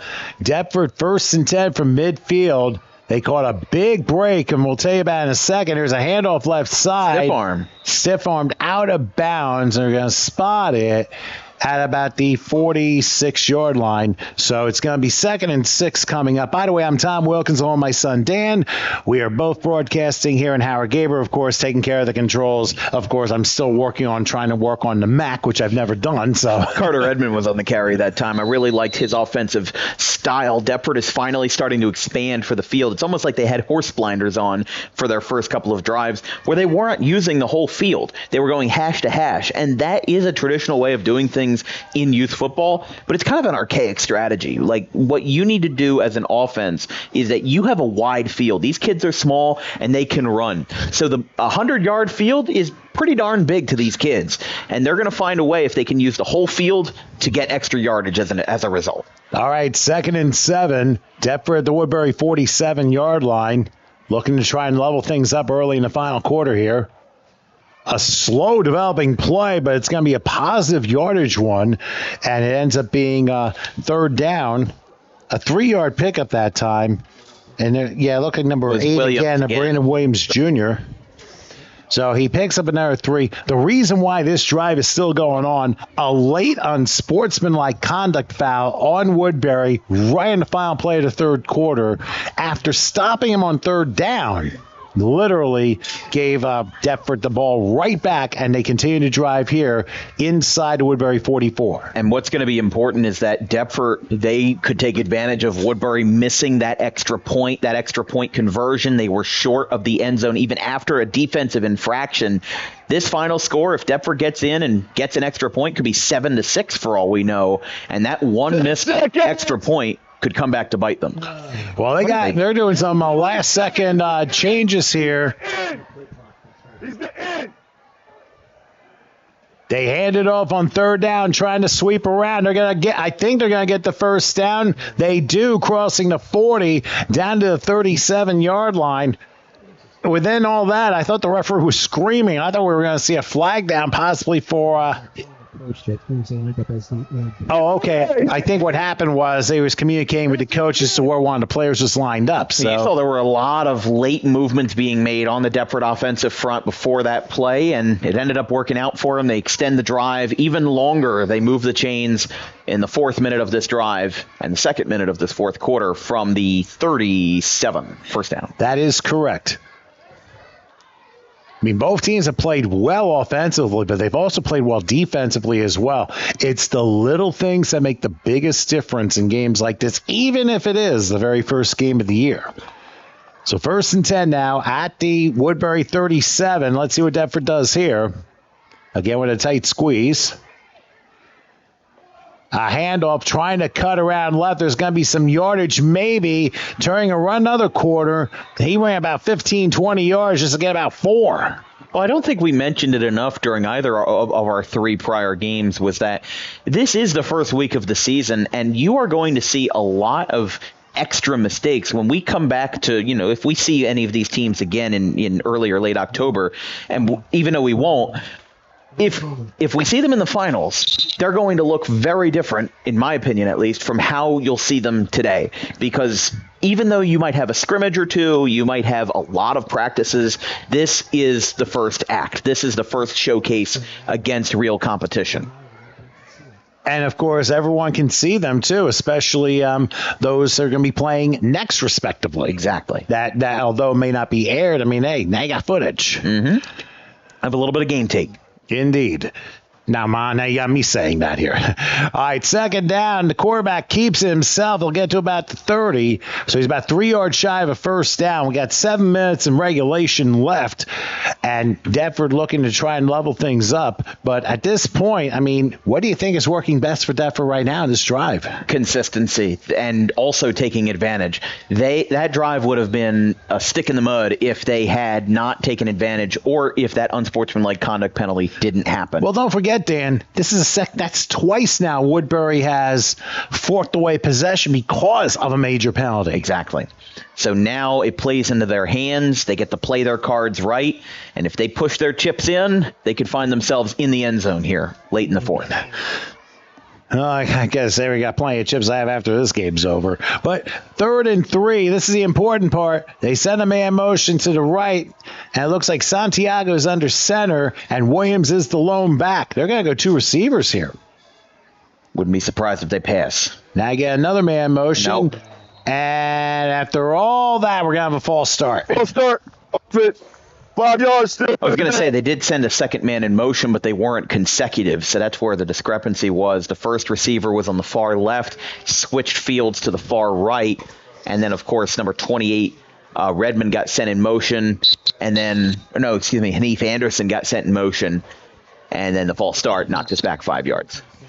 And you obviously had to be set, either that or somebody moved well before all that happened. Right. So a big 5-yard penalty, that forces 3rd and 8 from the 36-yard line. And now all of a sudden things are starting to get very interesting here in Woodbury.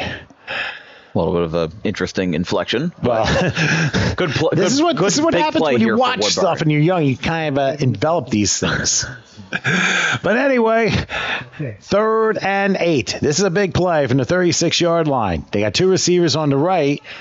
Anderson in motion. He'll get the handoff. He'll try and cut. And he gets slammed down. No, wait, no. Or did he get slammed Now he down? is. Now he is. I thought he was slammed down, but he must have traded places with somebody else. But still, it's going to be a 1-yard loss. Well, Samuel Ridgway came in and made sure that Hold on. We got a flag down.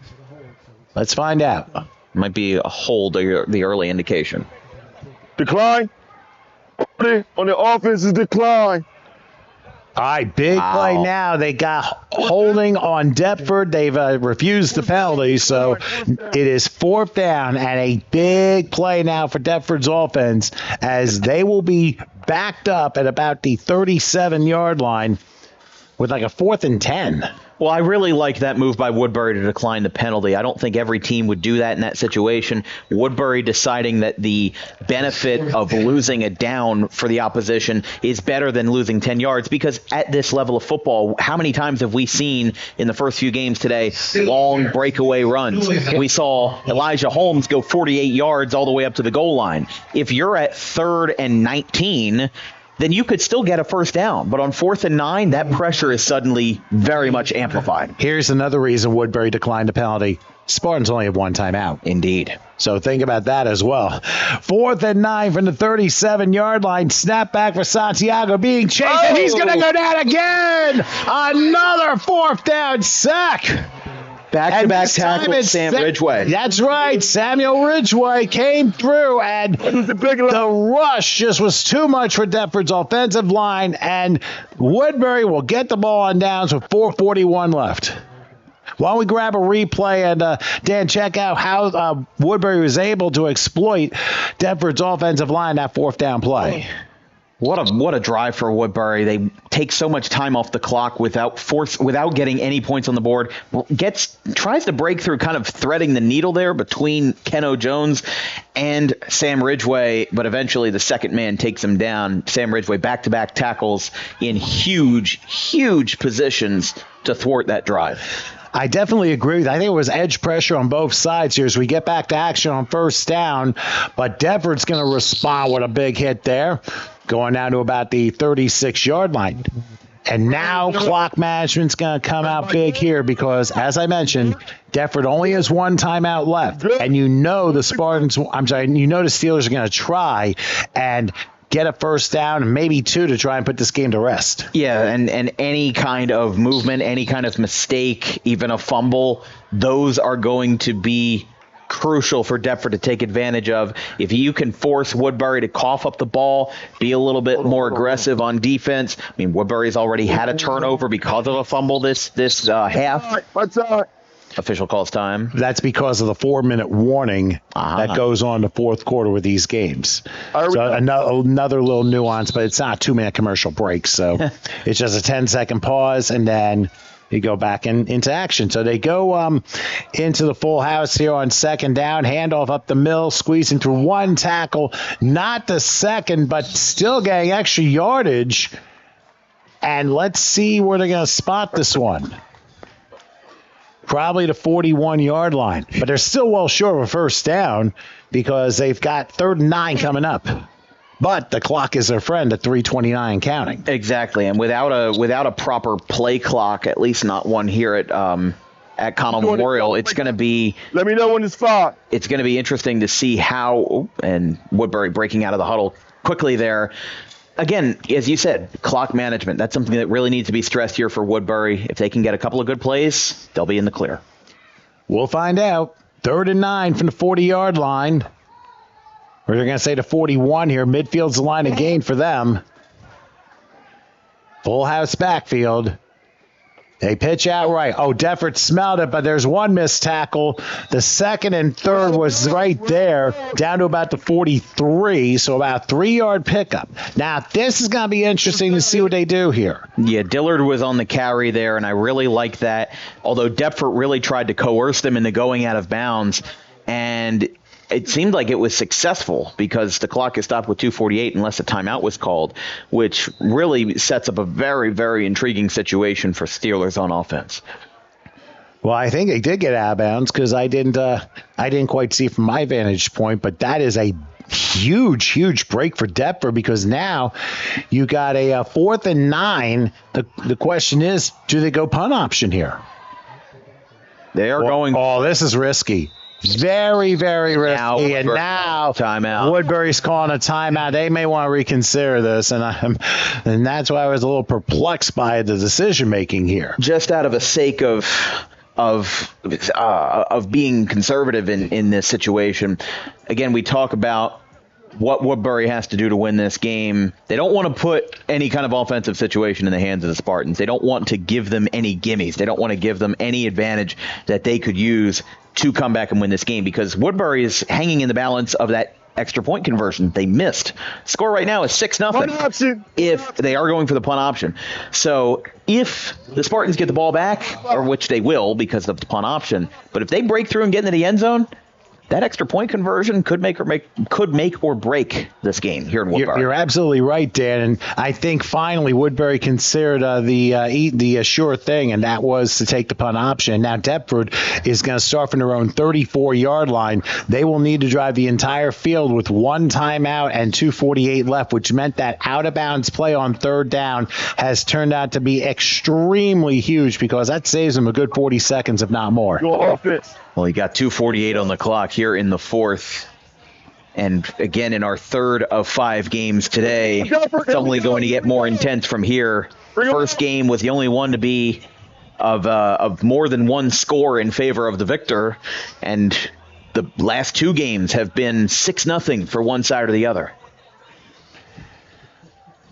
Well, send the house right now. Well, save the house because Deptford, they already went punt option, and it'll be 1st and 10 to 34-yard line. This is basically the game in the balance here. And, of course, you're going to get people complaining about the refs, even in youth football. Let the kids have fun, you know? You'd be surprised. In youth football, there's more complaining about the refs from what I've seen. Yeah, I would prefer not to see neighborhood wars if you don't mind. All right, here we go. 1st and 10 from the 34-yard line. Shotgun formation. And they're going to go with a handoff to try and sweep, and I don't think it worked. Oh, maybe it did a little bit. About 5 yards to the 39-yard line. It looked like it was going to be stopped right at the line of scrimmage. 5-yard face mask. Oh, there's 5-yard face mask. Defense, 5 yards. They're going to tack that to the end of the play, so that should be a 1st down. If that's the case, I'll put the ball at the 44-yard line. Yeah, and again, we stressed clock management for Woodbury in that last drive. That punt, which ended the drive with 2:48 in the 4th, only took about 2 minutes off the clock. And that was after Deptford's drive, which had about 8 minutes total across the 3rd, end of the 3rd, into the 4th. That was a turnover on downs. The Spartans right now, they are playing their cards in the very long-term scheme of things, where right now they have decent field position. They are getting ready to encroach onto opponent territory with two and a half minutes left in regulation. And that there was a minor face mask foul at the end of the play, so it's 1st and 2 with the 5 yards add on to the end. They're going to pitch out left. Let's see if the defense comes. Oh, yeah, they do. And it's going to be a loss on the play on 1st and 2, mind you. Can't say I've seen that one before. Hey, well, yeah, you never know. In these leagues, you sometimes can see some interesting things, and that ends up being a 2-yard loss, and it forces a 2nd and 4. And usually it's pretty good opportunity to get 4 yards in 3 plays, but not by the way that 1st down play was. It almost puts them right back to where they started. They're at 2nd and mid-range now. It's not undoable, it's not impossible, but Spartans only have 1 timeout left. Steelers have 2. They're using that against them. And the Spartans, when and if they use that timeout, they will have to time it perfectly for the right opportune time to take the timeout. But it doesn't look like Deptford's showing much of a sense of urgency here. That's a little bit concerning, especially if you're on the coaching side. Yeah, somebody's got to get moving. Timeout, Deptford. Oh, wow. Deptford's going to use their last timeout, and like I said, that lack of sense of urgency cost them their last timeout. Oh boy. That is pretty crazy if you ask me. But hey, we've seen weirder things happen in games like this. Indeed. They're out. Oh, I keep saying that, man. But my point is, 95 seconds on the clock. This has been a very good game. It wasn't like the 8U game where the touchdown happened with 5 minutes left in the first and then nothing happened. We went an entire first half without a score.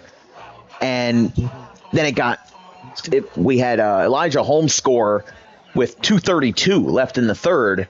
That was a late score. And if this game ends 6-0, well, I'll tell you this, it is going to be a very hard decision for who we're going to award player of the game to at the end of this contest. Which we're still trying to figure out. We'll have an interview, and we're going to definitely interview after this game is over. Here we go, coaches. Before the 12 and unders, and I think it's going to be a bit fun. So right now, we're going to see what Deptford does here. They just used their last timeout. They got, a minute 36 to play with here. And they still have about 60 yards to travel. So they're going to have to do it in due order. Full house backfield on second now. They're going to go with the... Oh, the ball is out! And Woodbury recovers! Woodbury recovers, and they just sealed this game! And jaws have dropped all throughout Deptford as Gavin Collins was able to make the recovery. I mean, the chance that they get that drive all the way to the end zone, they got none. You don't know how likely it would have been, but Woodbury just put their stamp on this game with that fumble recovery, really showing the defense what it's made of. Let's take a look at that TCUFL replay right here.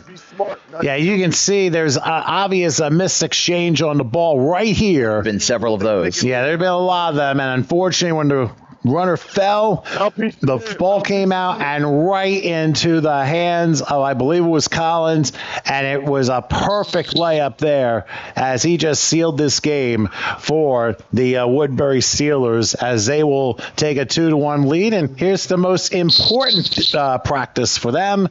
That is victory formation, and they're going to let this clock wind down. So as they do that, Dan, your final thoughts on what was yet another entertaining game? Listen, the Woodbury Steelers showed up when it mattered most, but Deptford also made a handful of mistakes that I feel could have been, rectified, that could have seen them get into the end zone.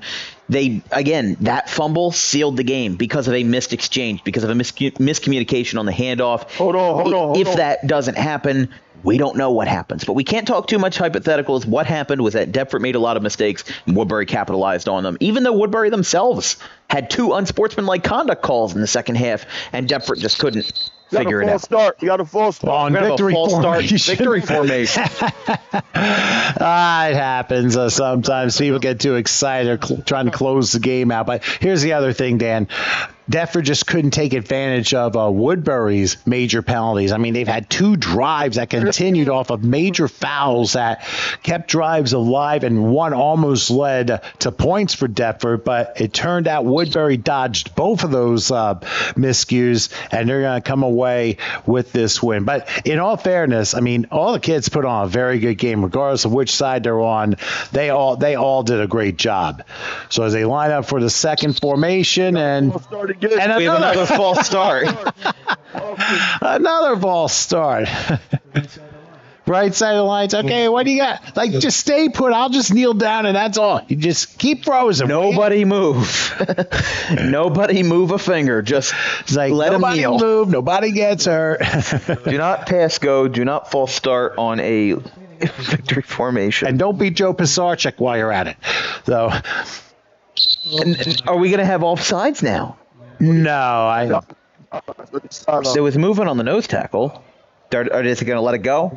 Okay. Yeah, they just say that's going to be it. So they're going to let the clock run out. And, folks, what a great game once again. This time it's the Woodbury Steelers winning the 10 unders by a final score of 6-0. We will let the clock run out, and we're going to grab Brave Winston. Yeah, we're going to go ahead and get our MVP for this game, and we will definitely, I'm trying to think here, we're going to get our MVP, and it's going to be on the Woodbury side. So while we take a couple-minute break as the clock runs out of this one, we'll come back with our MVP from Woodbury for this game right after this.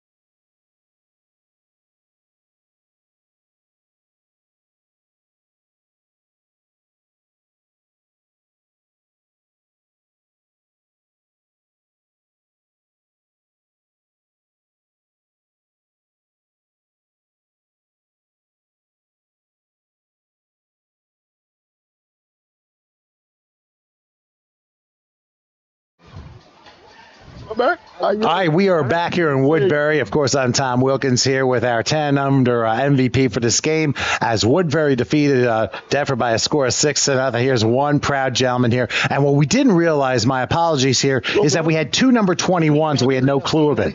The gentleman's name is Xavier Smith, and he's our most valuable player today for some great football work, especially on both sides of the ball, offense and defense. How have you felt about how you did in this first game today? I think we did great and we did good as a team. I think it's always important to stress the team, but from an individual perspective, what do you think was your shining moment? Was it like, go ahead. Just to hand the ball off to my running backs Well, that's cool. I mean, obviously. and to get my tackles. Yeah, and I think your tackles did a great job, especially that big score that happened later.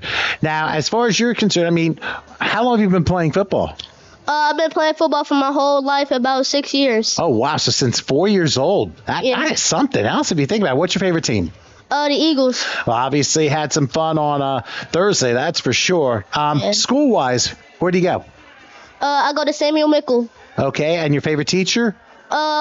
Miss Phillips. And your favorite subject? Math. That's my favorite subject, too. And you want to know something? Football players tend to love math. And numbers do, they definitely add up here. So, do you want to send any special shouts to anybody? Shout out to my mom, dad, Bree, and all my family that show up to support me. And I think it's very important you have that solid base to take care of you. Well, Xavier, that's a fantastic job. Congratulations again. All the best to you for the remainder of the year. Thank you. All right. Xavier Smith, Xavier Smith, who's our MVP for the 10 under game. Woodbury defeats Deptford by a score of 6-0. We're going to come back in a few minutes with a 12 and under game, so stay with us.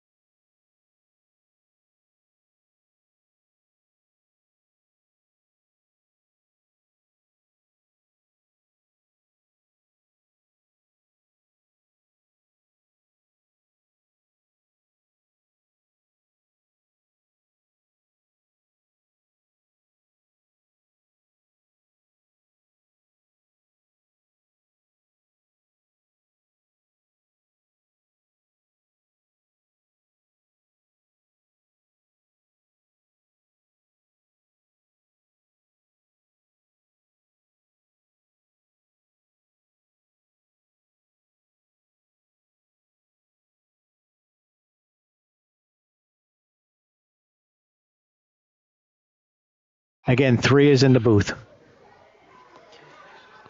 All right, 3 down, 2 to go here at Woodbury, New Jersey, on the field off of Red Bank Road, and what a day it has suddenly become. First game and a half, pretty much rain, and now the sun is out. And we're ready for game number 4, the 12 and unders with the Deptford Spartans and the Woodbury Steelers. Then we're going to have another competitive one like we did the previous ones. I'm Tom Wilkins, and now we had a couple switching arounds here. My son Dan's doing some technical work, so our main producer, Howard Gaber, is here taking care of a little bit of commentary as we go along here. So giving Dan a vocal breather, as they say, and getting ready for the 12 and unders, which I would have to say would be just as competitive as the previous games. We're hoping that each game gets better and better. Better football. But, it's just a different brand. Nothing's better, nothing's worse. It's just a different brand. And all these players, this is, 2 of the top 2 programs in the TCUFL. It's a great day. It's cleared out. The sun is out. And time to play some football. The field's in beautiful condition. They just redid it last year, resodded. So, again, it's a nice, soft grass field. You don't see a lot of these. That is true, and I think the ball kind of fell off the tee a little bit as we're about to approach opening kickoff here. And it's been a really exciting day, to say the least. Very competitive. I mean, even the 6-year-olds were very competitive, too. And we're going to see how the 12-year-olds go as we are now underway with a directional kick. Got a little squibber. Yeah, about the 27-yard line and going down to about the 38-39, and that is where Deptford will begin their possession for this game. I'm sorry, it will be a Woodbury game possession for this game. Yeah, very good, very good. Nice return. You do that directional type squib kick to see maybe you get it off of a leg or falls, off of somebody else, and you can recover it. But, Woodbury was very good to recover it and bring it out. All right, so Woodbury begins this game 1st and 10 for their own 38-yard line. Now, obviously, some different rules here for the 12 and under, and we'll tell you the one that stands out the most. Wing T coming out. They're going to go wing T.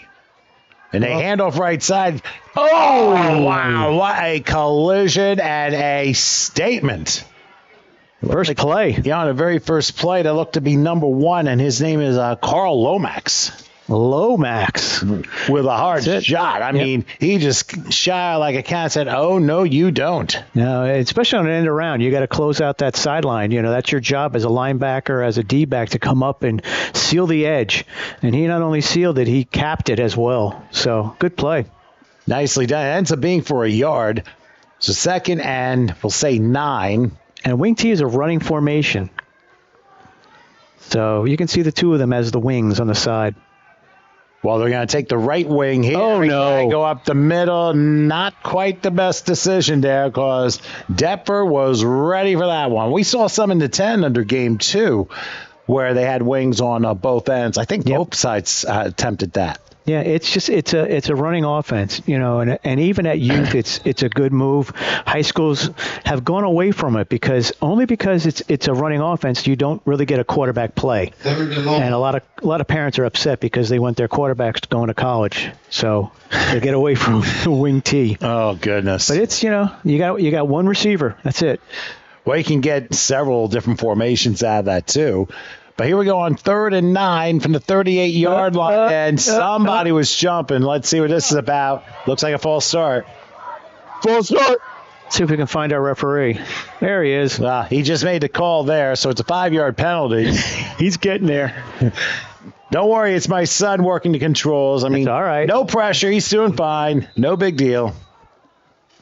There's a lot going there. So we just stay wider. We always stay a little wide so we get that sideline in so you don't have to worry about zooming in a lot because we can see the numbers over here. And no worry of trying to compare it to the Chargers-Chiefs broadcast in Brazil on Friday, also on YouTube.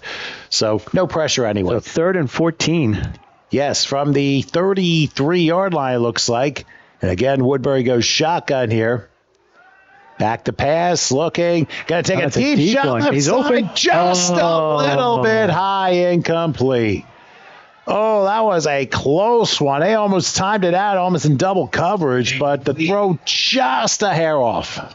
Yep. It was tough. He had a little bit of separation there. little bit of separation, but just couldn't get the ball down. So a little timing issues, but first game, Tom. That is true. I mean, it's for everybody we see in this in today's matchups. Looks like we're going to get a punt here. Yes, there is no punt option once you get to 12 and under. So that's one of the big things on the change. It should be a lot of fun to watch. Yeah, so we may have some special teams play for once. Let's see if there's a rush. Oh, yeah, it's there's a high rush. Snap. He was Not very much close of to the a line. rush, but the punt. Oh, and it's a Woodbury bounce, and it will roll to the 41. So that is where Deptford will begin from their own 41, 1st and 10. I'd like to remind everybody that even if you can't make it out to Woodbury and Red Bank Road, where it is, I mean, a festive atmosphere. I mean, I saw barbecue. Tom, what's it like going down? You went down in between games. What was it like? Oh, my goodness. I mean, a lot of people were having fun down there. I mean, the wide open spaces, people having catch, a barbecue going on maybe on the other side. Just a lot of great things going on, and it's really a great atmosphere today here in Woodbury. If you can't make it down, remember, you can catch us right here, HSG Network on YouTube, wherever you're watching, Maryland, Ohio, or elsewhere. Please. Shout out. Yeah, Give us a shout out on YouTube. Maybe we'll put it up there. Yeah, why not? And also on the comment board below the video, make sure you support your player and where you're from, too. Uh-oh. We had a little bit of a mess, but no foul called as the handoff goes up the middle to about the 47, 48-yard line. So a positive game would look to be a little bit of a disjointed play, but still second and short for Deptford. You know what I've noticed, Tom, and this may be just me, their coaches are wearing different colors. They're wearing yellow. You know, all the other coaches on Woodbury's side, they wore blue in the first the 3 games. Blue. Now they're wearing yellow. Well, and who knows what they're going to come out in the 14s. Who knows? Could be black. Pittsburgh Steelers. Could be right? Technicolor. Steelers. Who knows? You are the Steelers. You never know. But here we go. It's 2nd and 4 from the 48-yard line, looks like. They got to get to the opponent 48 for the line gain here. Deptford lining up in a shotgun. They do send a man in motion. But we got a foul.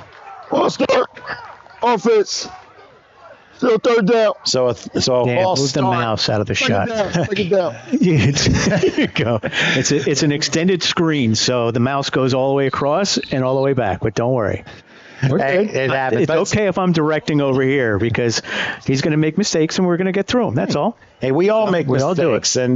and we're all going to have fun. Let's try and see if we can get all 22 in the shot. On second, and I will say 9 is a handoff up the middle. Oh, he's going to get the yards back, and then some, and probably a first down to 48-yard line. 10-yard pickup as the quarterback calls his own number and moves the chains for Deptford for the inaugural first down at this contest. Not bad. Not a bad run up the middle, using some dive plays, using some stuff. So, it's good to see. Good to see. And so 1st and 10 now from the Woodbury 48-yard. And something else that people can see is that we have our clock on the actual. Everybody, just takes that for granted when they see the clock on the screen. That is the official clock. So we can actually, tell you how much is left in each quarter, and you can watch the games and see how it progresses. It's another feature from my own network that I designed. Thanks. Well, and we got another foul. 11 offsides defense. Oh, so they got a neutral zone infraction. Still first. 5 yards still first. So another foul this time against Woodbury for a neutral zone infraction. So that's going to make it a 1st and 5. Now, don't forget, too, if you haven't subscribed to HSG Network before, what are you waiting for? Like, subscribe, and remember, we're the home for TCUFL action. Next week, we'll be in Delsey, in Franklinville, for some TCUFL action. So make sure you like and subscribe and tell your friends about us. And remember, when you subscribe, you'll get notifications on when events coming up. So be ready for it. Misdirection. Yeah, they're going misdirection and trying to get to the outside. None of it was Woodbury's defense there, and forces no gain on the play and forces a 2nd and 5. So make sure you check it out. Like I said, TCUFL action next week. We have Friday night football. Hillsborough at home against Ridge. That'll be Friday night at 6 p.m. Eastern here on HSG Network, and I'll be doing that game with Joey Pagan. Should be a lot of fun with that. And then we're down in South Jersey on Sunday. Yep, Delsey. And then we go to Sterling. We're going to be all over the place. Gloucester we're back to. Oh, yeah. Eastern, your favorite. So we'll see. All right, here we go. Another misdirection. Oh, another misdirection, but it seems like there have been some broken tackles here, and all that running ends up being for only a yard. Carl Lomax has been trying to scramble left and right. So 1st and 5 had nothing. 2nd and 5 had maybe a yard. So now 3rd and 4 coming up. What do you see on Woodbury's defense, Howard, and how they're trying to contain them? A lot of good pursuit. You got a lot of people in the backfield, which is good, which means your linemen are getting some push up front to get into the backfield to break up all. If you're going to do double handoffs and triple handoffs and misdirections, you want to have your linebackers in that backfield reading the plays. 3rd and 4. They're going to spot the ball at the 42-yard line. Back to pass, looking, take a shot down the pass, and a little bit high, incomplete. I believe the cheerleader in the second row was open on that play. That would have been 12 players on the field in that case. Well, she was off the field. Well, Sahir Rowan was the intended receiver. The throw was just a little bit too high. Obviously, everyone's got to have jitters at some point when you're trying to do your first thing of the year. You want to make sure everything's perfect, but somehow I had just a little bit off. I mean, it tends to be human nature if you think about it. And this is big. This is a huge game for these teams. This is, this last year, was the game of the year. We had close to 5,000 people there. They shut the town down just for the game. So, like I said, first game of the year, great to get it out of the way. But, do you really want to show everything in this game? And definitely great crowd on hand for this contest here. All right, they're going to go for it. 4th and 4 from the 42-yard line in between split back, shotgun again. Keeper. And he's got to keep it. And we're going to see where they spot it. He might have gotten it. Boy, we'll see. These guys are moving those sticks. Yeah, I think he broke the plane for the line of gain, so they're going to move the chains. It's going to be a first down. Again, they're volunteers, so, we work with them.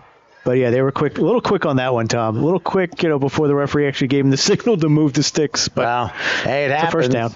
So 1st and 10 now for Deptford at the Woodbury 38-yard line, a little bit more than halfway through the first quarter. Quick first quarter. And we've had some quick quarters in a lot of these games. Here we go. Easy handoff. Handoff sweeping left, crossing. Hits the outside. Carl Lomax, welcome to the end zone. 38 yards, and he made sure unnecessary. Well, you just can't do that. You can't call all the friends in and everybody else.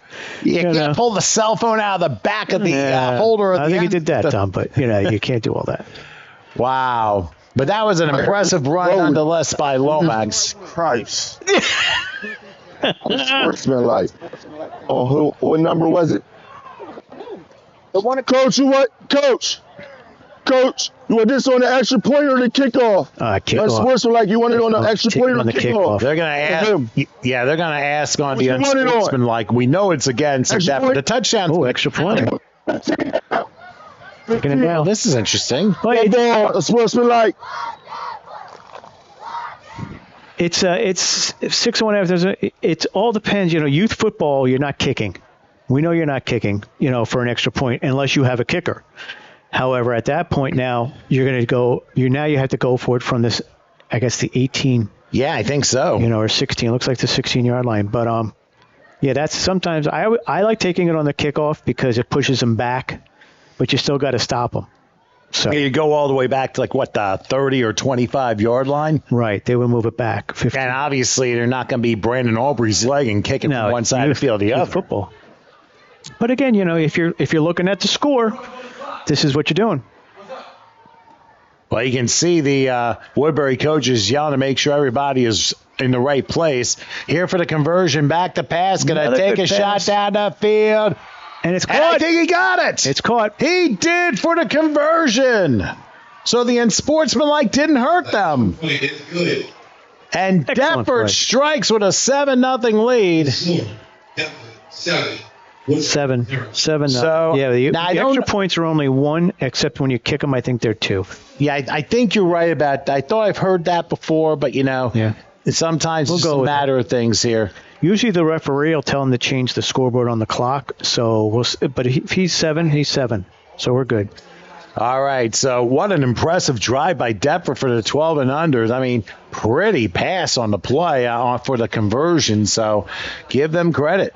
Now, as you can see in the upper part of your screen, the 3 games previous, Woodbury's won 2 of them, Deptford won 1 of them, and you can check out any of the action, but just getting the arrow and rewinding back to any of the games right here on this particular link here at HSG Network. And please don't forget to support your team and leave your comments and where you're from, whether it be regular family, extended family who's watching here. I mean, we've had a lot of people check in here today, and I'm sure more are going to be coming, especially when we get to the 14 game.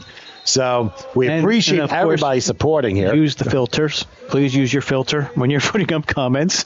We don't want it to get into into something that's a little nasty. So, again. Exactly. Because use your better judgment. In the end, it's all about the kids. Yep. And that's what it should come down to.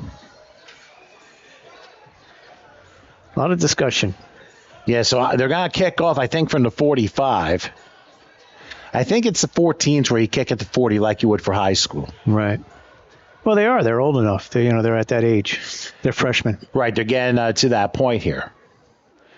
And some are disappointed when they can't play for these teams anymore. A lot of the kids, this is what you've been playing with since you were 6. We did this, this is our first year. Frank Copa, who runs the league, came to us and said, would you mind doing the 5th game? Because it's a long day. It's a long day for us. It's a long day for the equipment, making sure everything works for the day. And he asked, hey, do you guys want to do the 6 and under? I said, yeah, why not? Because we've done the 6 and unders. We just haven't done them. We've shown them because when we get there, we're usually early enough that we can catch the end of it. Right.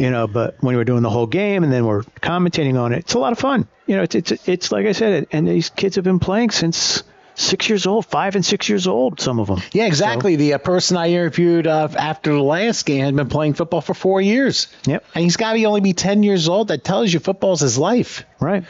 I mean, for some people like my son, baseball's been his life. Yeah, at least for now. All right, well, the guy running the machine over there. My $30,000 system over there that he's running. Great job. Well, he's doing well so far. We had a little bit of an official timeout just to sort a couple of things out. So the kickoff for the 12 and unders is at the 45-yard line. So now we're going to see what Woodbury can respond with after that great opening drive by Deptford. A little onside. There you go. And it goes into the hands of Woodbury down to 43-yard line. You got to make sure it goes 10 yards, otherwise it doesn't count. Yeah, I mean, do you think they saw him? Do you think they saw him back like behind the 10 yards? And that's why they kicked it there? Yeah, I don't know. That's a very good question. That's what you're looking. If you're looking as a kicker and you're looking left, right, and you see they're supposed to be lined up 10 yards from the kick. That's what you do. You're on that line, and he was a good 3 yards behind that. Maybe that's why they went for that instead of a different style kick. Either way, 1st and 10. All right, so 1st and 10 now from the 43-yard line as Woodbury gets their second drive here. And this time a handoff up the middle and pushing his way to about the 47. So about 4-yard pickup there. Nice first down gain. Yeah, and that's again a part of the wing. The only issue with the wing is it's very tough to score a lot of points because it's a running offense. This is the same offense that Navy uses, and some of the other teams that do that, but you don't really see a lot of it in high school, and that's why people use it down here because you don't see it a lot. So it's something new, and maybe you don't know what to defend, but it's all about misdirection and giving the ball to somebody different each time so they don't know who to tackle. It's very true. And if you think about it, sometimes you get popular formations and stuff, and then sometimes it goes out of style. But then 10 years later, it's back in formation again. So I think everything cycles around, and maybe the wing T is starting to come back. It's a single wing. Well, we got a false start against Woodbury. That's all right. So back it up 5, and it'll be 2nd and 11. Didn't see the flag, but then I heard whistles going off along the far side. It's all right. So 2nd and 10. So whether you're a football or a basketball referee, it's got to be your best arm exercise. Especially with basketball, it's traveling. For football, it's false start or formation, All right, 2nd and 11. They're going to spot at the 42-yard line. They got a handoff left side, taking off, crossing midfield down to maybe the 49. So getting the penalty yardage back and then maybe another yard or two. They're going to spot just inside Deptford territory to 49 with under 3 minutes left in the first. Yeah, it is. It's a 3 yards in a cloud of dust. That's what the offense is for, 4 or 5 yards. But if you just keep running it, you wear them down till the end of the game, and you score on it. But it's not. It's like I said, it's not a quick strike offense. But sometimes they may leave the receivers uncovered because everybody's in the box. That's what you look at now. Okay, the 11 in there. 3rd and 2, and the handoff's going to be a first down and more down to the 43-yard line, and that was number 7 First down for third. Woodbury. Don't have him listed, but did a good job there. And now be 1st and 10 as the ball is spotted at the Deptford 43. So looks like Woodbury's come with a nice first drive, and now official timeout. Sticks, chain issue. Oh, they got a chain issue. Yes, whenever you see somebody bent over next to the chain, that means it's a chain, it's a chain issue. Those links are sometimes tough to get, tangled. They get tangled around. So it looks like we're going to have an official timeout. I guess you're trying to fix it, so it's a free timeout for both teams. Yeah, you get to settle down a little bit. Here we go. I think we're going in the booth. So we can get into the booth. There's our mouse. Hey, he knows how to work. Here we go. Let me just move over slightly to get in the picture a little bit more. But Tom, you don't as have you to, can see, you don't now I've done that enough. But anyway, I mean, this first quarter, what have you seen from both teams? You've seen a lot of misdirections for both offenses. That's what they're going for. The wing tee or the single tee is a running offense, and it looks like the Deptford offense is also. But you also saw a couple good passes. So, it's going to be who can really complete the passes and who can execute out there.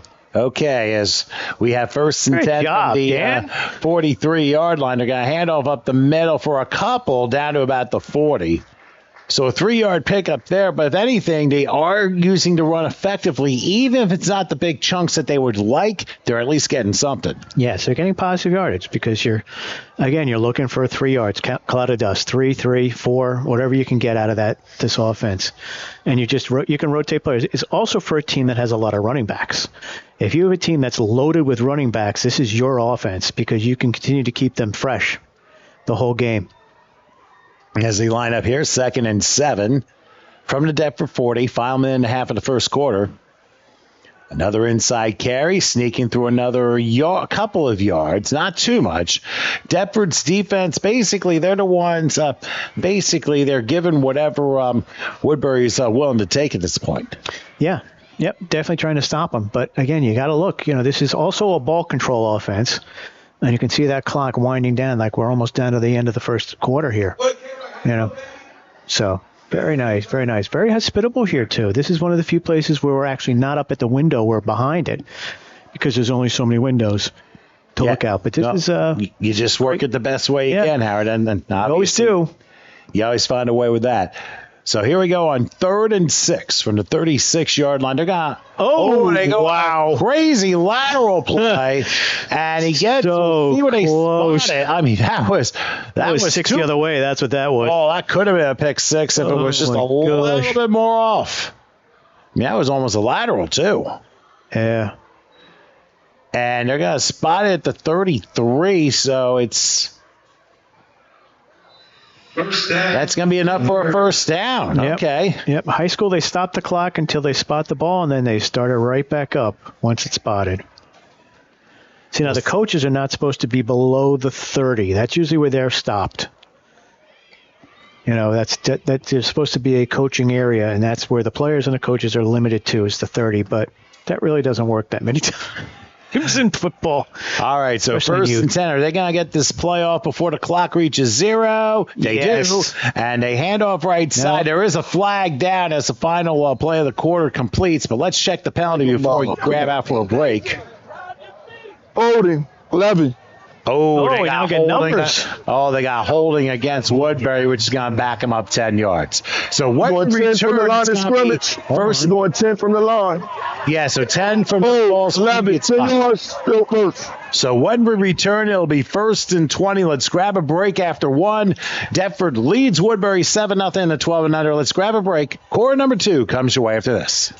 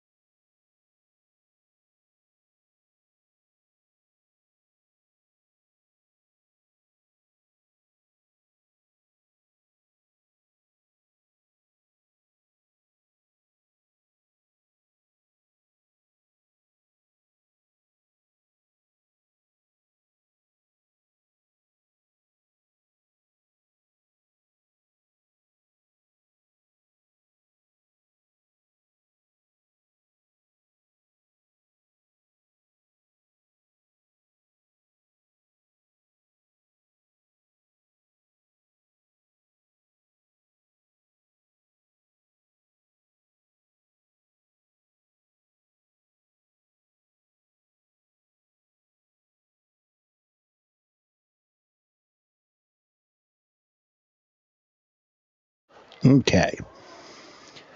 All right, we're back for quarter number 2 here as we're in Woodbury, and the sun is definitely out as back to pass and throwing, and the pass ends up being incomplete. Now, I think they had an untimed down. Okay, what happened was after the penalty, they had one untimed down. So now we're going to switch sides and go into the second quarter. As a matter of fact, before they switch sides, Howard and Dan switch positions. I got bumped. Bumped to the technical side for a quarter. So I'm Tom Wilkins. My son Dan is here, and Howard Gaber back behind the controls after a pretty entertaining first quarter. And Dan's asking for a pen, and I don't know where he put it. I don't know where you put it. I have no idea. It might have. I can write down my I can always somehow. get another. But you know what? It's already a fun game.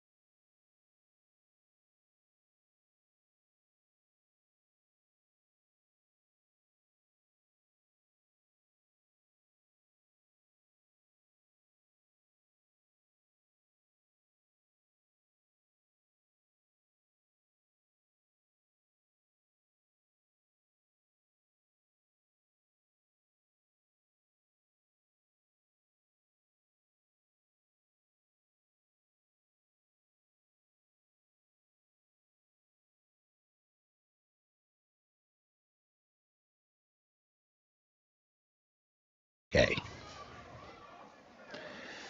All right, back we are here in Woodbury again as we're starting quarter number 2 now officially with Woodbury with a 2nd and 20 as they're spotted about the 43-yard line. They're going to hand this one off. Let's see if they can turn the corner. There's another flag down, and usually when it's in the offensive line area, that's a hold. They want that? They want to take them back or what? 7. Decline. We're going to decline that. We stay at the spot. We got hold. 7. Offense. Refs calling numbers now. Go down. I feel like in the younger divisions, it's a good idea to let that go. But once you get old enough, yeah, we'll let them know. They used to not do that in college games. Really? Yeah, until about maybe 10 or so years ago, even in college games, they wouldn't call the number as to who made the infraction. So here it ends up with a 2-yard loss, and I'll tell you what, Woodbury's stuck with a 3rd and 22. Obviously, the holding's refused. So So remember, not too many people has referee microphones that you can actually hear. Right. There's no flat line. There's no standard. It'll be 3rd and 22 as Woodbury is at the Deptford 45-yard line. Now they're going to line up in a receiver formation. They got 2 on the left, 1 on the right, and a wing.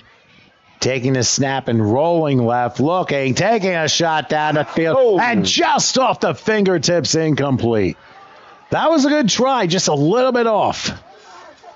But, hey, you had the right idea. Sometimes it's going to work, and other times it won't. I mean, you go back to I think it was the 8 and under games. Somebody threw a pass that was incredibly grabbed, especially the height that the ball got.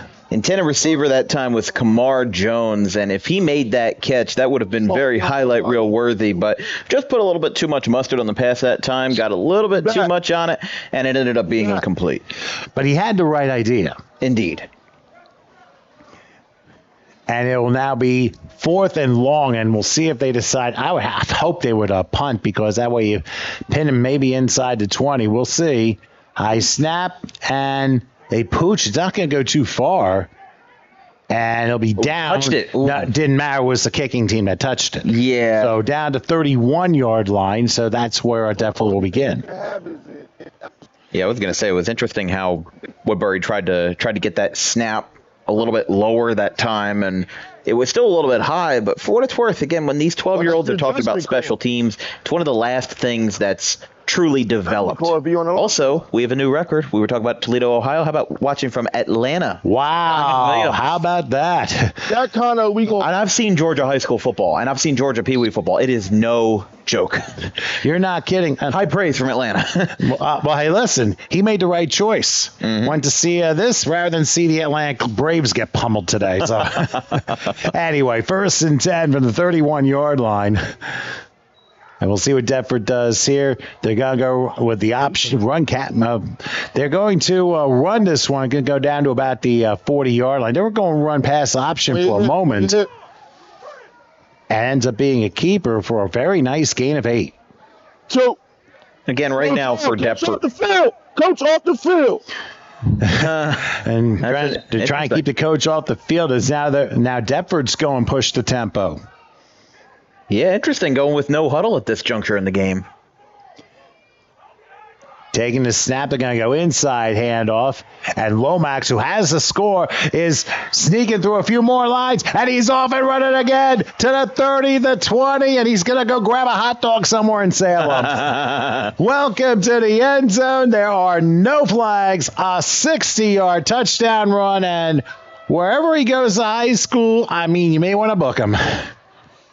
He might be a future prospect for Pat Landis soon over at Deptford, and I'll tell you what, he is going to be a fun guy to watch with that kind of explosiveness out of the backfield, finding his way to the left side, broke every tackle imaginable, and he was just gone. Cruise control for the last half of that rush, and it's 13-zip. Well, not only that, you have to give credit to the offensive line, too, and some very good play calling that this group has had. I mean, you had to figure, this does not happen if the right blocks are not made, and here this line's doing a very good job, and thanks to their defense, this is what we're seeing as an end result. All right, they're going to go to conversion. Got to wait for it. Back, going to throw a slant. And he dropped it. Well, I wouldn't say dropped it. It just was off target. So incomplete. The conversion fails, and just over a minute into the second quarter, it's now 13-0 in favor of Deptford, and Carl Lomax is the reason, Dan. Carl Lomax spotted at the 40-yard line here on 2nd and short. Quarterback was deep in the shotgun, and again, that's the gentleman in the Guardian cap. Breaks through that tackle, and that's the hardest part. He misdirects back, then gets past the line of scrimmage, and then by that point he's gone. The last guy was Miller. He couldn't get a tackle. Brown couldn't get a tackle, and then look at that. That's about a 10-yard gap between Elijah Brown and Lomax. Just absolutely gone. And a 60-yard rush to the house to extend Deptford's lead to 2 scores. And not only that, the reason why that play happened was because he was able to bounce off a tackle, and he found a hole very quickly, used acceleration, and away he went. So Lomax responsible for the 2 scores as Deptford extends their lead. But, hey, you never know with Woodbury. something interesting could happen with them momentarily. And also, efficiency is key in that drive as well. That drive was only 36 seconds. Woodbury punted at 9:30. Deptford got the score at 8:54. That is a very efficient drive. That is the king of efficiency right there, is getting into the end zone early and often. If you can put the pressure on, it's going to be hard for the Steelers to make an effort. Now, I'm assuming that even in this league into 14s, everyone still plays. Right. So might have other backs getting some turns to run.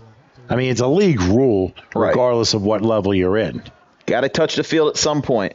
And honestly, these rosters aren't so large that I would think about, that being an issue, especially even in close games. There's enough offensive and defensive rotations where you can have modest rotations on both sides without really going overboard. I mean, I see about 25 players on that junior Spartan roster, and I see about 20 on the Steelers roster. It's a lot like Group 1 high school football that I watch a lot, where a lot of players are making contributions on both sides of the ball, and you have to be a team player. You have to be flexible. You have to be willing to do what the coach asks of you. And here, the same philosophy holds true. Everybody has to be a team player. Well, they're trying to set the ball up as best as possible for the kickoff now, whether they choose onside or directional. Actually, we're waiting for a second. Now he's going to approach and directionally kick it to the back of the line, to about the 25-yard line, right into the 30, to the 40. This is a nice return to the 48-yard line. Nice return by, I believe that was Kamar Jones, number 2, who was able to make a good return and nice field position for Woodbury to start this drive. Yeah, Kamar Jones, he's made a couple of good highlight impact plays in this first half, and now he finds himself being kind of a, a catalyst for Woodbury, down by 2 scores, looking to find a little bit of a silver lining in this game. If Woodbury can get on the board here, I would say that this is still a game within reach by far. Well, we'll find out in this drive. 1st and 10. Woodbury's starting their own 48. They're going to wing it here. They send a man to the left, but it's going to be a keeper. But Deptford's ready for it. It's only a yard that time. And it'll be 2nd and 9. But interesting lineup here, of course, as Howard alluded to in the first quarter, we see some wing T effects with the way they line up. And it's something you don't see too much of. Not in the modern day. I think that we are often influenced by what we see on TV. And what do you see in the NFL and college football these days? What they much want more pass-oriented offense. And the kids are very impressionable. We see it in youth baseball. The kids like to hit a certain way or bat a certain way because of who they watch on TV. So when you see lots of passing, the kids want to see passing too. That's true, but it's all a matter of balance. Oh, there is a misdirection, and somehow Jones was able to sneak through and get a first down to 41-yard line. That was almost like the amazing Mumford, and the football went missing. So a 9-yard pickup and a first down, and moving the chains is Woodbury.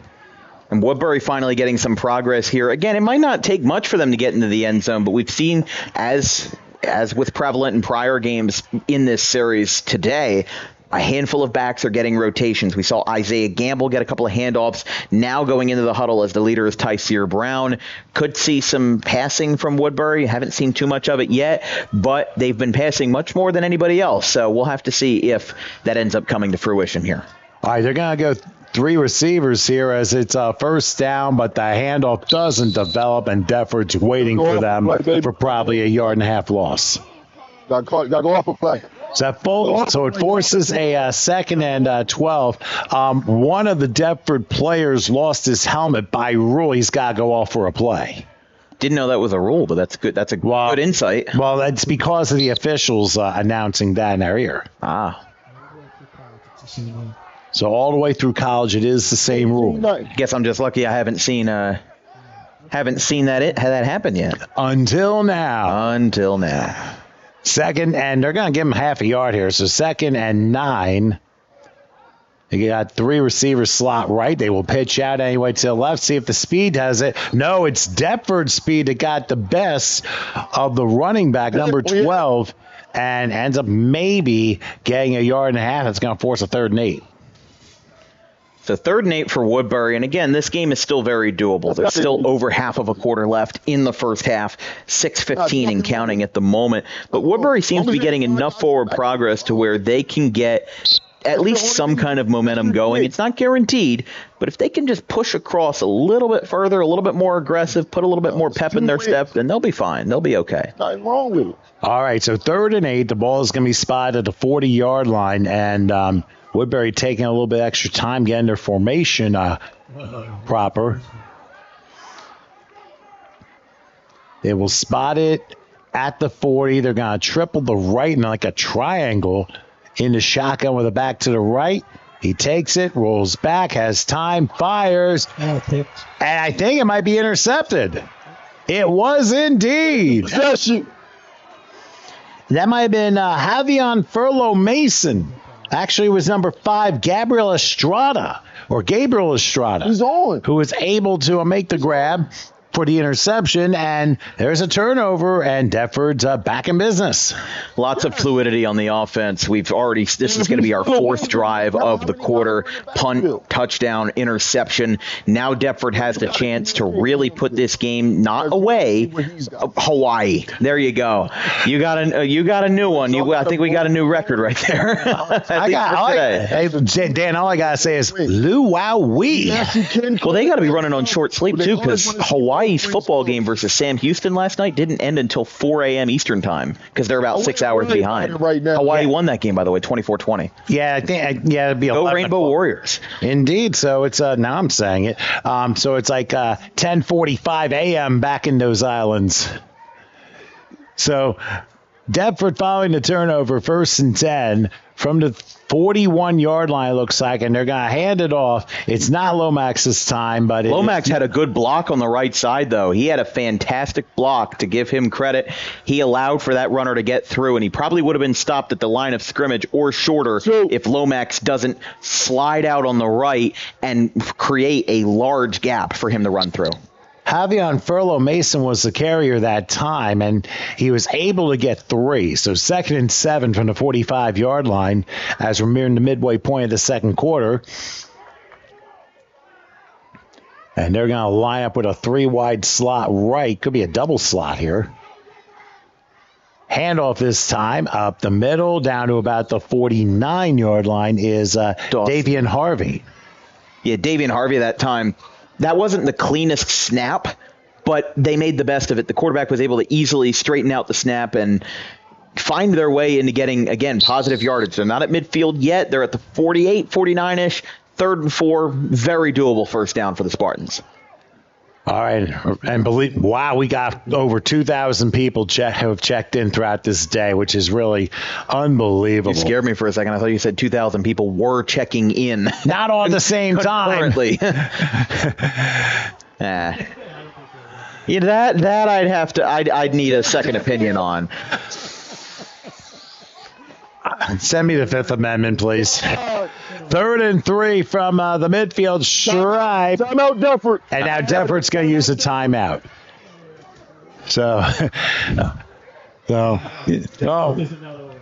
And we got some interesting comments. How believable they are remain to be seen. Listen, as long as they're clean, I mean, they can Woodbury, Berry, and then Mars. Listen. Let's not get too carried away here. Mars, Texas. And there is a Bangladesh, Arkansas. Is there really? There is a Bangladesh, Arkansas, and there is a Mars, Texas, home of 5,000 people. We're going to, before I get too out of the way here, but Deptford calls a timeout. Try and get some information in case we have numbers that got advanced or something. But here are the scoreboard results from earlier today here on this field, the 3 previous games of the 6, 8, and 10-year-olds. Oh, I think Kamar's number 3. I beg your pardon. Y'all just communicate on that. I see what it is, because I'm looking here, and they wrote 3 for Kamar Jones, 2 for Colton Jenkins, 4 for Zechariah Menity, and number 11 for Amari Jones. All right, here we go. We're talking about it later. Here we go.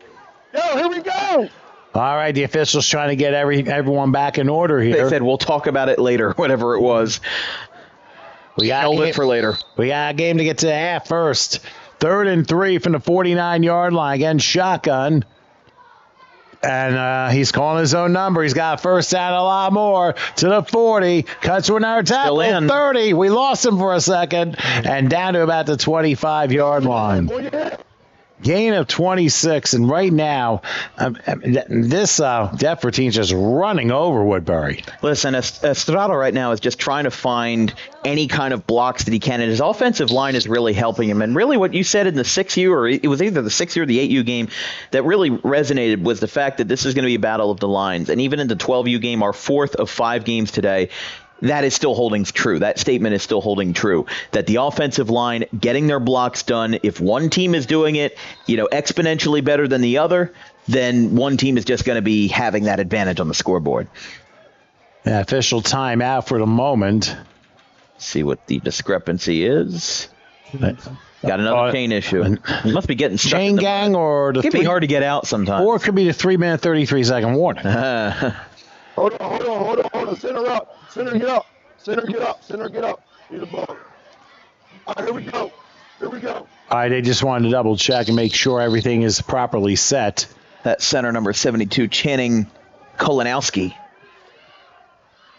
The referee was signaling too.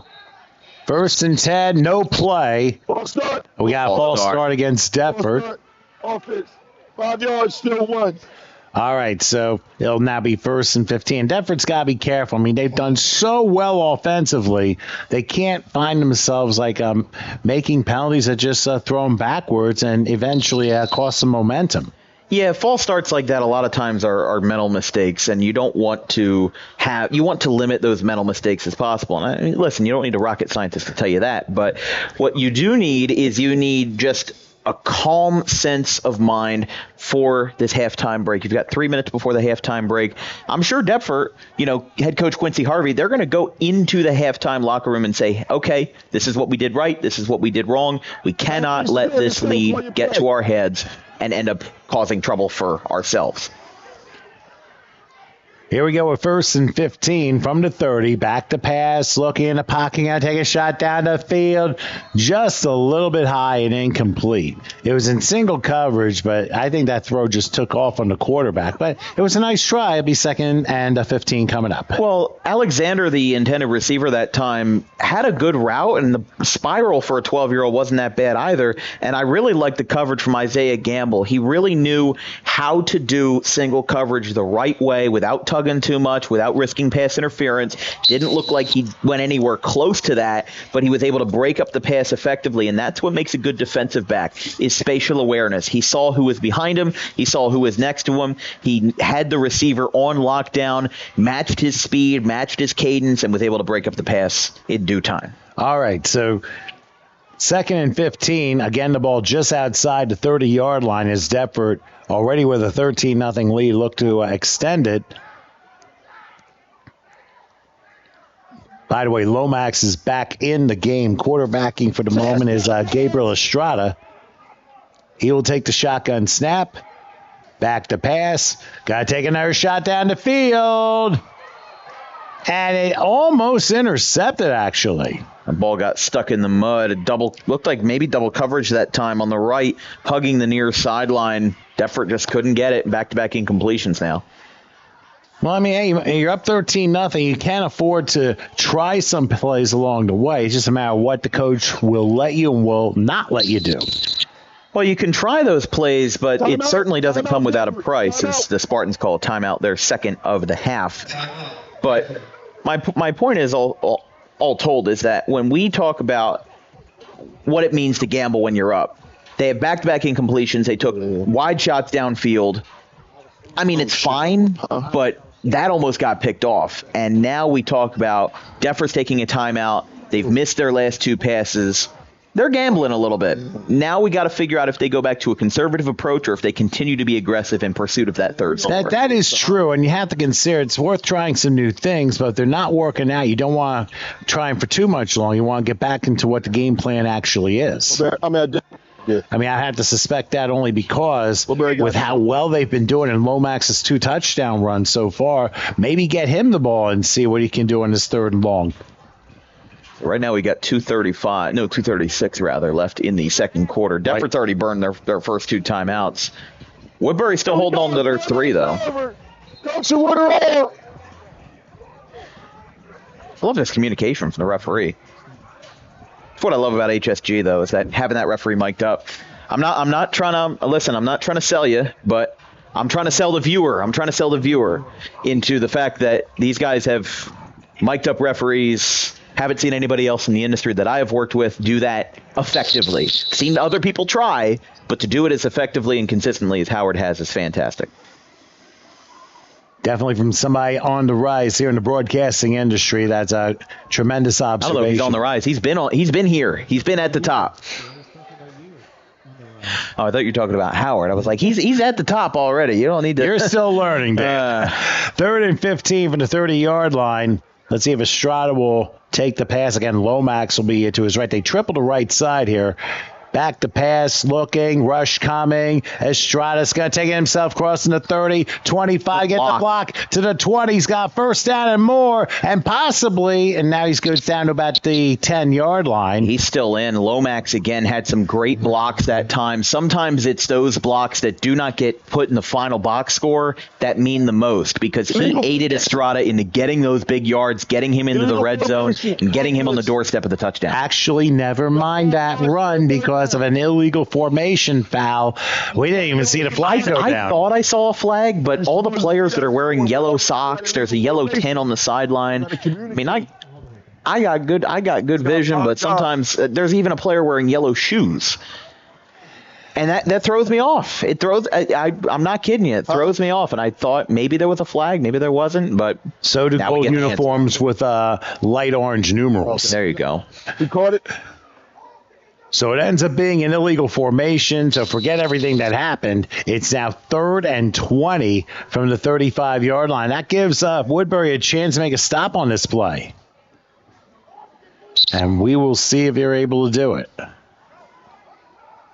Yeah, 3rd and long. I mean, listen, Spartans just have to overcome adversity, and I have just a feeling that those 2 incompletions from earlier in the drive could come back to bite them if they're unable to. Go ahead, let's go. Because you never know what can happen in a game. Mm-hmm.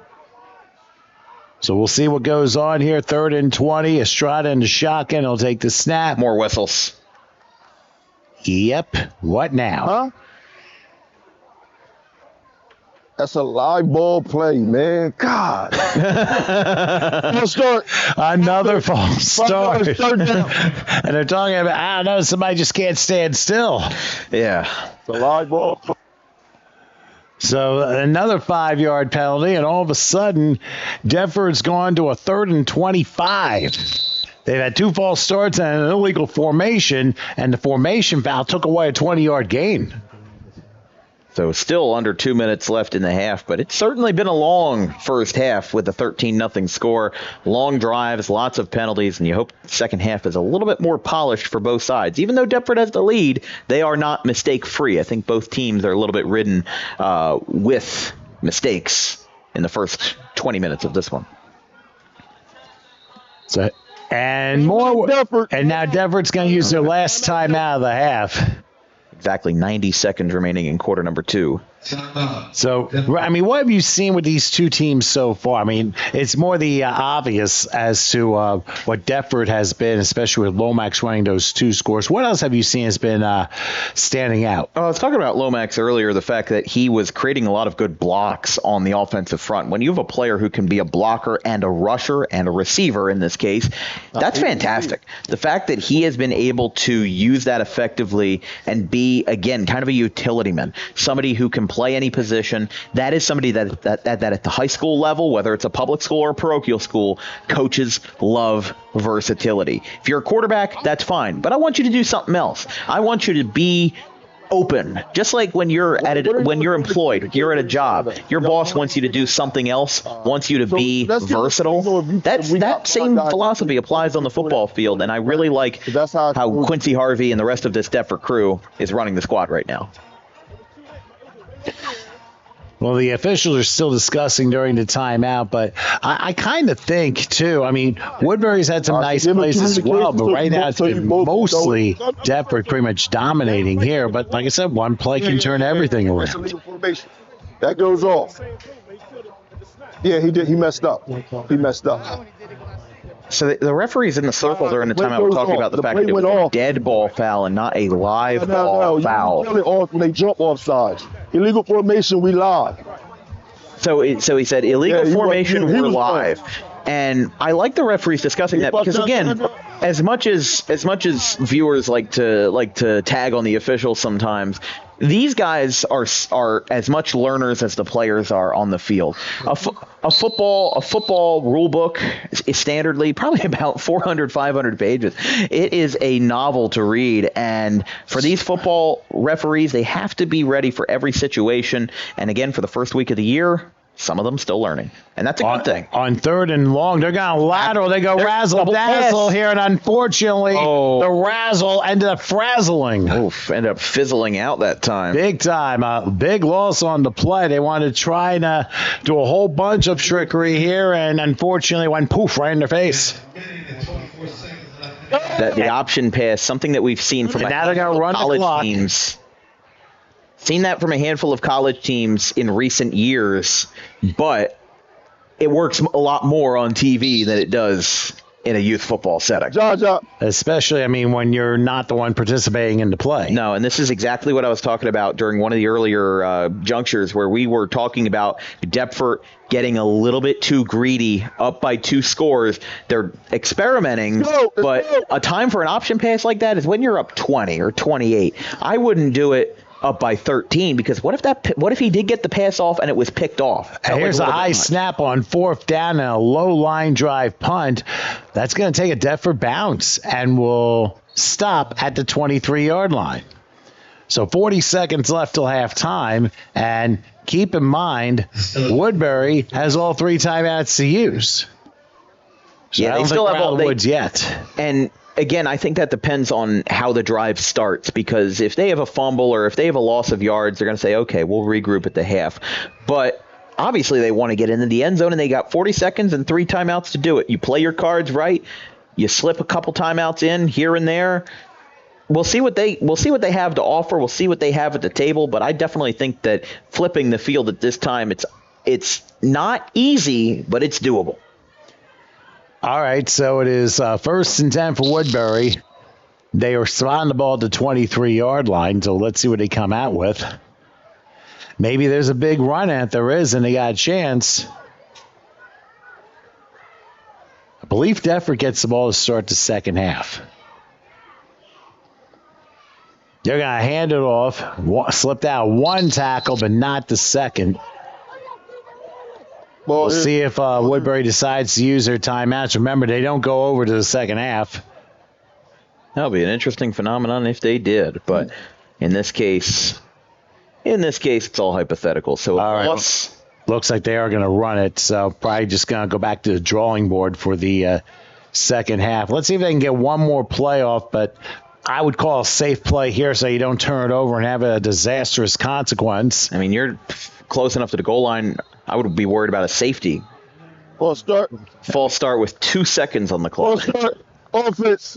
Just like in the last game, we had a false start on a kneel and victory formation. 2 in a row. We're on the snap. All right, they're going to back it up to the 18-yard line. So it's going to be 2nd and 15. And there's 1 second. Takes a knee. Let's be smart here.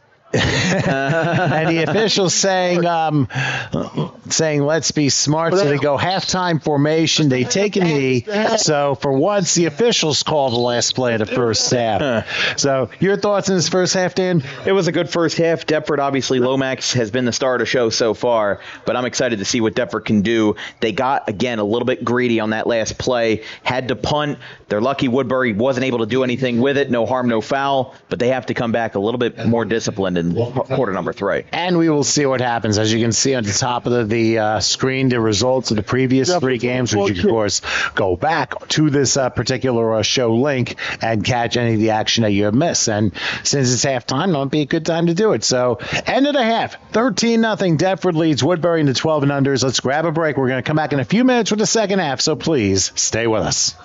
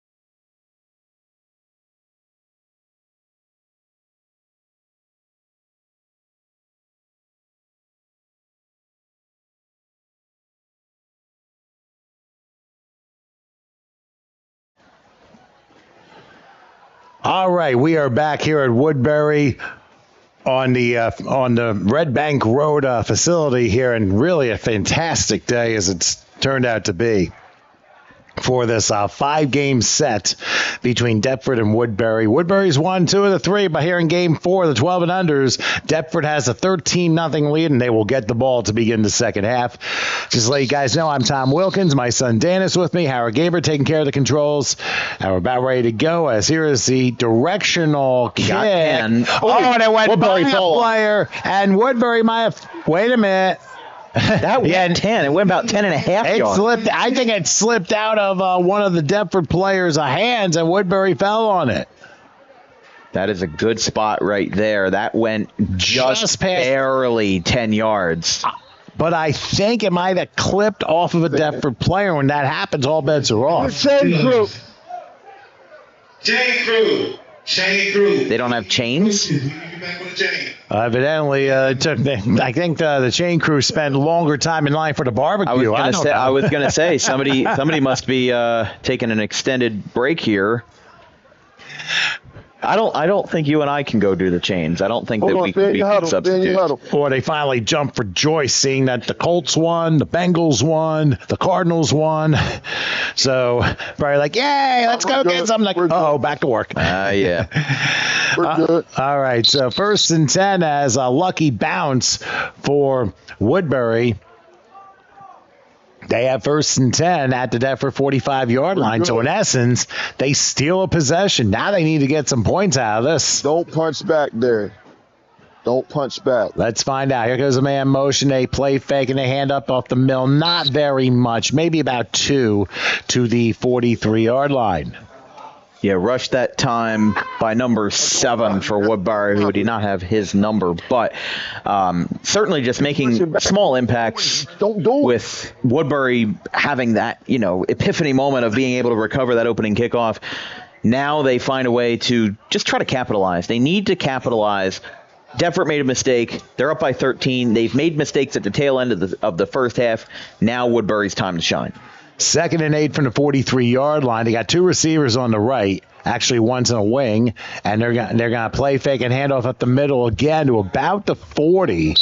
Oh, look out. Actually, no, it actually was bouncing off and ends up. We'll see where they spot the football where forward progress stopped. I think it's the 41, and it'll be a 3rd and 6. What we're going to do in a little bit, we're going to broadcast the names of for both teams, the 12 and under squad, so that everyone gets recognized like we did in the previous 3 games. And remember, if you're watching here on HSG Network, make sure you shout out your kid, where you're from, and show the support you can. There's a lot of family, extended family.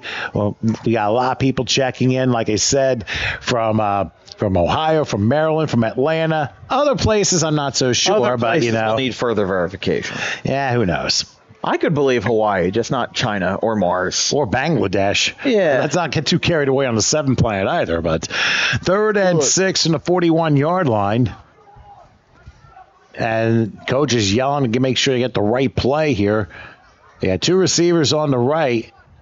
10 seconds. Play clock winding down. Officials keep it on the field. And somebody jumped. But who? A lot of people think it's Woodbury. Yep, it is. 5 yards. Still 3rd. So encroachment on Deptford that time. And that 3rd and 6 is now a 3rd and 1. A lot more doable. And again, Deptford has made a lot of mistakes.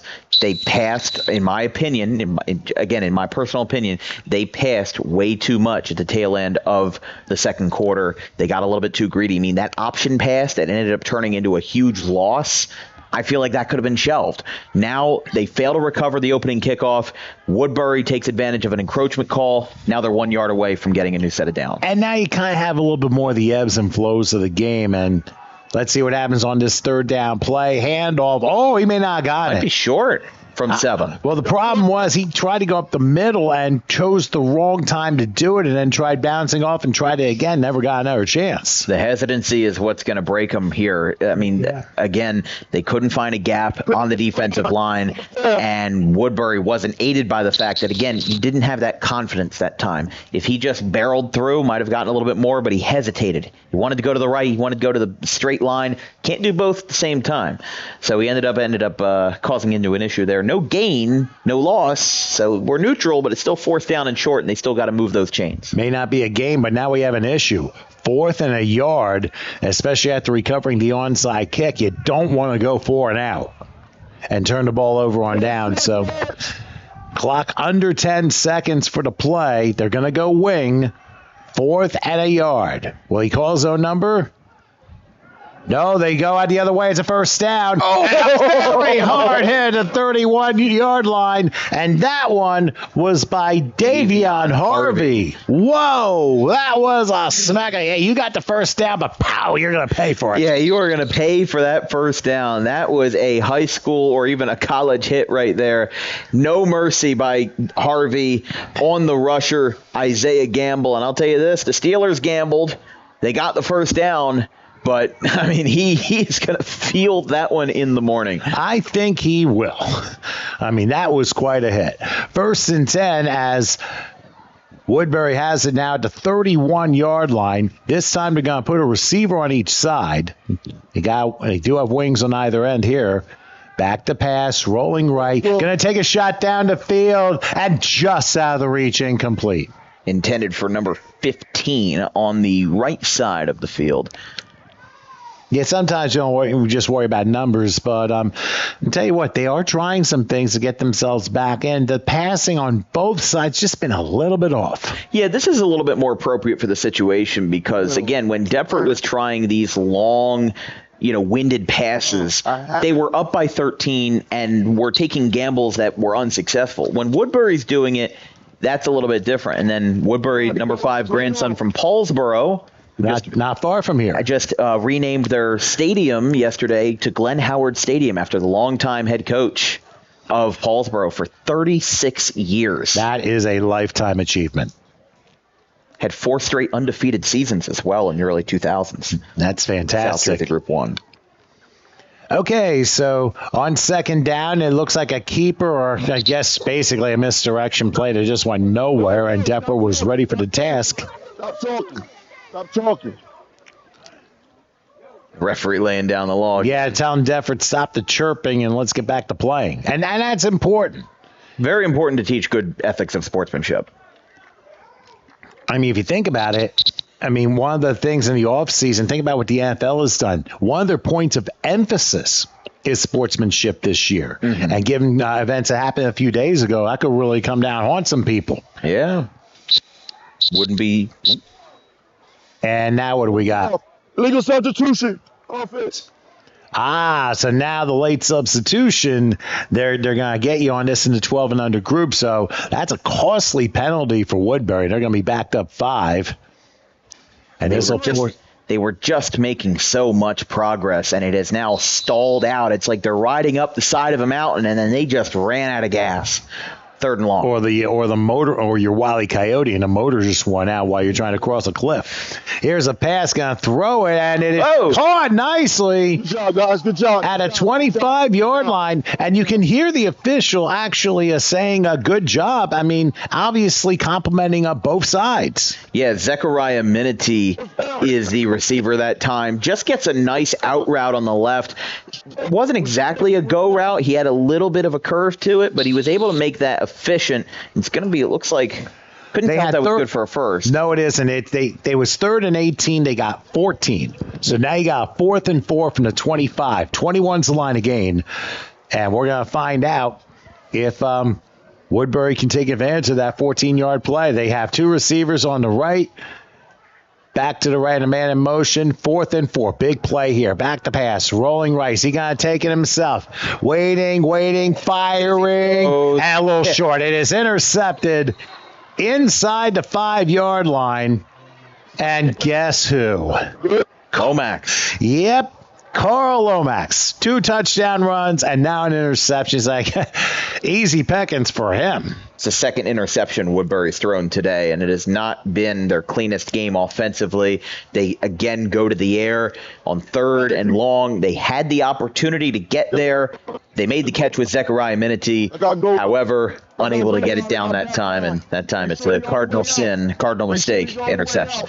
But if you think about it too, and I think the only positive from this is that Lomax intercepted it inside the 5. You drop it, it's another 20 yards, and you start the 25-yard line. Exactly. That is where that is the only silver lining from this drive is that the intercept, almost like an arm punt. Well, the ball is spotted about the 4. Yeah, there's a difference between a positive and a silver lining. Here's a handoff right side, slipping out one tackle and getting waved down at about the 1, I think. Now, if he got tackled in the end zone, that's a Mo Howard. Center, leave that ball straight. For the folks at home, as safety. Hey, you know your 2 points. I mean, the kids are 12. I don't think they know Mo Howard. Make sure you're on the way out. Well, that is very close, though. Yeah, I didn't think he was tackling the end zone, but now you got 2nd and 13, and they're in dangerous position. I think right now, I think they ought to look at trying to run up the middle and try and get out of danger here. Because right now, following that interception, they found themselves going the wrong way really quick. Well, Lomax they're in let's see what happens. It's going to be a keeper. He's going to use the block, and he's going to get out of danger somewhat, get to about the 7 or 8 yard line. Still short of a first down by about 5. So it forces a 3rd and 5 with about 3:10 left and counting here in the 3rd. It doesn't put Deptford at ease, but it makes them not right up against the wall of a safety. And it's interesting because safeties, in my experience, are so rare in youth football because of kickoffs and punts, where a lot of teams, if they're not breaking away, they're very far centered in the field. Meanwhile, in high school and college, you're going to see more of that field being utilized to start and end drives. So in this case, it's a bit of an anomaly. But Deptford backed up, now not as badly. All right, well, they have to also protect the football here. 3rd and 5 from the 8-yard line, and they're going to hand off left side. That's Lomax, who tries to get the first down. He might be a yard short. It depends on the spot.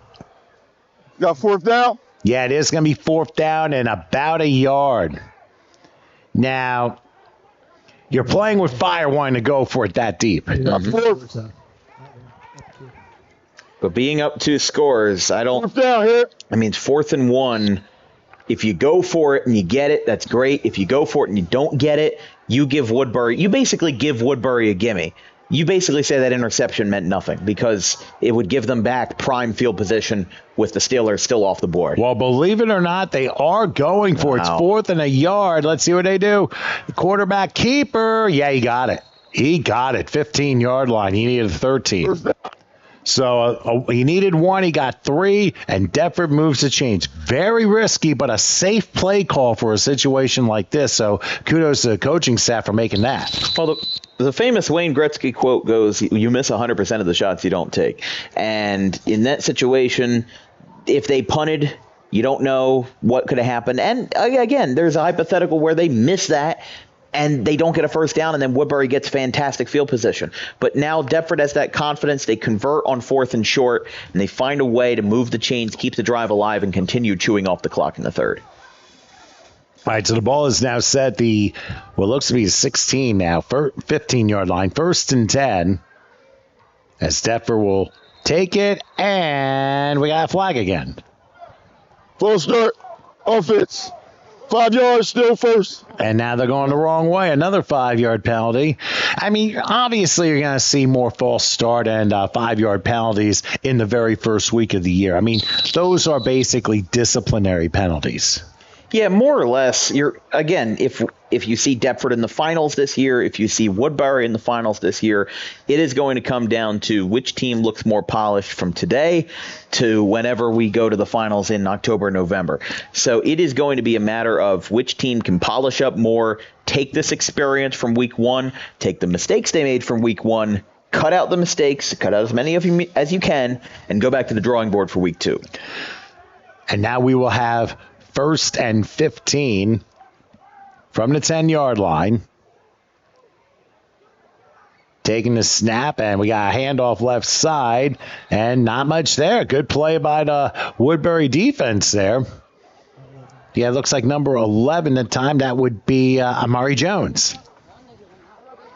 Probably going to be the last play of the 3rd quarter, so it's going to be a long walk to the other end of the field. Get it off. We're going to be at the 8. They're going to spot the ball at the 8-yard line. So it's a 2-yard loss. And no urgency, so I think they'll be done. Yeah, definitely. It's going to be three-quarter time here. So when we resume, it'll be 2nd and 17 from their own 8-yard line. So we'll take a break here after 3. Deptford leads Woodbury 13-0 in the 12 and under. So let's grab a break. We'll have the final quarter of game number 4 right after this.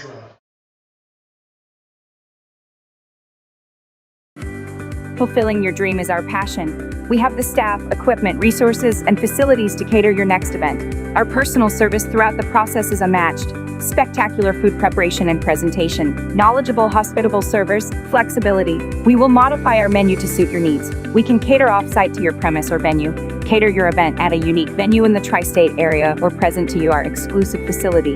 Innovative catering concepts will make your event one to remember. We are your complete caterer.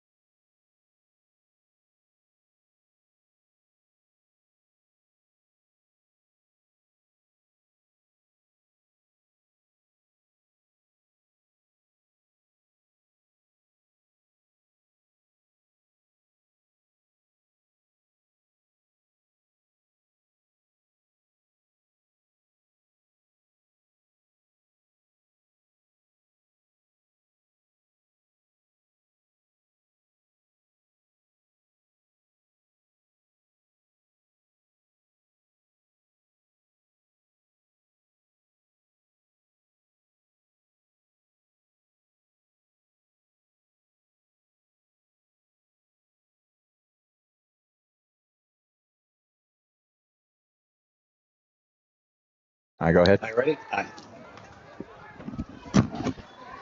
Okay, we're back in action here for the final quarter of game number 4, the 12 and unders. Here's some TCUFL action here from Woodbury, New Jersey. Right now, Deptford has the ball 2nd and 17 from their own 8. Here's a pass right side. Looks like it's caught, but a good stop by the defense for Woodbury, only to get like maybe 3 yards on the play. South Force, a 3rd and long coming up. I'm Tom Wilkins. My son Dan's with me. Howard Gaber taking care of the controls.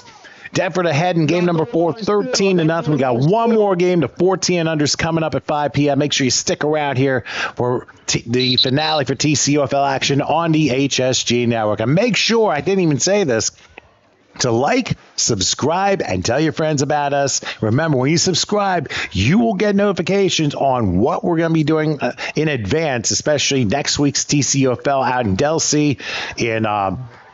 And right now we have, get this, over 2,400 people have checked into this broadcast today. Fantastic stuff. Yeah, it definitely is. And we really appreciate all of you for checking in.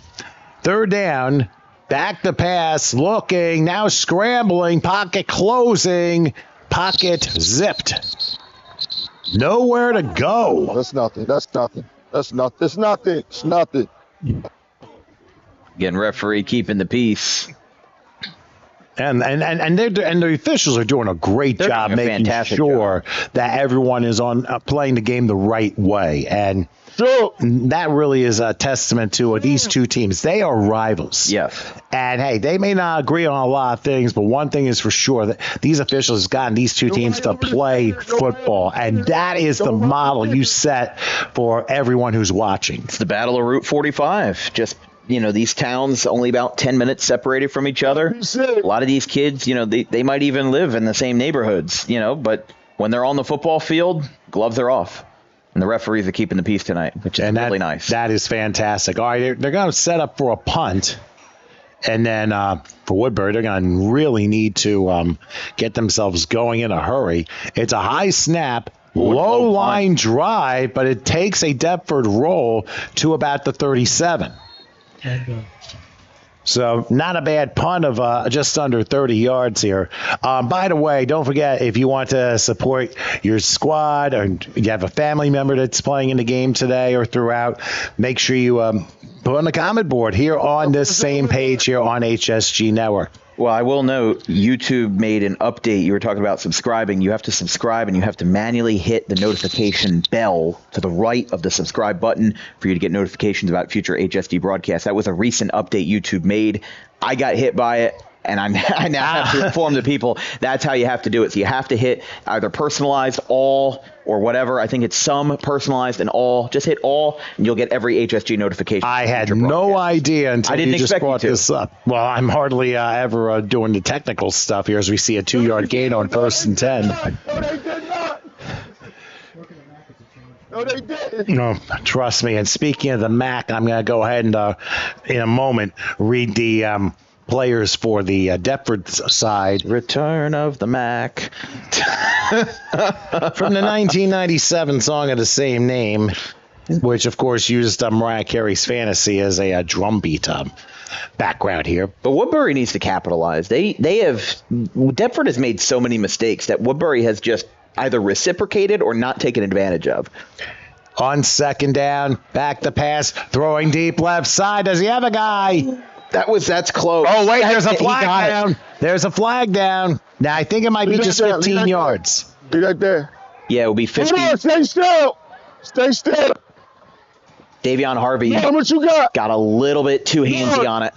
What you got?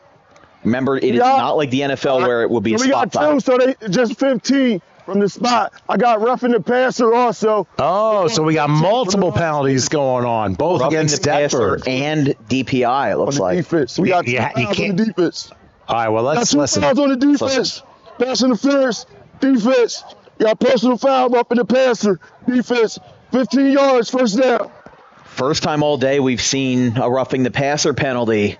Comes in a very crucial time for the Steelers. All right, so one penalty is going to be declined, the other accepted. Either way, they're going to get the ball to the 20-yard line, I believe. So we're going to wait a moment to read the names as we're now down to about 7 minutes left in regulation. Woodbury with their best chance to get points on the board.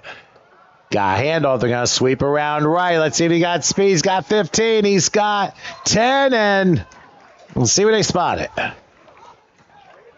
On your head. On your head. On your head.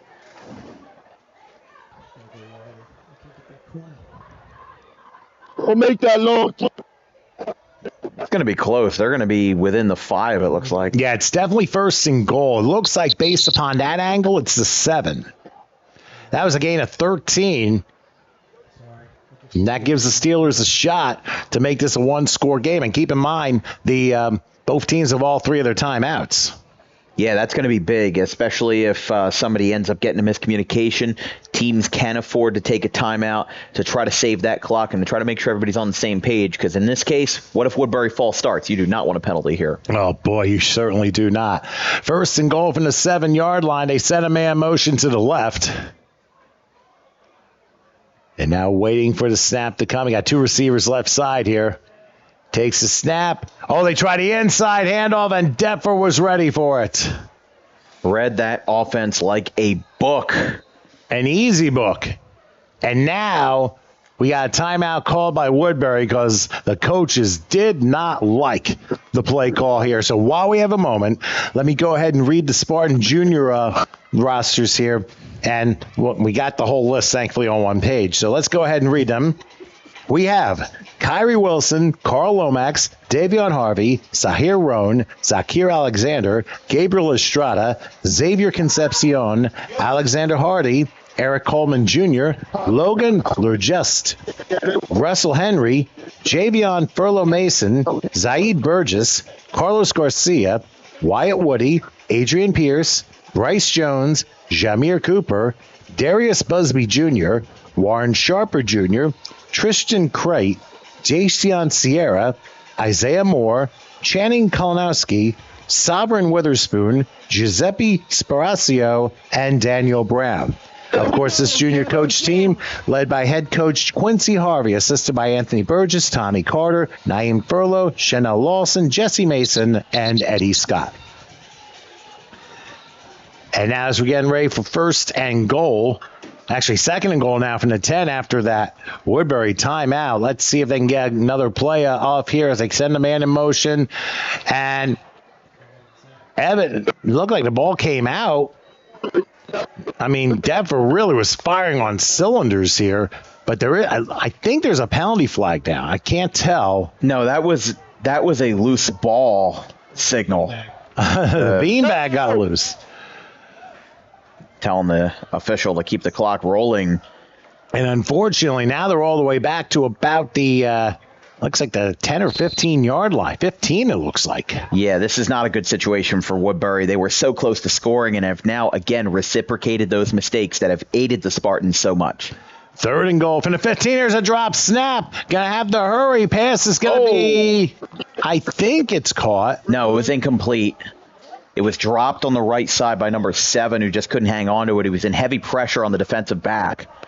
Just couldn't hang on. Yeah, very, very tough break there. But now, after such a promising drive, here the Steelers have 4th and goal from the 15-yard line. So they're going to have to try and come up with another one of those plays. And I don't know if sweeping right's going to be the answer here. No, I feel like as much as I like a offense that does not take too many risks, this is a good time to take a risk because you don't have much to lose right now except for, of course, the game. So if they go to the air, I wouldn't be surprised.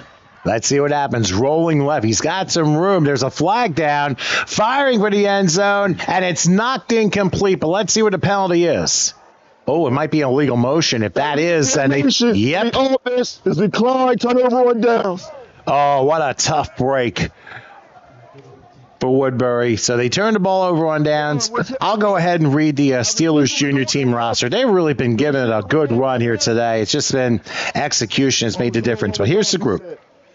Amari Jones, Zechariah Menity, Colton Jenkins, Kamar Jones, Isaiah Gamble, Elijah Brown, Connor Jackson, Christopher Harris Johnson, Giovanni Robertson, Tyseer Brown, Elijah Goldman, Brock Jones, Antoine Harvey, Avery Harvey, Austin Herbert Roberts, Asante Burgess Tucker, Hosea Archie Miller, Romulo Lewis, and Andre Painter.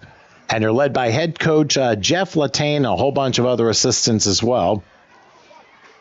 Looks like Brian Brown, Darnell Denby, James Herbert Roberts, Jared Latane, Lamont Love, Tariq Miller, Mike Page, Damon Rhodes, and Nora Simon. And the cheerleading coach is Brianna Tolber. We got to give her a shout as well.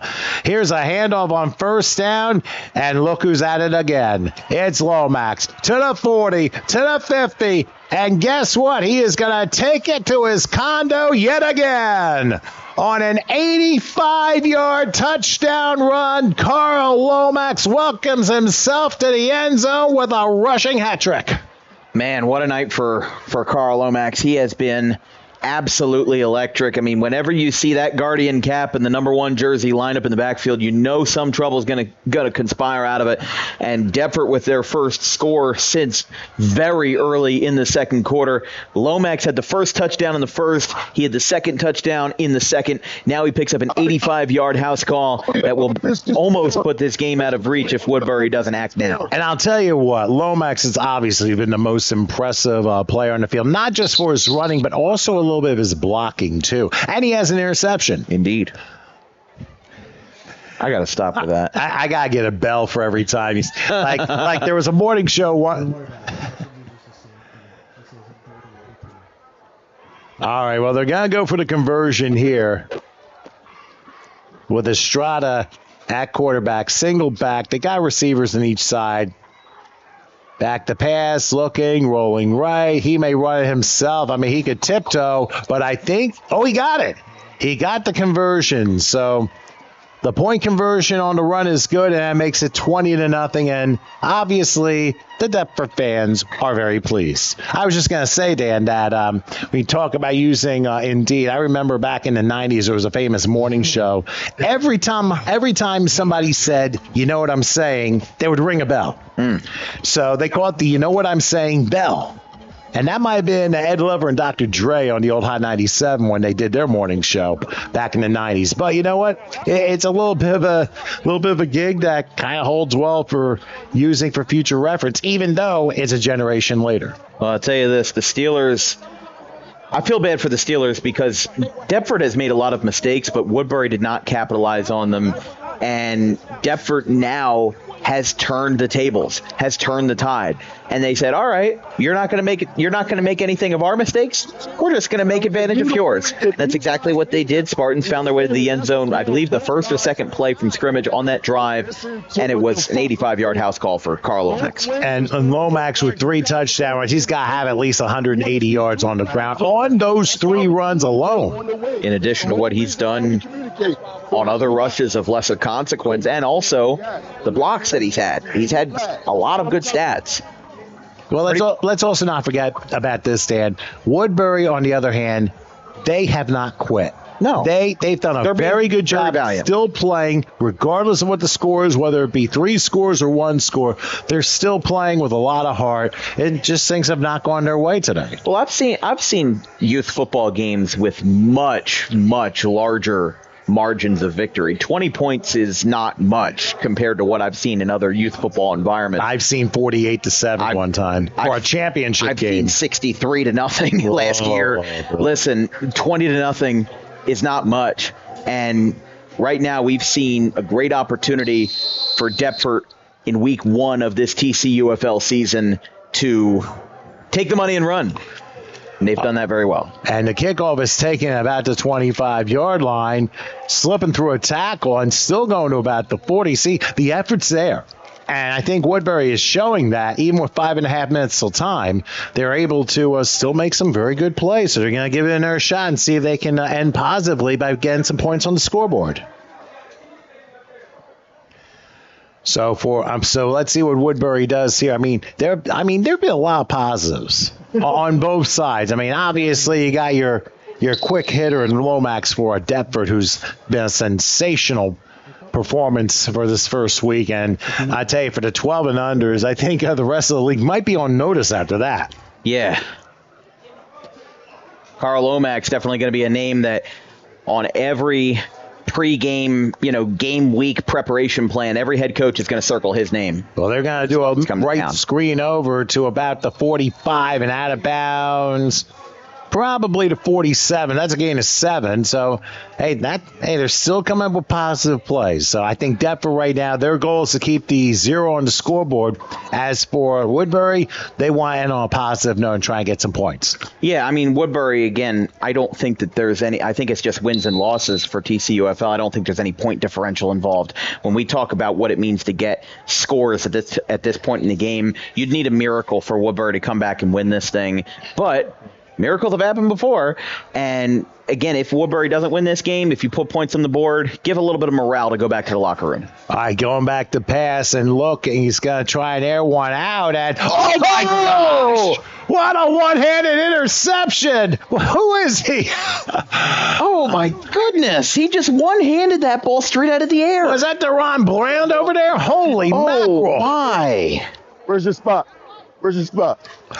That is the first time I've ever had my hand straight up in the air following a play in youth football. I mean, I've seen something like that in high school.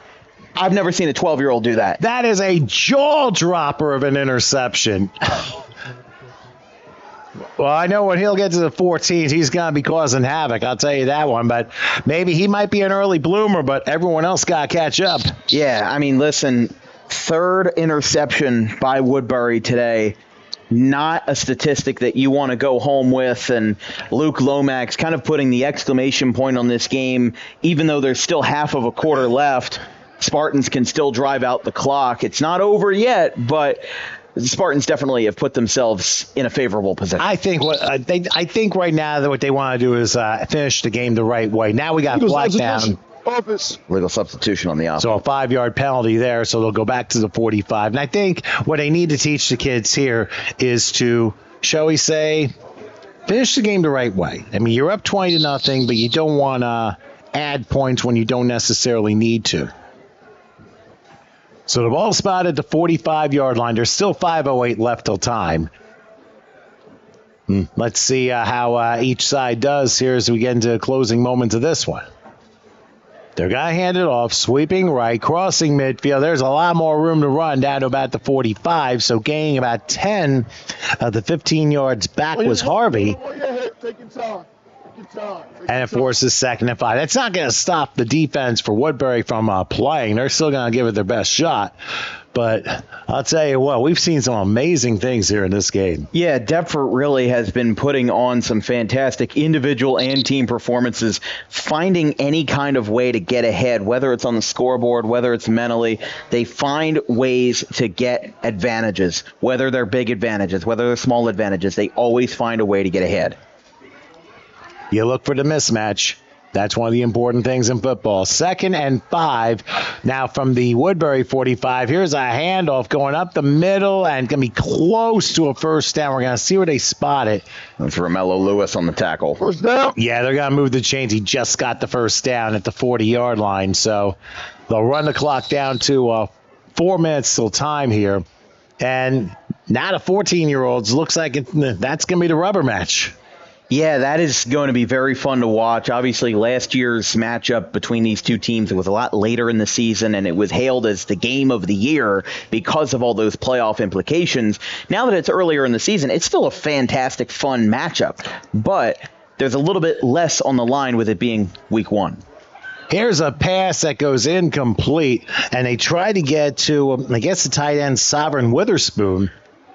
He just couldn't come up with it, so it'll be 2nd and 10. But I think the important part to remember is regardless of the level of competition, we remind ourselves all the time, these are kids going at it. They're giving it their best shot. And even if it's a win or loss thing, that it shouldn't matter. You do the best that you possibly can. Sometimes things just do not go your way, and that's all there is to it. Exactly. And, I think about one of the biggest things that I love about youth football is the fact that I watch a lot of high school football, especially in South Jersey.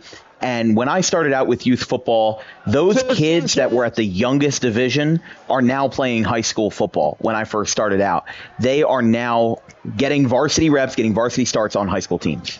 Here's a deep ball down the left side. He's got a man and caught and flamboyantly wick his way into the end zone. A touchdown pass of 40 yards. Trying to see who the one was that caught it. That was number 3. Zaire Roan with the touchdown reception to extend the lead for the Spartans. That was tremendous. Yeah, and Deptford putting a candle on this one, putting an exclamation point on 2 exclamation points, actually. We talked about the exclamation point when Lomax made the interception. They now add on, as you said, 2nd exclamation point. This game out of reach now, 26. It's not completely out of reach, but, logic tells you that looks like Spartans are going to come home with a 1-0 victory. All right, so they're going to go for the conversion. 14-year-old's going to be really exciting from a pride standpoint. Back to pass, going to throw up the middle, and it is caught for the conversion. And now make it 27-0 in favor of the Spartans. But you know what? Hey, despite the fact that this game's gone a little bit out of hand, you still got to give credit to the kids for trying. They're doing the best job they can, and sometimes things just get away from them. And with this game, again, mostly decided, we talk about there's 3.5 minutes left. When you're in youth football, you don't see it usually on the camera, but there is a hodgepodge of players off camera working. They are getting those reps in because there's a very quick turnaround time from game 1 to game 2 and so on and so forth. It's 4:48 right now. Probably going to start maybe about 15 minutes after this game ends. Those players are hard at work. Those players are getting ready. They are locking in mentally, and they are finding their groove so that they are not unsettled. They are not phased when the kickoff happens for game 5. All right, well, and that's going to be coming up after this game, the 14 and unders between Deptford and Woodbury right here on HSG Network. And I'll tell you what, this is a tremendous setting for a game. I mean, we have a ton of people here today, and everyone's enjoying football, fellowship, and really family pretty much, because football really is family, regardless of what team you're on. And it really is amazing. If you think of it from a fan perspective, I mean, obviously you want your team to win, but more importantly, if your son is playing on a football team, you want them to do as well as possible. And they give it their best shot. I know it's sounding slightly redundant, but you know what? You just got to do your best. And sometimes you have a 13-12 game. Sometimes you have a 34-0 game or a game like this. First game today was 27-6. in favor of Deptford. Yeah, in favor of a Woodbury, actually. Yeah, that's all right. But anyway, the game, by the way, the earlier games, you can DVR back on this particular feed here on HSG Network if you missed any of the action from earlier. So make sure you check those out. And also make sure you send in your shouts for wherever you are and who you're supporting and what person from your family is playing in this game. I mean, hey, why not? It's all right here in the comment section here on this particular link here on HSG Network. All right, so we're down to 327, and they're going to do a one-hop directional kick, taking it about to 26. Ooh, good juke. Yeah, he did. He gets to the 35 and still pushing for yardage. Like I said, they're not giving up regardless of what the numbers are. Get to the 40-yard line. Yeah, right now it's about team pride. You know, if Woodbury can get into the end zone, avoid the shutout, get some points on the board, I think the realistic viewpoint in some of these people's minds is that the game is out of reach. But if Woodbury can get at least one score, get themselves at least a little bit of humility, get themselves in this game emotionally, that is how you go home, especially when these kids are 12 years old. They're still kids, and it's good to see everybody hanging out and having a good time. Well, we got an official timeout before we start the next. Timeout, Deptford. Oh, now Deptford's going to use a timeout. Probably to get some of the other, possibly inexperienced players some time to play on defense. So, I mean, for the most part, I mean, we obviously know what we have seen from Deptford, but from Woodbury's side, what positives have you seen from him today? Well, a lot of what I've seen from Woodbury has been reactionary, and a lot of it has been because Deptford made a lot of mistakes. They were only up 13-0 at the end of the first half, and Woodbury tried their best to capitalize on some of those mistakes, but the zero on the scoreboard shows that they didn't. Where I think that they did succeed is starting off drives in good fashions. Again, I think that they went to the air a little bit too much. If they go to the rushing game, I feel like they have a lot of potential because they have a lot of talented guys on the team. But if you chuck 11 guys out onto the football field and you don't do what you should do with them, you're not going to be in the right spot. Meanwhile, play your cards right. I think the Steelers will be fine. They threw 3 interceptions today. That's the one thing that I think that they should work on. But again, a lot of it comes down to team pride. This is a home game for Woodbury. This is a passionate football community. Obviously, Woodbury knows what it's like to win. 2021 South Jersey Group 1 champions in the high school level, 2022 state champions, the first ever state champion in the NJSIAA. They know how to win. So this isn't over, really, for Woodbury. It's only a beginning, and like I said, it's a new generation, a new chapter for them. And flags are down yet again. Got 12 on defense. And Deptford forgot how to count for us. I thought they were talking about number 12, but no, they're talking about 12 total. So it ends up being 2 men on the field for Deptford, so a free 5 for Woodbury. That'll be a first and 5. That way. Well, another thing as well when it comes to winning cultures, winning programs, you know, I've had some good conversations with Pat Landis, the head coach at Deptford High School, and he tries to emulate a lot of his game from Al Oreo, who was the head coach during the 90s and the 2000s, won 3 sectional titles with Deptford in 03, 04, and 06. And he knows what it's like to build a winning culture, and it all starts here. It all starts at where these kids are very young.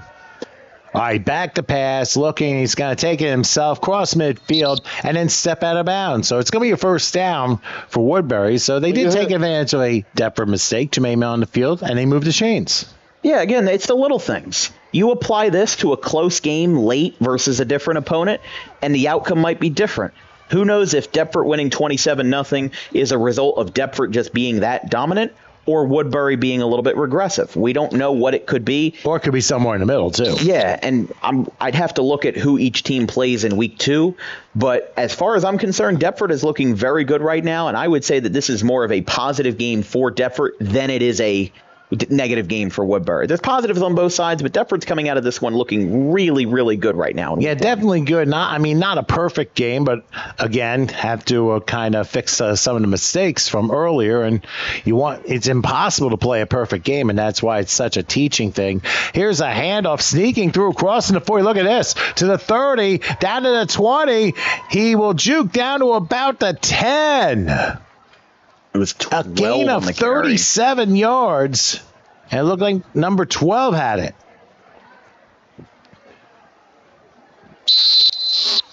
And obviously, he stayed in bounds, so all the first down did was stop the clock, and now they resume it with 2:50 left till time. And now once again, Woodbury with a chance to get points on the board.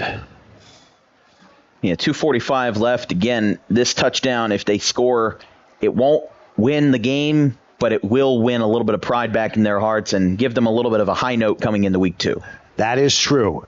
Here's a handoff right side, cutting in the middle, and dragged down at the line of scrimmage at about the 8-yard line. So I'll give it another try, 2nd and goal. There were a couple of blocks missed on that play, but obviously, again, this is somewhat of a work in progress. If these teams met at the same juncture that they did last year in week 7 that they met, in the 12U and 14U, maybe it will be a little bit different, because sometimes you do see more lopsided scores at the beginning of the season when teams are a little bit less polished and momentum goes a lot longer, where maybe the mistakes that they made would come back to haunt them, but less so and less severely than it has for Woodbury here today. I'm not sure. They tripled to right on 2nd down, and then they sent a man in motion, so it's going to be more like a quad. Yeah, I don't think. No, the man in motion was the man in motion was on the motion out, and didn't realize he wasn't supposed to be in, and it ends up being a 5-yard penalty. Yeah. I was going to say, are we going quad receivers right, or what are we doing? As I told you earlier in the broadcast, I saw a thing where they had triples on both sides of the field, which I'm like, okay, then who are you going to snap the ball to? Yeah. So 2nd and goal now at the 13-yard line. Back to pass, looking right, taking a shot. He's going to be chased down to the 10, and he decides to step out of bounds. Couldn't tell from that angle. Got 5 in the back. We have another flag, though. Legal formation. They had 5 in the back. Oh, goodness. Another illegal formation. So another penalty against Woodbury, this time illegal formation. So stay 2nd down. That was at least a 7-yard pickup. On the right side of your screen, look at Deptford. They are just like crowding under the goal. They're gonna stampede the field when the game is. As soon as there's no time left, they're gonna be just charging. He's like, "Hey, can't we handshake first?" Gonna have to make a quick work of getting our player of the game up to the box. I think I might just do that before things get crazy here. All right, coming down to a minute 10. 2nd and goal from the 20. Back to pass, looking, going to take a shot for the end zone, and a little short of the end zone, ends up being incomplete. Diving effort, no good that time. Minute two on the clock. And now, again, just things Woodbury wanted to get maybe a little bit of a morale score. Haven't been able to get it. All right, so 3rd and goal. And, it's very possible the official may call the game after this possession, regardless of whether Woodbury scores or not. That's the score. It's 27-0. He's just trying to get his game started. Bringing in some substitutions here. Yeah, like we said, the scheduled 14U game was at 5 o'clock. Might be just a couple minutes behind, but honestly, I've worked youth football games where games are 45-plus minutes behind. This isn't bad. All right, back to pass, looking, taking a shot, and they try to hit an open slant. Ends up going incomplete. So it'll be 4th and goal from the 20. Give it one more shot and see what you got. Yeah, this will be the last offensive play for Woodbury unless they score here, because obviously with the kickoff, Deptford would get the ball back and be able to kneel. But either way, or unless you try an onside kick, that is possible. But again, Isaiah Gamble was the intended receiver that time. Didn't look like he wasn't it didn't look like he was misaligned with the ball, but it just looked like he didn't read it right, and quarterback ended up missing him that time. And so to line up 2 receivers right, 1 to left.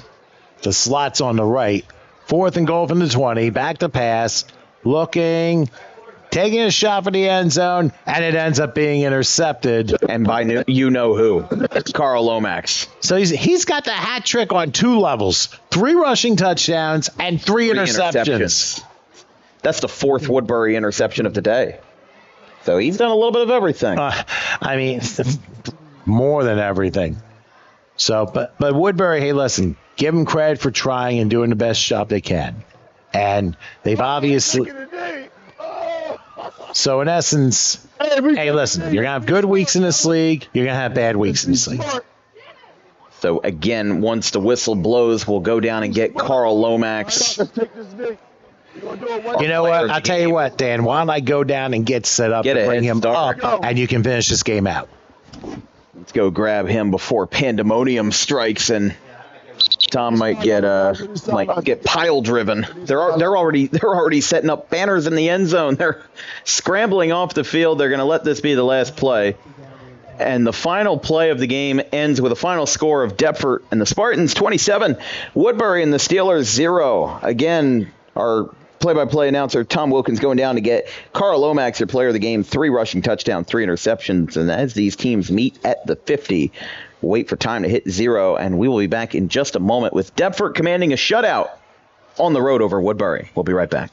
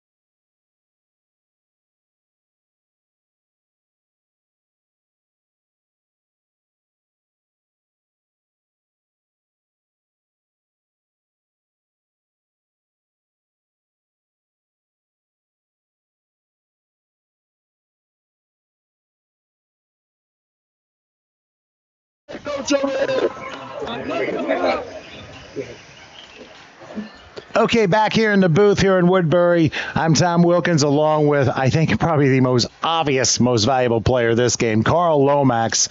3 touchdown runs, 3 interceptions, and here's the MVP I can share with your family and friends here on screen. Thank you. And obviously a little prop here, but what a nice win for Deptford. Great start, 27-0 over Woodbury. Your thoughts on your performance, first of all? So, the first time I ever started playing the game, I wanted to thank my lineman for blocking. And second, my quarterback, because he did good with the plays. And just blocking for...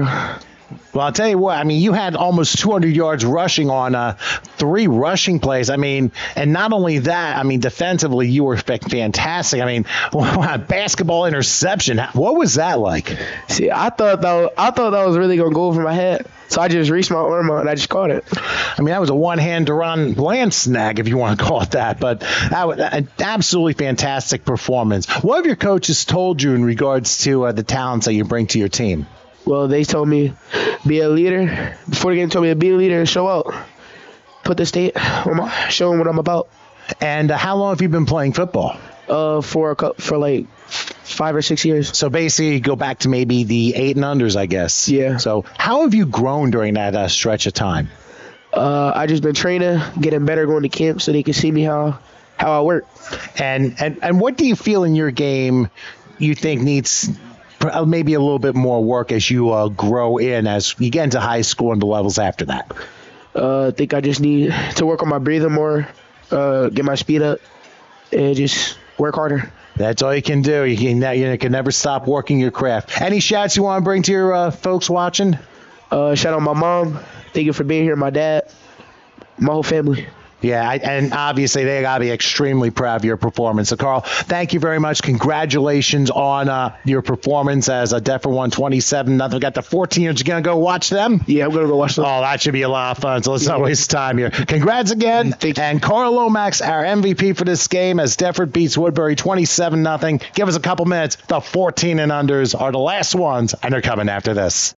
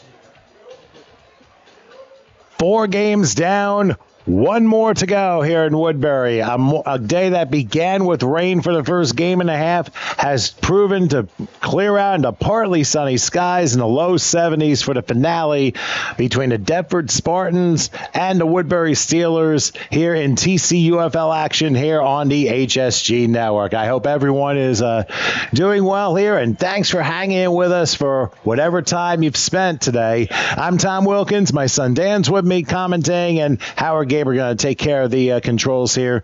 And we got the 14s. This is obviously the most spirited. A game that was supposed to happen last year, didn't quite happen for whatever reason, but now opening week of the TCUFL year, and this is going to be a dandy. Yeah, it's making up for lost time. I mean, listen, some of these kids that might have been 13 last year, they've aged up, but they haven't aged out, and they still remember how fierce it was last year, how fierce this rivalry is. It's going to be a very fun 40 minutes here at Bruce Connell Memorial Field. And I'm really looking forward to this, of course. As you can see right here on HSG Network, it's a sign just came up, of course. Both teams have won 2 games, so this is for all the marbles here. Whoever wins this 3rd game out of this 5-game set. Of course, next week we are going to be at Delsea in Franklinville.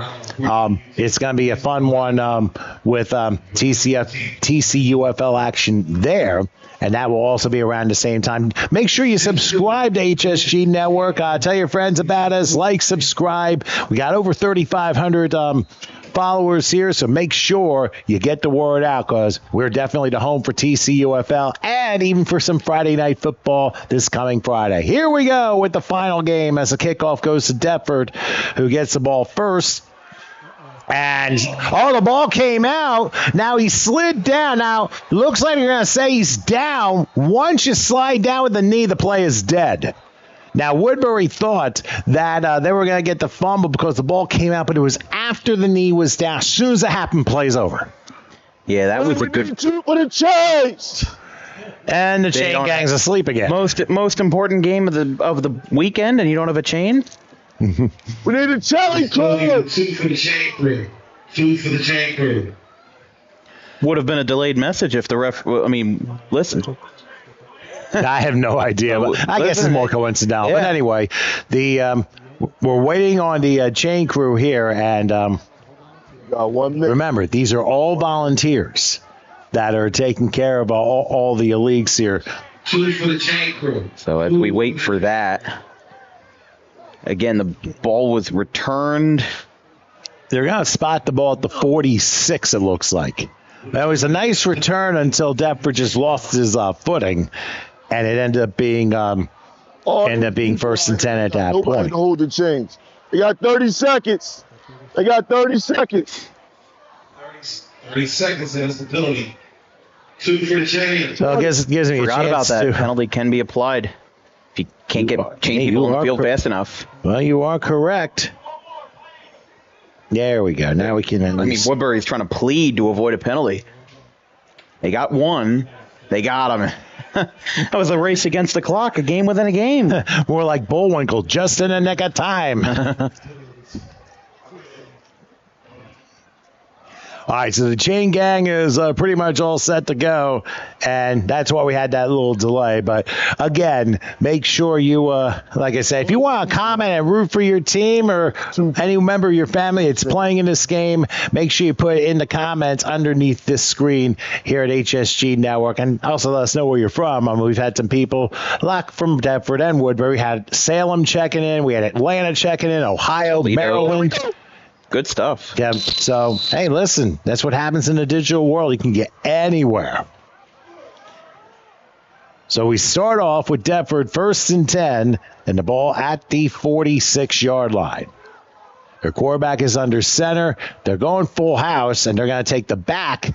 And the handoff is going to bounce around to about the 49-yard line. Obviously, it's going to be the hardest hitting because these kids have been playing for a while, and they seem to know what's going on. So you're going to see a lot more intricate stuff between these two teams. We're finally seeing, again, the biggest of the big kids. We got Woodbury player down. Oh, just all of a sudden. Try to get off the sideline, couldn't get there. Might be a cramp. We don't know, but Oh, he's holding his arm. Yeah, he was favoring towards his right pectoral and towards his upper right arm. Well, hopefully this is not a substantial loss and not a serious injury here. Belief for Woodbury, that was number 55, Robert Redrow, who's getting assistance. But again, on your upper chyron on the top third, there's the final scores from the other matchups today. The 6U result, 27-6 Woodbury, and then 6-0 in the next two. One for Deptford in the 8U, and then Woodbury 6, Deptford 0. You can see the referee going over on the other side, telling the Deptford side an injury is not time for a timeout, and then circling back, 12U 27-6 Spartans over the Steelers in the most recent game of the 5 today. All right, so now we get back into action. It is midfield now after a 4-yard gain. 2nd and 6. They're going to hand it off again and pushing his way across to about the 46-yard line and almost stumbling over the Deptford running back. That is number 4. His name is Kashawn Green, who was able to get the carry and now force a 3rd and about 1.5 yards. I'm keeping an eye on that defensive lineman, Robert Redrow, number 55. Anthony Reagan, keep your eye on him. He might be something today. Well, I guess we'll soon find out. 3rd and 1.5 yards. Handoff right side. He's got a first down easy. Crossing the 40 and going down to about the 37-yard line. That was Devere Wade on the carry, number 29. Found a space on the right. And again, these are the oldest of the kids that you're going to see in the TCUFL divisions. And it's always going to be fun because it's been building up to this. When we got here at 8:45 this morning, first game was 9:30 with the 6U kids. I mean, I can't believe this is what I'm watching right now. It's almost like watching high school football because of how big these kids are. Look at some of the linemen. They look like they could start for a high school team. Well, if you think about it, this is the closest you're going to get to freshman high school football. Exactly. I would imagine a lot of these kids are in 8th grade. There's probably a good chance some of them are freshmen in high school.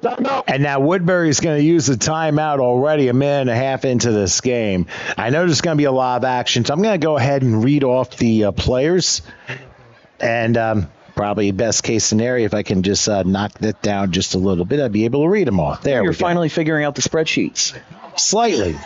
But when doing that, you have to also get your reading glasses ready. I know. It's gonna be so with that, let's go ahead and read Deptford's senior Spartans for the 14 and unders. They are Jeremiah Hardison, Ryan Finlaw, Amari Cephas, Hayden Redmond, Kashawn Green, Anthony Santiago, Zaki Bab, Isaiah Guzman, Jazzy Henry, Jalen Davis, Josiah Hornsby, Lathan Sierra, Barry Muhammad, Michael Pritchard III, Elliot Santiago, Kazmir Cotton, Samir Watkins, Kyrie Chandler, Cameron Wilson, Jordan Lugo, Davir Wade, Gavin Smith, William Lindsay Jr., Elijah Love, Russell Love, Jason Robinson, Elijah Gamble, Axel Franco, Steven Sierra Jr., Shane Horsey, Ryan Caltagione, Dominic Agizi, Joseph Tuman, Justin Madden, Dominic Finnemore, and Elijah Santiago. And the head coach, by the way, is Isaac Redmond from these senior Spartans. Assistants Orlando Concepcion. Let's see. Well, there's 7 of them there. Good thing I clicked the right one. So now it looks like we are ready to get going here. As the ball is spotted at the 37-yard line.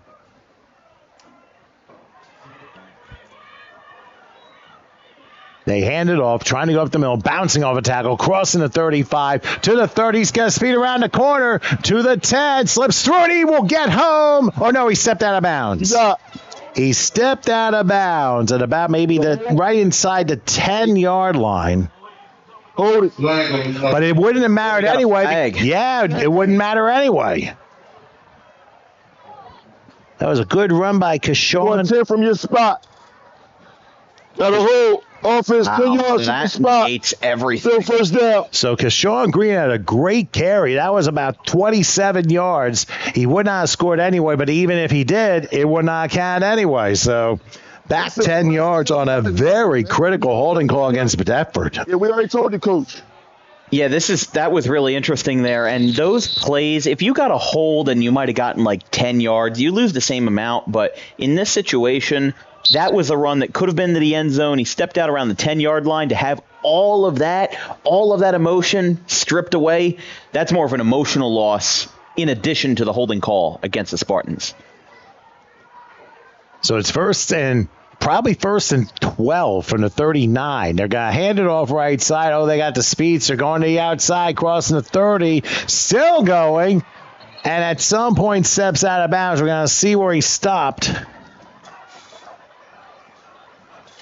Hard to tell here, but it was Jazzy Harvey with the carry. But he did step out of bounds. And they're going to say it about the 19-yard line. That's a 20-yard gain, and that's a first down.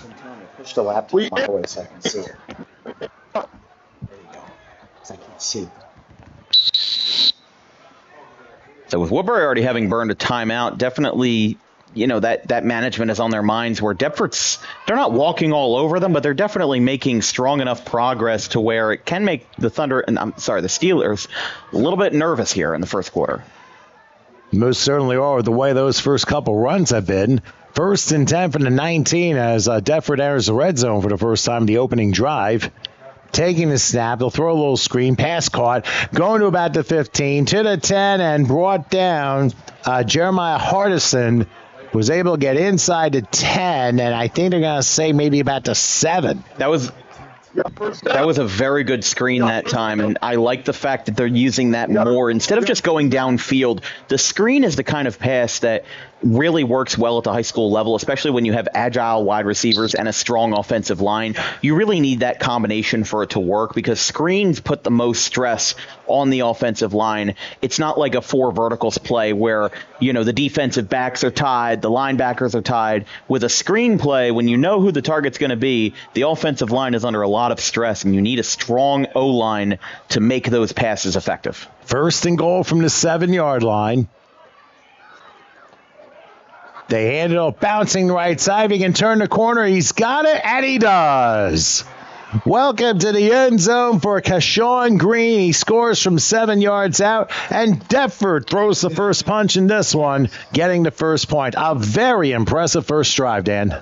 Yeah, that was a dominant drive. I didn't enter that drive thinking that Deptford was going to be in the end zone that quickly, but they did. They absolutely got in very, very quickly. It only took them about 2.5 minutes to do it. They just got first down after first down, and then eventually the levee broke, and they found themselves in the end zone for 6. Now whistles are blowing before the conversion. Sportsman conduct. Defense. Wow. Defense? So they got Woodbury on unsportsmanlike. Because somebody on Woodbury took their helmet off after the play. Thought maybe something might have been on Deptford there, but they called it against Woodbury. I personally didn't see it, but our director saw it and pointed it out. And that's the penalty. So we'll have to see. I imagine they would take it on the kickoff. That's the wise thing to do. Take that unsportsmanlike 15-yard penalty on the kickoff, put them at a disadvantage when you're already up 6. And you're kicking off in plus territory. Correct.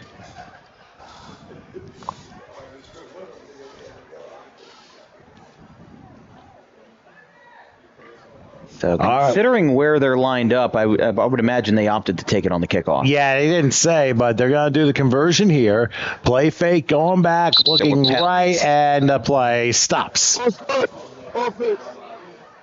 That might have been on number 8 in the backfield, Harvey. It looked like he kind of stumbled as he was going forward, as he was getting ready to move towards the line, and the referees caught it. And again, I might have missed somebody on the O-line, but that's who I was looking at, Jazzy Harvey. Well, as they say, on the front line. As they say, sometimes it takes just one little thing, and even if you fall, it's still a penalty. That's correct. So, whoops. Got to be a statue before you break on the snap. So the conversion will now be from the 8-yard line. May not be a perfect first drive on a penalty standpoint, but obviously some things to work on and clean up for later on. They send a man in motion. They go for the conversion. Now he sends a second man motion for a sweep, who drops the football and looks like he's made a spin move and is able to get inside for the conversion. Fantastic stuff right there on the carry. Believe that was Harvey on the carry that time, who botched it and then was able to recover for a fantastic conversion, make it 7. I mean, that's tremendous. By the way, the quarterback is Ryan Finlaw for the 14-year-old Spartans, but that was an absolutely tremendous play. I mean, it wasn't pretty, but they got the bounce to go their way, and Harvey just spun out of a tackle and away he went. Took great advantage of that blocking that time on the offensive line as he swept out to the right.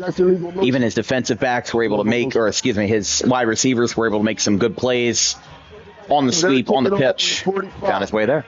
All right, so what's going to happen now, because of the unsportsmanlike on Woodbury, the kickoff is going to be at the 45 of Woodbury. You don't see this very often, where in plus territory you do kickoff. So you see it in high school sometimes, but again, the circumstances alone that the defense picks up an unsportsmanlike conduct call after a touchdown is pretty rare. Because if I think about it, out of my experience, the team that usually gets an unsportsmanlike conduct call tagged against them after a touchdown is the offense, usually for excessive celebration.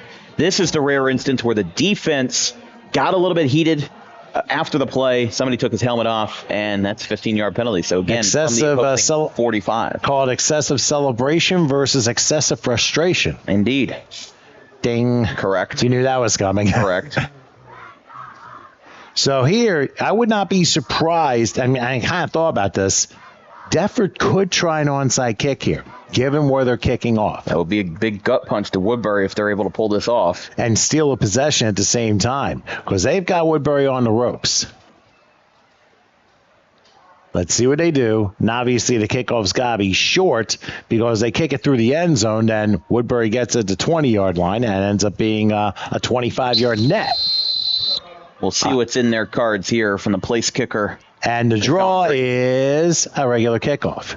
One hop, and is it? It drops it about inside the 5.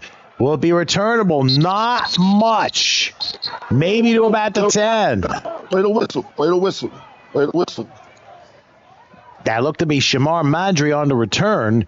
And unfortunately for Woodbury, their opening drive is way back. The good news is it is 1st and 10. You got to go in increments here. Not too much you could do that time. Again, the grass here being, again, they redid this field last year, and the grass is still a little bit taller. You can see how deep those cleats are in the grass, and that is not going to allow the ball to move very quickly. If we were on a turf field, there was probably a good chance that would have backtracked into the end zone for a touchback. But because of the conditions, because of how much it has rained yesterday, last night, and this morning, you're not going to get a lot of friction, therefore, or maybe too much friction. Oh, they're going to hand it off right side. Oh, they're coming right after him, and what do you know? I was going to wait to use that term, but I'm not going to.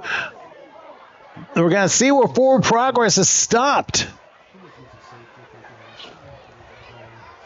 And I think they're going to be at the 1. Yeah, it looks like the 1. They didn't signal safety yet.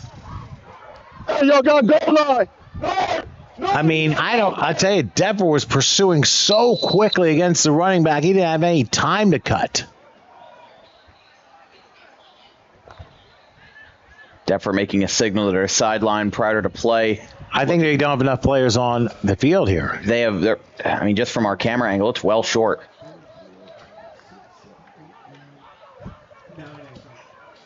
So on 2nd down, they're going to try it again, trying to slip out of a tackle. Did he? I don't think he did. No, I don't think he did, and he did not. Therefore, 2 points for the Spartans, who make it 9-0 on a safety. Unfortunately, the microphone wasn't safe there. 20. So kick it from the 20. That is the price you pay for an unsportsmanlike conduct. It costs you 2 points right there and possession, because on a safety, it's 2 points for the defense, and then the offense free kicks, whether kickoff, punt, or drop kick, from the 20-yard line. Never thought I would see the day that I would have 3 straight days where I've called a game with a safety. I love it. one of the rarest parts in football, and especially in youth football. Again, I mentioned in the last broadcast or in the last game about how centered teams can be, especially at the younger levels. That time, the perfect storm happened. Unsportsmanlike conduct against Woodbury. Kickoff gets trapped inside the 5. 2 plays later, they smack for 2 points. They critiquing it. They want their job back. And I mean, Deptford has come out with a house of fire, and defensively, they've been incredibly quick. Woodbury, I guess, hasn't been ready for what Deptford's going to be throwing at them here. Well, they say that you were saying a house of fire, and I was saying a wall of steel earlier in reference to Woodbury and the Steelers. But right now, Deptford is breaking through and already putting up 9 points, which is not a field goal. That's a touchdown and a PAT and a safety with 6:29 left in the first. Doesn't happen very often. I mean, safeties seem to happen a little bit more often than you might think, especially in today's world of football. Right. In the modern game of football, it happens a lot more, especially with how powerful kickers are these days, even at this level. All right, so the offense is going to free kick from the 20-yard line. They're going to choose to kick off. It's like Tyrone Norman is going to be the place kicker for this free kick. Yeah, they had the ball at the 20, and they launch one. It'll be taken at the 45, going to the 40, and down to about the 32-yard line. And then a little pushing and shoving following the play. That time. I mean, for the most, it's going to happen. Like pretty much, except for maybe a couple of instances in this day, it has been very sportsmanlike for both sides, and I think that is a major plus for both programs. It's so important that we recognize the sportsmanship that does go on here. And it's not just a plus for the programs, it's a plus for the league as well. I think that in a world where we look at social media and we see, youth football brawl, coach fights who and who, like I've seen it a lot. I've seen it in my experiences, but I haven't seen it in the TCUFL. This is a league that prioritizes sportsmanship, prioritizes humility, and wants these players to succeed without any extracurriculars. That is absolutely true, and you have to have that in order to go further in the long run. So right now, Deptford has the ball at the 31-yard line, 1st and 10. However, we got a timeout. Timeout Woodbury. Woodbury's going to use their second timeout already. So while we take a shot here and on the top right of the screen, ta-da, here we are. Myself, Dan to the left. Yes, our 5th and final game here, and Howard also putting his hand and waving, saying, hi, Mom. Listen, he deserves the recognition. Of course. He's the one that puts us in this booth. He's the one that put me in the booth. That's what I always say.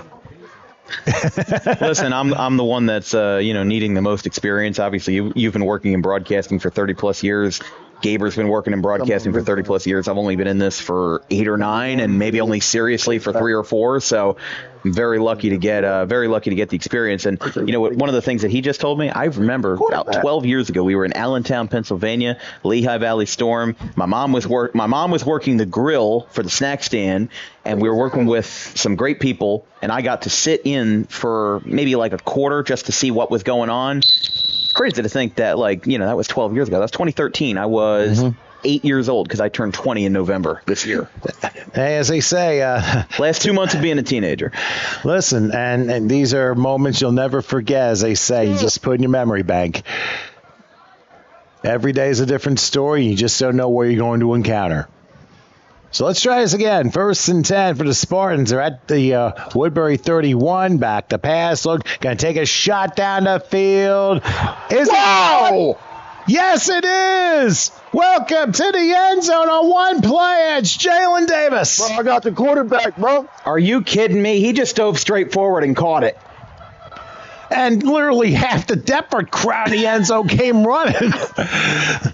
Probably a 5-yard penalty for too many men on the field for that. Too many fans on the field. I mean, they're crowding that side.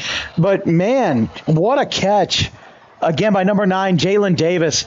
Right side, far side of the field. He burned a defensive back, got past everybody, and just dove straight forward, full extension, caught the ball. Almost like a baseball outfielder. Fantastic stuff from Jalen Davis. And that unsportsmanlike conduct has cost the Steelers a ton of points. But we continue on with the conversion here. And let's see what they decide to do. There's the quarterback. Ryan Finlaw is his name, by the way. He'll take the snap, go with an inside carry, and that is an easy conversion to make it 16-0 Deptford. We've got to see that.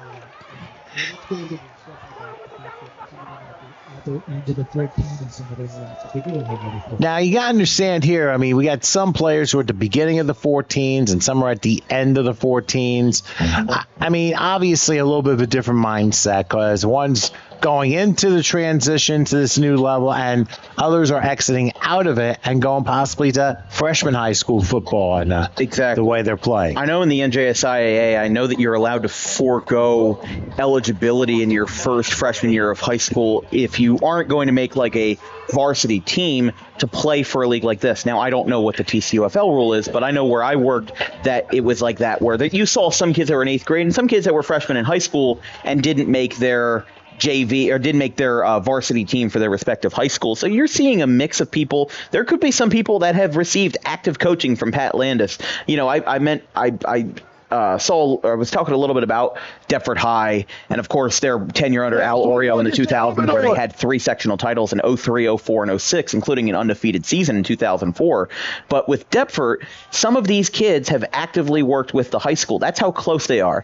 When we were earlier in the day, you had the 8-year-olds, you had the 10-year-olds. Yeah, they're a little bit farther out. These kids are on the doorstep.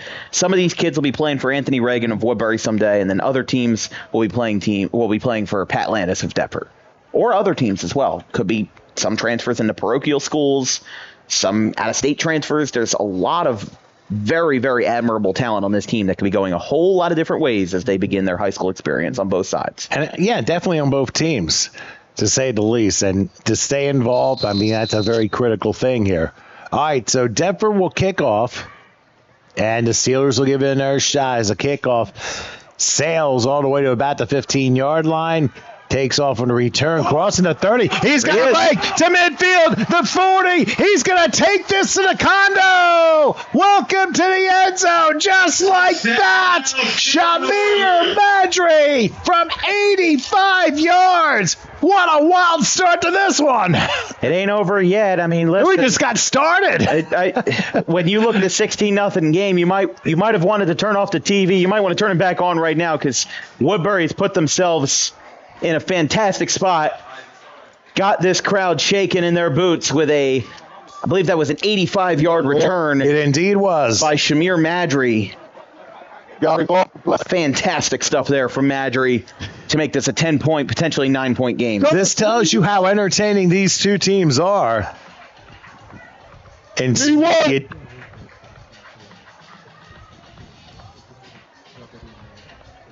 I mean, it's just fantastic stuff on both sides now. On the offense for Deptford, on the special teams for Woodbury. I remember doing one of my first championship games up in New York State, and one of the teams actually had a kick returner who returned 2 touchdowns on kickoff returns.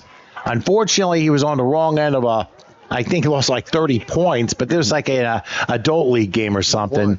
But, I mean, he really shined out, kept his team in it. But then after that, they decided, you know what, we're not going to kick to him. It's a great way to get the home crowd in it. I mean, listen, Deptford came up 16-0. Woodbury needed a spark. That is the spark they needed. You can hear the crowd in front of us. They're excited. And now that door has reopened itself, even just 4 minutes into this game, we've already got 3 scores. Could be a high-scoring affair in this one. Let's see what the conversion's like. They do a little screen. He got it. 16-7. We're not even 4 minutes into this game, and we're piling up points. Really like that pass as well. It was pretty simple, rolled out to the right, never stayed in the pocket too long, and the offensive line held up for him to hit his receiver not too far downfield, but far enough for the 1 point. And it was a simple play, too. I mean, it was just a simple, I guess, little wheel route thing, and everyone goes to one side, just lock the screen, and let the receiver take care of the rest, and he did exactly that. With a packed crowd, near capacity crowd on hand at Woodbury, the wall of steel could be back in order with this being a 9-point, just outside of being a 2-score game. And we're not even halfway through the first quarter. Exactly. Yeah, that is the beauty of it all. Up on the upper third, you got those other scores as well. It's been good games all day, for what it's worth.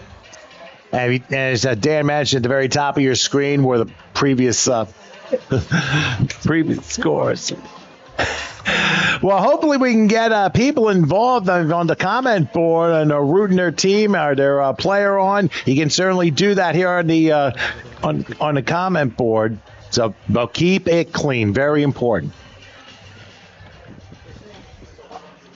All right, so they will kick this thing off here.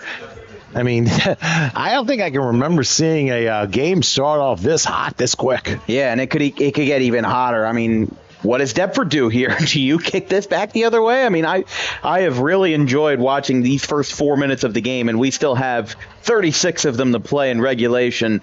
But Deptford, again, getting the party started with Keshawn Green just 2.5 minutes in. And again, when Keshawn Green opened up the scoring, that was 7:35. So then it was a safety at 6:29. Davis with a touchdown 15 seconds later. And after all of that, Woodbury goes to the house, 85-yard kick return by Madry, 16-7. So literally 23 points in a minute and a half. Exactly. We are on light speed right now in this game. Now, they could recreate Ravens-Giants second half Super Bowl 35 with all the points going on. But, all right, here's the kickoff. It's a directional kick, but I think it went out of bounds.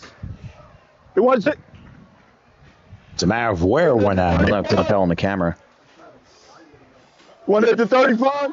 Yeah, so it looks like it's a kick out of bounds. Yeah, the flag is on the near side, so that's at the 35. They're going to take the ball to the 35-yard line, it looks like.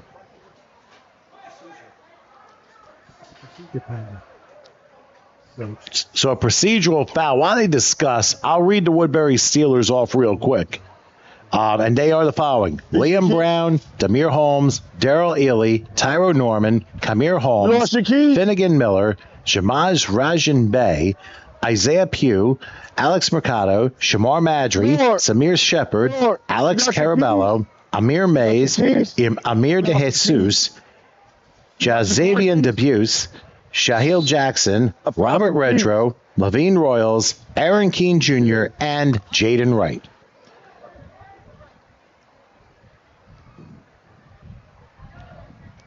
So those are your players for the Woodbury side.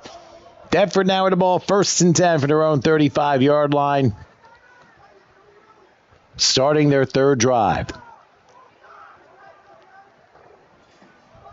They will hand off up the middle, trying to speed through, crossing the 40, and getting to about the 43 before finally Woodbury pulls them back. But it's an 8-yard gain, and I've seen so far up the middle has been the strength for Deptford.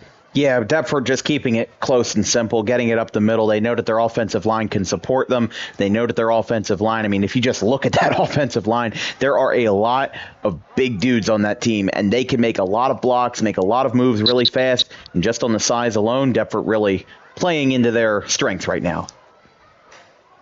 Down make it 2nd and about it. They're going to give them 9, so it's 2nd and a yard from the 44-yard line. They're trying to make sure that everyone's in the right place as they have a full-ass backfield. Finlaw will hand it off up the middle, easy, crossing midfield down to the 45 of Woodbury. That's another 11 yards, now move the chains for Deptford. And Spartans picking up another first down, moving past midfield now. Again, Woodbury's biggest advantage that they can play into is, I guess you could say, more of momentum, consistency. If they can stop Deptford once, you can stop Deptford twice. And if you can stop them twice, you can stop them 3 times, and so on and so forth. They just need to get the ball rolling. We've seen that they can score. We've seen that they can get this crowd on their feet. They just got to do it. They just got to put it in motion. 1st and 10, Deptford at the Woodbury 45-yard line. A little more than halfway through the first quarter of our final game, the 14 and unders. Here's another run. Oh, and he broke through to the 30, the 20, and he ends up in the end zone. One of the side officials just threw a 30-yard flag. I'm not sure what it's for, but we'll see what the call is. What you got? I had him. The dude was running and he was pushing him in the back. So what number was it? Because he on ass. I want to say he was right in 39. So we got a hold. We got a hold. We got to hold. This may come back the way it sounded. Like it. Yep, it's coming back. And Deptford's like, you're kidding me, right? 39.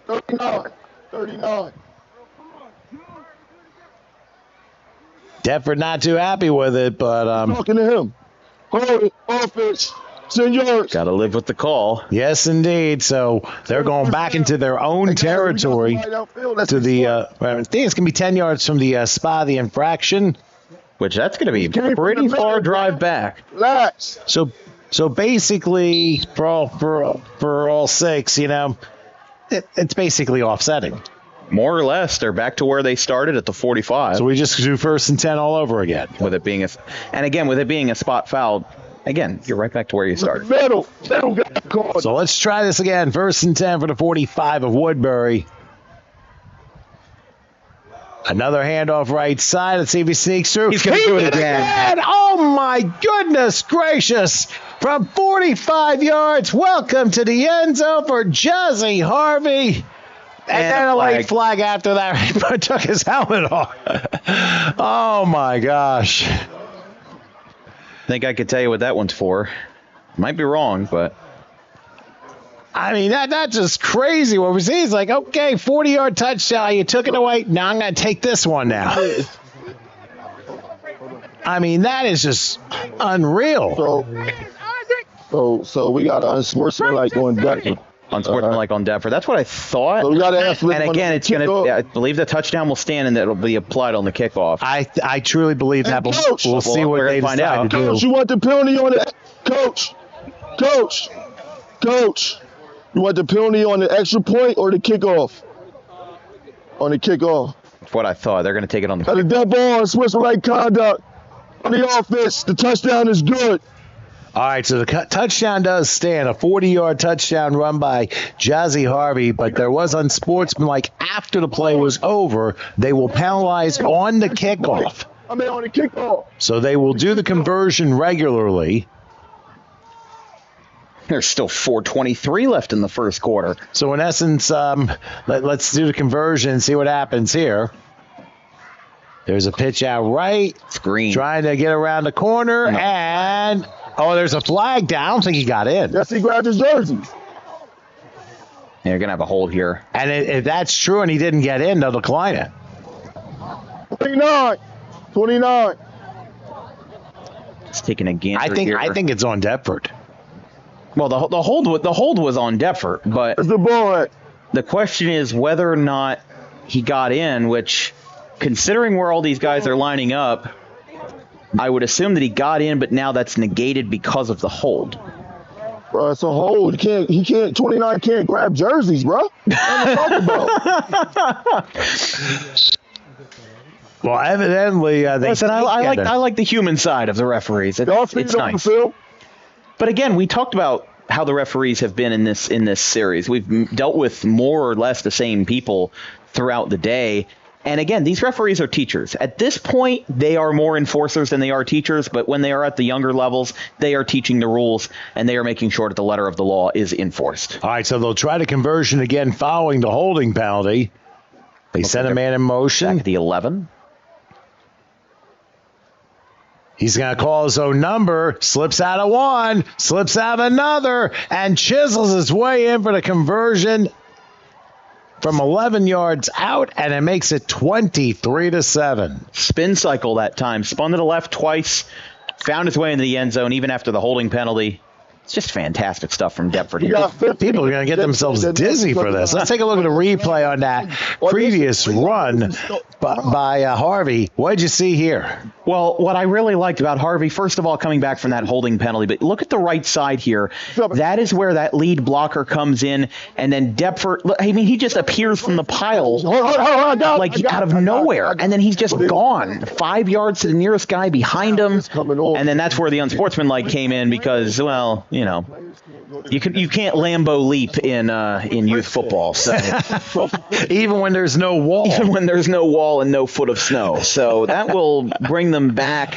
Now, the first time we saw an unsportsmanlike conduct penalty was when was on the defense when Deptford scored the first time. It was against Woodbury. This time, it's against the offense on a Deptford touchdown. So we are back to what we've seen a little bit more commonly, which is a kickoff back at the normal high school spot, the 40-yard line. Well, with the 15-yard penalty, it's going to be the 25. Oh, I'm sorry. Yeah. My apologies. I was going to say, one of the things that's interesting is that unsportsmanlike conduct penalty that followed Deptford's first touchdown. That was a long time ago, but yet it was only with 7:25 in the first quarter. Look at the scoreboard on your lower third. It's 4:23. We have seen a combined, 30 points. In just over 3 minutes. Yeah, incredible stuff in this game. And sometimes you get that. Wonder if Woodbury channels their inner Devin Hester again if find another 85-yard kickoff return. But the thing about that kickoff return from Madry that I really liked was how it was not easy. Sometimes you just cut towards the sideline and you beat everybody. He didn't do that. He had to labor his way into the end zone. The last 20 yards were a gimme, but before that, it was not guaranteed that he was going to get into the end zone, and he had to fight for those points. Well, right now he's standing at his own 38 away in the kickoff. Now he's got another guy to his left. I think after that last kickoff return, there's let's say 25% chance Madry gets the ball here. Let's see what Deptford does as they kick it off. It's a high pop-up, and guess what? It is Madry from the 40. Slips out of one tackle and another, but only gets to the 48 of Deptford. Still a nice return of 14 yards. But Madry really putting on some sparks here. Yeah, when the standard is set that high, when you are returning your first kick after a kickoff return, they think, oh, you're going to do it again. But no, that is still a good return there, taking advantage of the unsportsmanlike conduct penalty. What we talk about more in youth football is not about we talk about the penalties a little bit, but we don't talk about the penalties too much for the sake of not letting the kids down or not, making fun of the kids. What we talk about and what's important is how you take advantage of them. It's not what happened. It's about what happened after the fact that changes the course of the game. And in this situation, Deptford gets knocked back 15 yards. Woodbury is able to take advantage of said penalty and return the ball to the 48 to start their drive. Okay, so 1st and 10 from the 48-yard line. And adversaries shaking hands here right before this next drive. Guessing the guys know each other. And you know what? It's like I said, it's a community sport. It's a family game. And two nearby schools. That is true, right next to each other. 1st and 10. They're going to go at a handoff right side. Oh, Deptford closed the gap very quickly, but still fighting for yardage and getting positive. Yeah, going to have to. And now a little pushing and shoving to follow. Punch just got thrown. And now, obviously, a little bit of a problem that happened after the play. Ball went to about the 45-yard line. Oh, boy. So I guess I have a little bit of a delay here. We're not showing it for the sake of the kids. Yeah, it's about the kids. There's about 100 people who just drove in from the Deptford side, from the end zone on one side and got onto the field. They're going to have to break this up. Yeah, there's got to be a bit of a delay here, and that's the last thing you want to see. No, and there's parents on the field, and this is where things get bad, because now that one has happened, the gloves are off. That's unfortunately how it was. All right, well, it's going to take a couple minutes to sort everything out.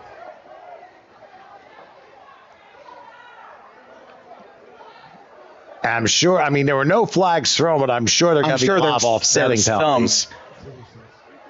Let's try and tune and find out what's going on. Let me give us what I got. I got a couple numbers I wrote down. What you got? One of the referees wrote. Norm, where you at, Norm? Hold on, y'all, back up. We can talk to you in a second. I understand, but we just can't talk. Presidents as well. We're trying to talk with the ref for right now. For who? 5 So they're going to talk about specific numbers. We'll find out what the specific infractions are, but that's the big problem here, is that obviously the referee's first priority is not to get the flag out of their back pocket and throw it in the air. That's pretty obvious. Their biggest objective is keeping the peace. So hold on. Give me let's go with Deptford first. Who got which? 5. 98. 5-0 and 98. They still got a whole game to play after this. It's still early. Not 0, 0. 5-0 and 98. That's it for Deptford? That's all I see. Right. The only numbers I seen, I was. All right, what we got for Woodbury? I only could see one person, and that was 45. So we got 3 and 1, 55 blue. and that's it? 43 blue. I couldn't see so many. I'm not going to be giving any names here, but So we got what we are hearing is, all right, actually, we're going to hold on a second. We might change it. Yeah, they're still discussing. It's going to be a long discussion. Did you have anybody leave the bench? And again, with a litany of penalties being discussed, the 4 referees on the field, their first priority is getting it right. You don't want somebody that was not involved to be wrongly penalized in the fracas. And that's why that's why these referees do what they do. They make sure that they get the call right, and that people that were not involved do not get wrongly penalized. Hey, Frank.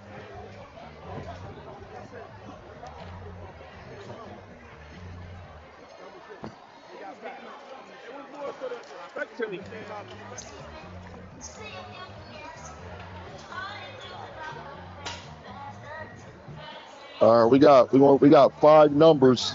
You want to finish this thing, or what you want to do? I took this on. Yeah. So we're going to cut the refs' mics. It's 23-7, 4-11 in the first, and Yeah, we started this game. Listen, Dan, we started this game about 5:15, and we've only played less than 6 minutes here in this first quarter. 30 points combined. Kickoff return. I mean, this is why I write down the scoring summaries, because this is just crazy stuff. I'm going to give you 5 more sheets of paper so that we don't need. Green, first of all, no scoring for the first 2.5 minutes. And then Kashawn Green gets through for a 30-something yard rush. Run was good, 7-0. Woodbury scores a safety after a kickoff. There was an unsportsmanlike conduct penalty. They got pinned on the opening kickoff. Then it was a safety. Then it was 9-0. Jalen Davis comes back, makes a diving catch in the end zone for a touchdown, makes it 13-0. Or makes it 16-0. And then Woodbury comes back with a kick return, 16-7. And then another run came in from Harvey, made it 23-7. They did the play twice. They did the play exactly twice. Because the first one was called back for a hold. I mean, this is almost pure insanity what we're seeing here in the first quarter, and we still got a ways to go here. Again, and it's going to take a few more minutes. It's going to take a few more minutes just because of the size of what happened to settle everything out. And of course, they want to continue the game, but they want to make sure they get whatever they decide correct. 55 and 43. Yes. It only takes one to start off a chain reaction that ends in disappointment for both sides and ends. So we got sportsmanlike penalties. Obvious unsportsmanlike on both sides. There we go. So we got Woodbury ball going which way? We're still playing. Referees confirm we are still playing this game. Oh, they kick one of the chain guys up? All right. I don't know. So we got Woodbury ball here. Woodbury's ball. We're going this way. All right.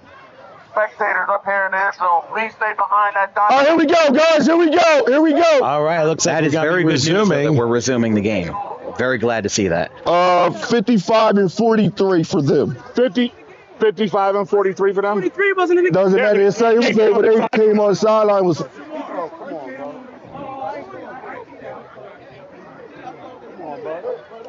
So again, after they got to speak with league officials and Woodbury coaches, now the referees are going over to Deptford side to maybe alleviate as much as you can, but also again explain their side. And again, kudos to these. There's only 4 officials here. In a high school game, there's, I believe, 6 officials on the field and a 7th operating the clock.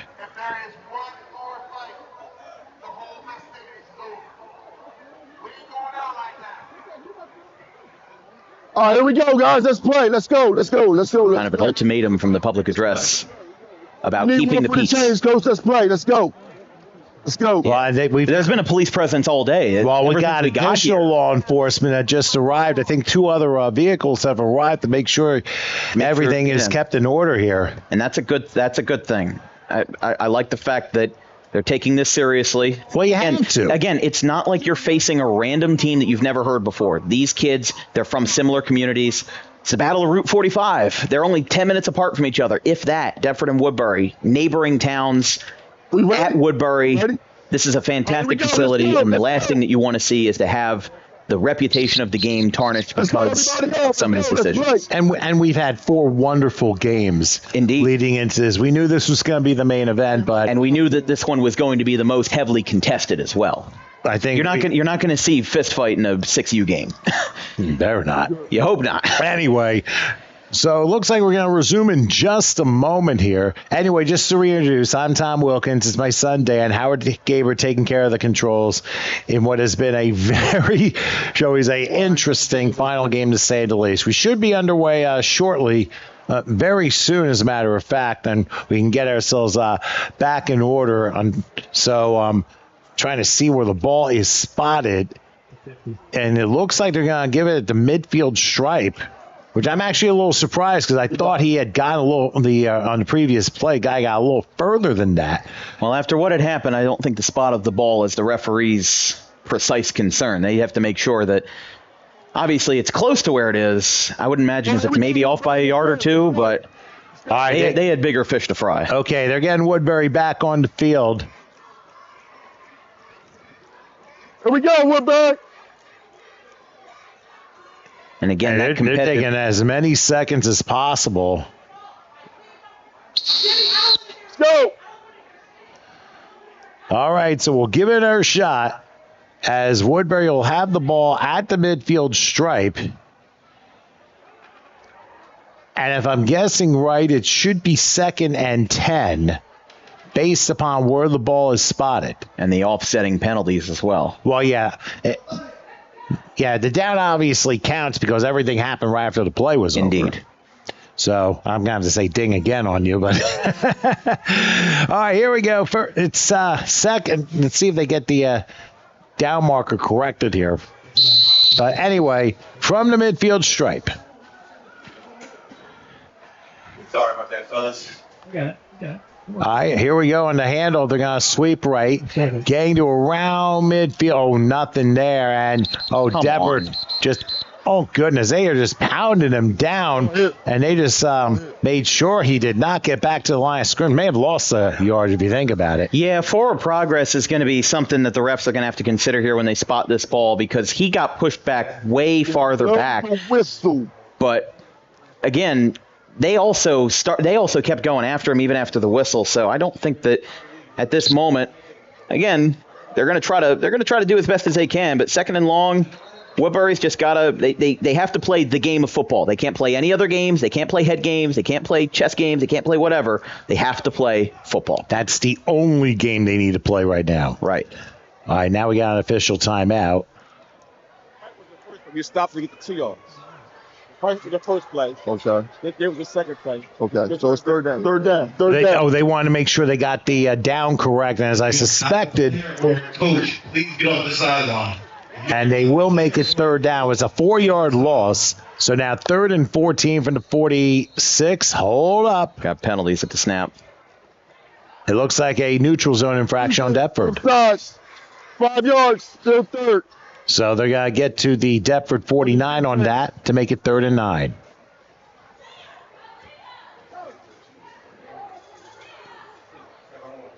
Well, it looks like now things have calmed a bit here. And now let's see what Woodbury decides to do here. As they now have 3rd and 9. Gives them a little bit better field position than they had before. That is true. Still not perfect, but going to shotgun formation. They go with a handoff, trying to get around. Oh, not going to happen. 4th down. That was a good tackle by Amari Cephas, who was able to bring him down well behind the line of scrimmage. The running game just not working right now for Woodbury. And Ryan Finlaw also making a good tackle there for Deptford. But what I will say is Woodbury has kept their poise throughout all of this. You know, they didn't the first play that they had after the whatever you want to call it was only like a loss of 2, and then they got some yards back. They are right now seeming like the more collected team, but they are still down on the scoreboard, so that only goes so far. But Woodbury right now keeping their cool as much as they can as they try to get through this first quarter without any more drama. 10 seconds. All right, so fourth and long. Saying 10 seconds on the play clock, referee said. Timeout, Woodbury. And Woodbury's going to use their last timeout. That's all of their timeouts for the first half, and they've burned it in the first 8 minutes of the game. That's their last. But being down in the scoreboard, what's more important, because those first half timeouts, it's different than the second half timeout. You know, you need these more for your organizational things. You need to make sure that everybody's on the same page. You need to make sure that everybody is doing the right thing, acting in the right way, and just have your coaches talk to you guys. Listen, we're not going to worry about what happened. We're going to play football. I don't know what they're saying exactly, but I'm sure it's something along the lines of, hey, let's play football. Let's get on the scoreboard some way, somehow. And Zamara getting back on the same page, but more importantly, how quickly they can get back on the same page. If it takes a while, I mean, it could get out of hand, but the quicker they can do it, then the more chances they get to possibly make this interesting. And if 30 points can be scored in 3.5 minutes, Woodbury could do the same. Hey, you never know. And the opposite could happen as well. Listen, 17 points were scored in the final minute in 15 seconds of a high school game. Actually, 18 points were scored in a game in Arizona in the final minute, 15 seconds, and the team that was down by 17 won the game. I thought you were going to say something from your Hillsborough days. I didn't know we were dipping into Arizona high school football. No, what happened, there was an opening game out in Arizona between a team from Arizona, team from Nevada, and the team from Nevada led by 17 with like a minute 10 left. A couple onside kicks later, you got field goal, touchdown, and a 2, and the team from Arizona won the game on the final play. And that is why you say never. That's true, because stranger things have happened. All right, so from the 47, looks like they're going to go for it here. Interesting call. Unfortunately, it's going to now be 4th and 19 because it looked like somebody moved on the left. False start. So you move it. False start. Yep, so back 5 more to about the 42. And no punt option here. You got to face the music. Yeah, it only goes up to the 10 unders. Although I will say in the 12U game, for the punts that we saw, most of them were pretty good. I liked how a lot of the 12U players, they punted better than some that I've seen. It wasn't half bad. We got more penalties. On a substitution. So we have another penalty. It's an illegal sub. What's that, 5 yards? That would make it 4th and 24. Back near the 37. Yeah, about the 37 there. It's like, okay. All right, let's try this yet again. And see if they decide to punt. Oh, no, they're not. Unless they're going to throw it. And he threw it to the sideline. Change the possession. So Woodbury turns the ball over on downs, and Deptford gets it in really good territory once again. It's their ball. So with 1:39 left in the first, chance for Deptford to capitalize, and of course Woodbury turning it over on downs in their first full possession since the safety back with 6 minutes left in the quarter, because they had that one kickoff return touchdown. Well, that's not a drive. That's just one play on the kickoff. But don't forget, too, they had like a 3-play drive that resulted in that 40-yard touchdown scamper for the last touchdown for the Spartans. Let's go, guys. Let's go. So Deptford, they're talking things over here. Ball's at the 38 of Woodbury. It'll be 1st and 10. We'll see what they come up with. I mean, you got to give them credit. They've been on their game, and they've come out with some huge home run hits in a matter of like 5 minutes. Now let's see what happens here on 1st and 10. They got Finlaw on the shotgun. 10 seconds. Receiver on each side. Play clock under 10.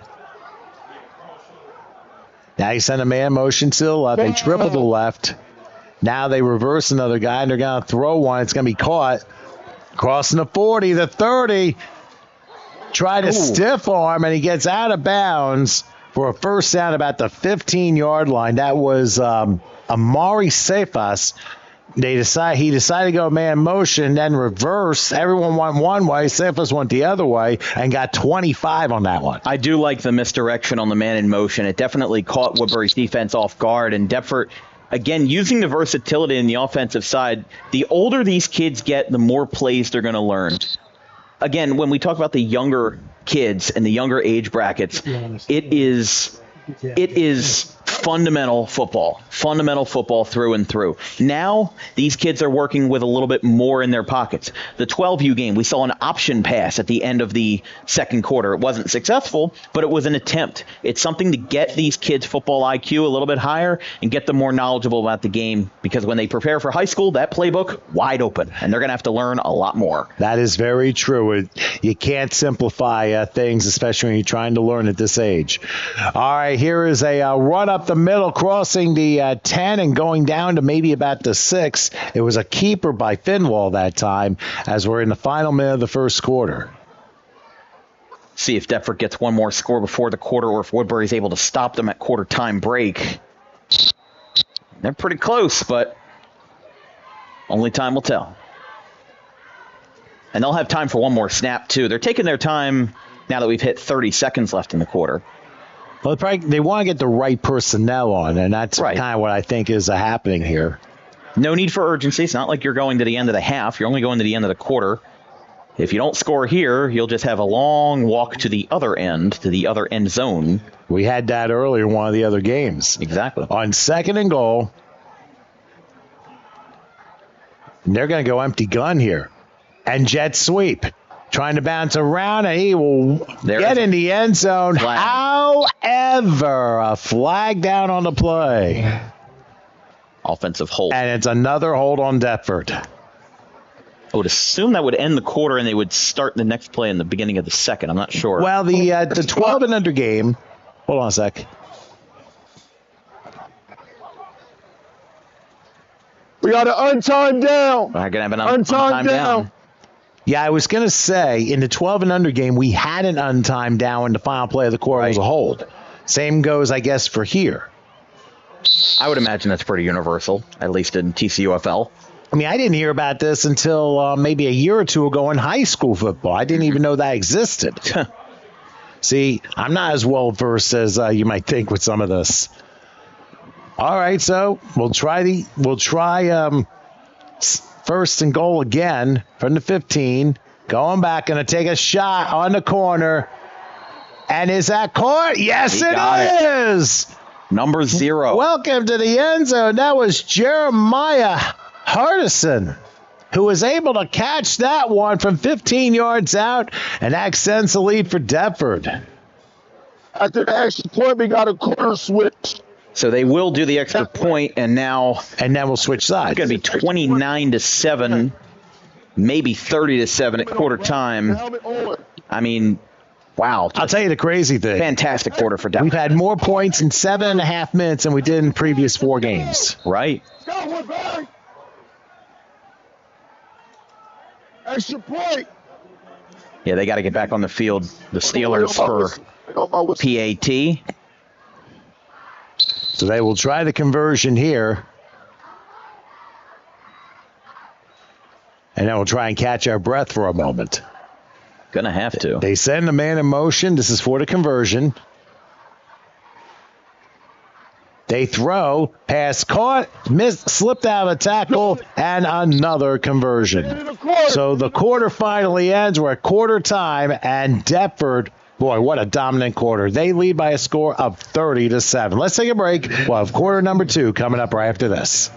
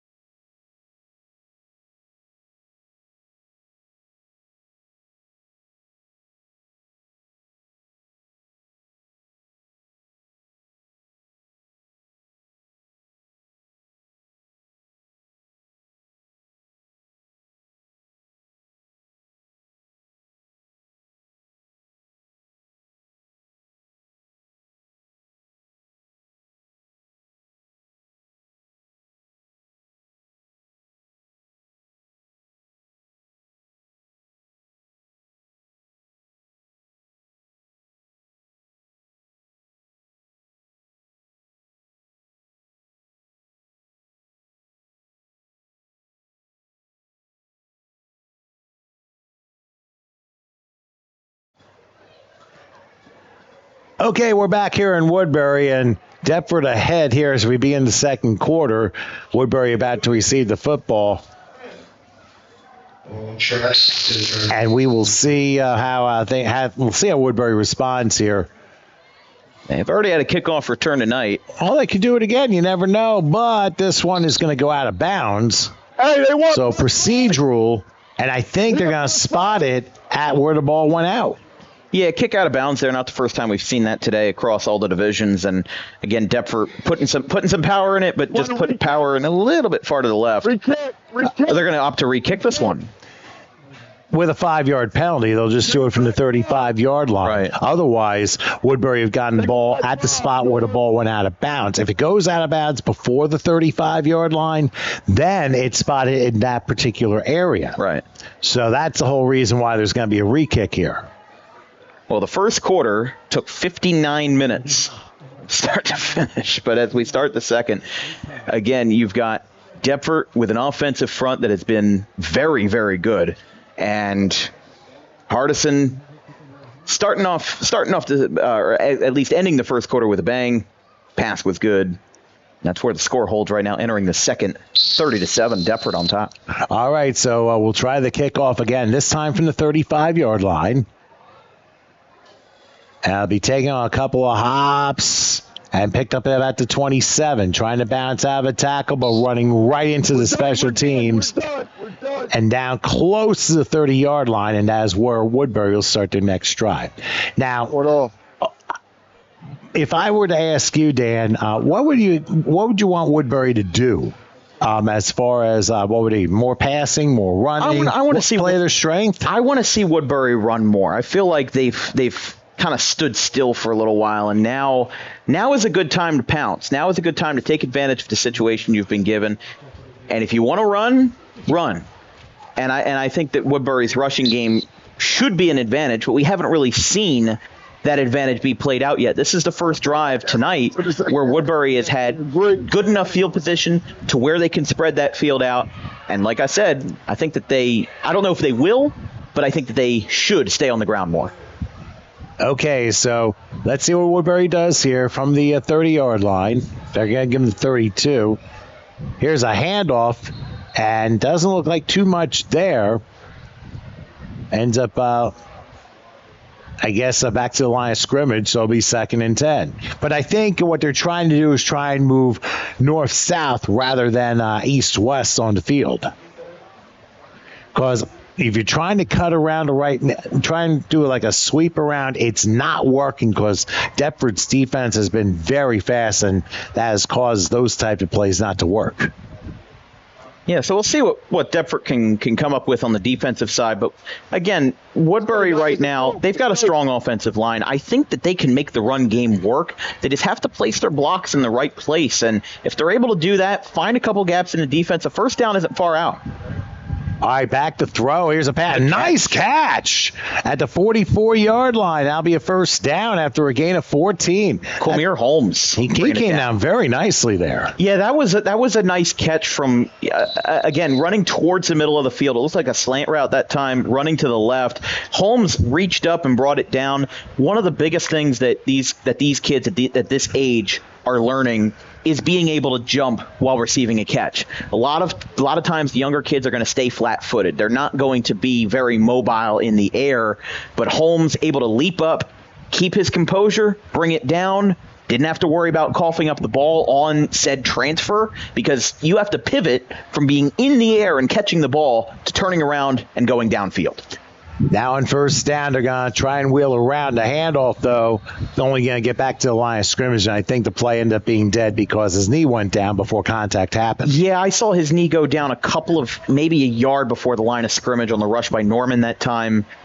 And again, just Deptford's defense making a hard stand, not taking no for an answer, and making some really good sequences here. Because when we talk about this level of football, it talks about what you can do consecutively and consistently. If you can make a couple of good stops in a row, that frightens the offense. If you can make a couple of good tackles in a row, that will definitely put a spook under their boots. So right now, Woodbury just needs to find a way to be consistent. They cannot be fazed by this scoreboard. They cannot be fazed by the Deptford defense, and we've got penalties.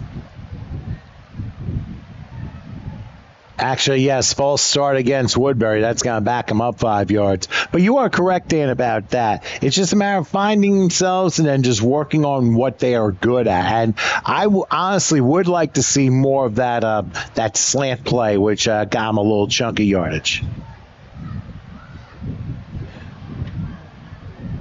So right now it'll be 2nd and 15. Oh, sorry, that's the ball at the 39, going back to pass, looking and trying to get around. Oh, he does. Crossing midfield and down to about the 47. Maybe a yard shy of a first down, depending on the spot. So that's a nice play. Gain of 14, forces a 3rd and a yard. Again, it's going to be spotted around the 47 or 40. Yeah, right around that mark. So a good game by Woodbury that time. Number 0 taking the carry that time. Looked like he was going to pass, but ended up faking out the Deptford defense. And again, faking out, deception, that's what you need. You can't go with the same old, because right now with the scoreboard and how everything's working on offense, the same old isn't working. What makes a good head coach, especially in the youth football level, is working through adversity. Adversity is your strength, and if you can find a way to work a way around it instead of just driving right into it, you'll be good. You'll be successful.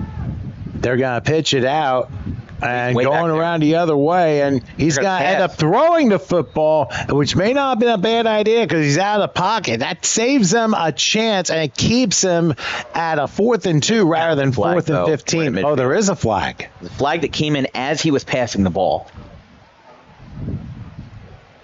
Well, let's see what that's about now. Another formation foul. Oh, illegal. Oh, and an ineligible downfield, too. So, multiple fouls on Woodbury that time. I was just going to say, there's a lot of football left to play. Indeed. And honestly, I truly believe things can get interesting here. If Woodbury just gets himself back, I mean, we're going to have a game again. And like I said, that's why you play.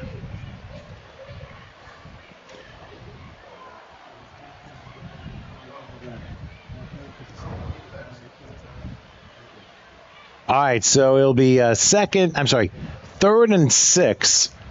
Ball at the 48-yard line. Let's see what they do here.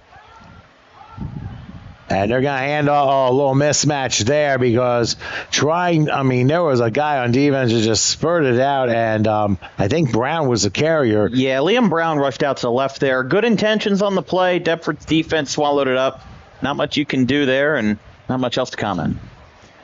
And now force a 4th and 11. So, listen, this was a good drive for the Steelers. Let's see if they can do something positive here on this 4th down here.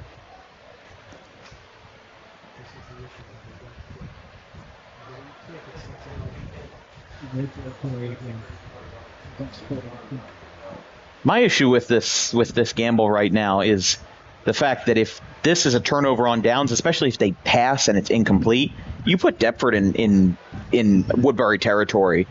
And when you're down by 23 at this point in the game, again, it's not over. It's not over until the clock hits 0. But when we talk about what it means to get back into the game, although it looks like they're going to go back into the punt formation, I thought with their that they would be going for it, but they do opt to punt, which I think is the right call. And will be taking it to the 35-yard line, makes a turn, crosses midfield, getting to the 40, still going to the 30, 20, and he takes it home. A 65-yard punt return for a score. That's impressive. Yeah, that was Amari Cephas on the return, again getting 60-plus yards on the return, and after first half of the second quarter not being that eventful, we finally get our first score of the second, and it's another one in favor of the visiting Spartans here in the Battle of Route 45. So each team has had a special teams touchdown, and there are no flags, so the score will stand, and they will go for the conversion. 5:17 left in quarter number 2. Again, with Cephas on the return, his first score of the day makes it 36-7. And they will try to conversion here. And I'll be honest with you, needless to say, it's still a bit of a spirited atmosphere here here at the field. And you know what? And it's good for all the fans to come out the way they have. Indeed. Right. They have, again, when you have these two teams, if there was a team from an hour away, 45 minutes away, the crowd would be there on the visiting side. But when it's two local communities, two small towns with a lot of history, I mean, there's a reason why Woodbury is called the Steelers, but they have a lot of history and a lot of pride. Getting out one tackle and then another, and then making the turn, and he got in. Wow. Ryan Finlaw able to sneak out a couple tackles, and once again, able to run for the conversion to give Deptford another point here as they will kick off. I mean, I got to tell you this much. I mean, in this league, who knows? Every team is going to be different as far from 6, 8, 10, 12, and 14. I think every different community is going to be probably going to win the league in November when the finals come about. And when HSG Network goes to, I believe Bridgeton is the site of the finals. I'm not sure if that's been determined. Well, we're going to find out when we get close. To be determined, but we know that when the finals come around for the TCUFL, it's going to be intense. This is week 1, and the intensity is already through the roof. Imagine what it's going to be like when the championship is on the line, when the clock hits 0, instead of everybody just going off the field and going home for dinner, a championship trophy gets hoisted at the end. That is what I'm extremely excited for. And I believe it's the 15th and 16th of November. You would be correct. And site and times to be determined, but like I said, we've got to order our steps first and get there. And then we'll have the finals here on HSG Network, and I'm hoping that I'll be available to do the Sunday games, I think good time for the championships as well, being the week before Thanksgiving. You know, kind of a send off for the holidays. Get to wrap up some good football, then you get to celebrate with your family, and these players get to celebrate with their families and their respective holiday traditions. And there are many. All right, so Deptford, give me a sec here. Deptford is going to kick off. A good kickoff this time, taken and touched it about the 23. Got through one tackle, still running on the sideline. He goes out of bounds. We'll see where they spotted, probably around the 35. And I believe that's where the umpire just stopped there. So it's going to be 1st and 10 at the 35-yard line, and Woodbury will get the ball once again. With 5 minutes and counting in the second. Again, it's a game that right now the scoreboard on the lower third doesn't tell the whole story. I think Woodbury's played a very spirited game. We've had a lot of good individual performances from Woodbury. But at the same time, you know, Deptford has, I just look at the box score, and Deptford scored a lot in the first quarter.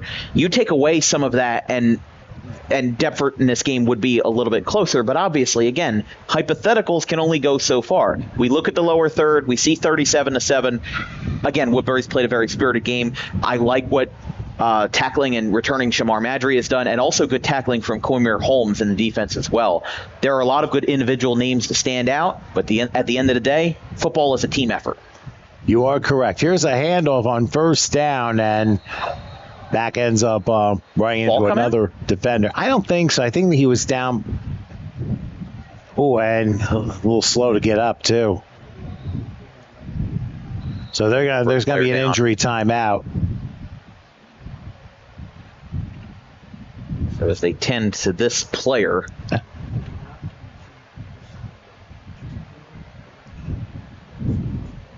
First of all, going into next week, I believe you're going to be on the call for some big Central football on Friday between the Ridge Red Devils. They're called the Ridge Red Devils, but their logo is green.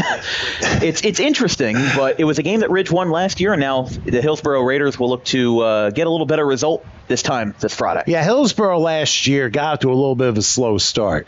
And considering how proud of a football program they are, they got off to a little rough start in their opener last week. But it'll be their home opener. And I think last year Ridge won like 31-7. So I'm sure Hillsborough has that on their minds, and they want to really put a number on for the home crowd. I mean, I'm definitely looking forward to it. Nice to have high school football back again. And obviously, the kids are wonderful to deal with. Hillsborough is dealing with a ton of, seniors who graduated, such as their star running back Jackson Jankowicz and others. But it's a new day. Every year is a new day for when it comes to, because you got a completely different set of characters, and it's not always going to be the same every year. Different set of characters. You talk about the press box stuff? No, I'm talking about different set of players.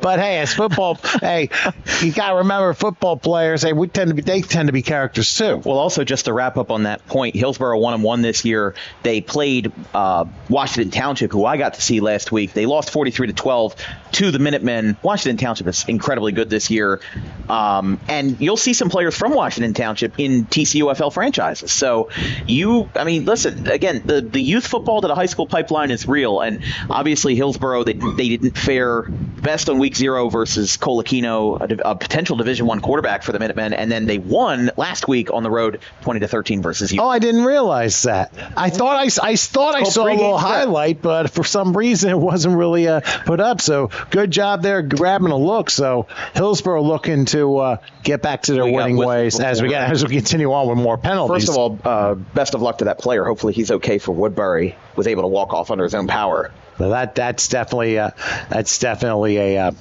good sign there. Yeah, because I think there was a key play in that game where somebody had a punt return for a touchdown. That turned to be the difference in the game, and the guy who had it ended up scoring on both scores for Hillsborough. Unless there was a touchdown where they missed extra point. And I'll tell you, I was circling back to what I was saying about both of these small towns having incredible pride. Woodbury, if you ever go down on a Saturday night or a Friday night to Broad Street, there are so many old classical buildings on the main street for Woodbury. It's a fantastic downtown. It's a fantastic environment and fantastic people as well. And that's why this battle between these two teams is so spirited, because of the small town atmosphere. Handoff left side, may have gotten maybe a yard or two there as we're running down to 3 minutes till halftime. So, and I don't really know much about the towns anyway. So, I mean, Dan, you obviously get around there pretty well. I mean, what were some of the hot spots for either place, if you know of them? Well, I don't want to give anything away because they're not sponsors of HSG Network. I'm not a PR trained around here. But no, what I will tell you, do you know why they're called the Steelers? Again, it may be a coincidence, but before Pittsburgh became the steel capital of America with Thomas Carnegie and all those people in the late 1800s, Woodbury and the whole Gloucester County, Salem County corridor was a big producer of steel. Now, it isn't today, but Woodbury, East Greenwich, Salem, West Deptford, they had massive steel factories, and there are still plenty of steel production offices and factories in South Jersey and in Gloucester County. It could be an entire coincidence as to why they're called the Steelers, but that would be a good reason why. We got penalties on the play. And the pass is incomplete. Let's see what the foul is this time around.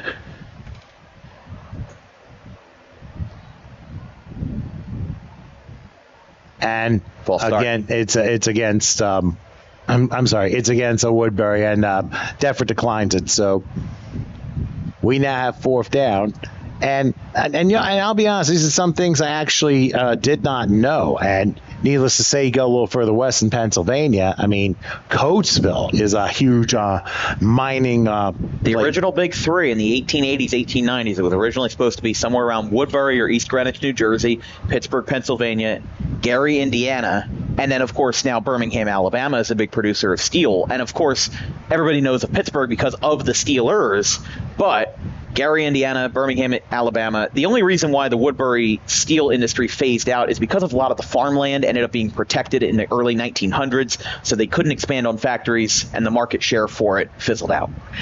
All right, on fourth down, there's a penalty flag down as the pass goes incomplete, so we'll see what happens again here. Another false start. Or another formation. I'm sorry, illegal formation, my bad. So that's declined as well, and the Spartans will get the ball over on down. So obviously some education that I didn't necessarily know about this area. This juncture in the game, it's good to educate the viewers at home, and it's good to educate the broadcast. Hey, you got to try to do some edutaining around here. And he's still got 1:05 left in the half, and listen, as youth football broadcasters, our job is to be positive about the kids. Obviously, constructive criticism is one thing that you touch on, but the main priority and the main passion mission statement is to be positive about the kids. No matter what the scoreboard says in the lower third, and no matter anything that has happened today, the Spartans and the Steelers will go home and they'll play another week. They won't play each other for the regular season. If they meet in the final, so be it. But we go on to week 2. You guys are going to be in Franklinville, down in the heart of Gloucester County. That is where things get real nice over in the sceneries and the backwoods of Gloucester County. You'll be at Delsea Regional with the Delsea Crusaders next week. I know they have a field like 2 miles from Franklinville. I don't think it's a really high nice school area. Not at the high school. My bad. All right, so first down now for Deptford. Oh, it's going to be a play fake, and the quarterback's going to go to a good tackle about the 28-yard line. Rush was taken by Lathan Sierra, and the tackle made somewhere in the backfield. Couldn't catch the number. Actually, might have been number 7 that time.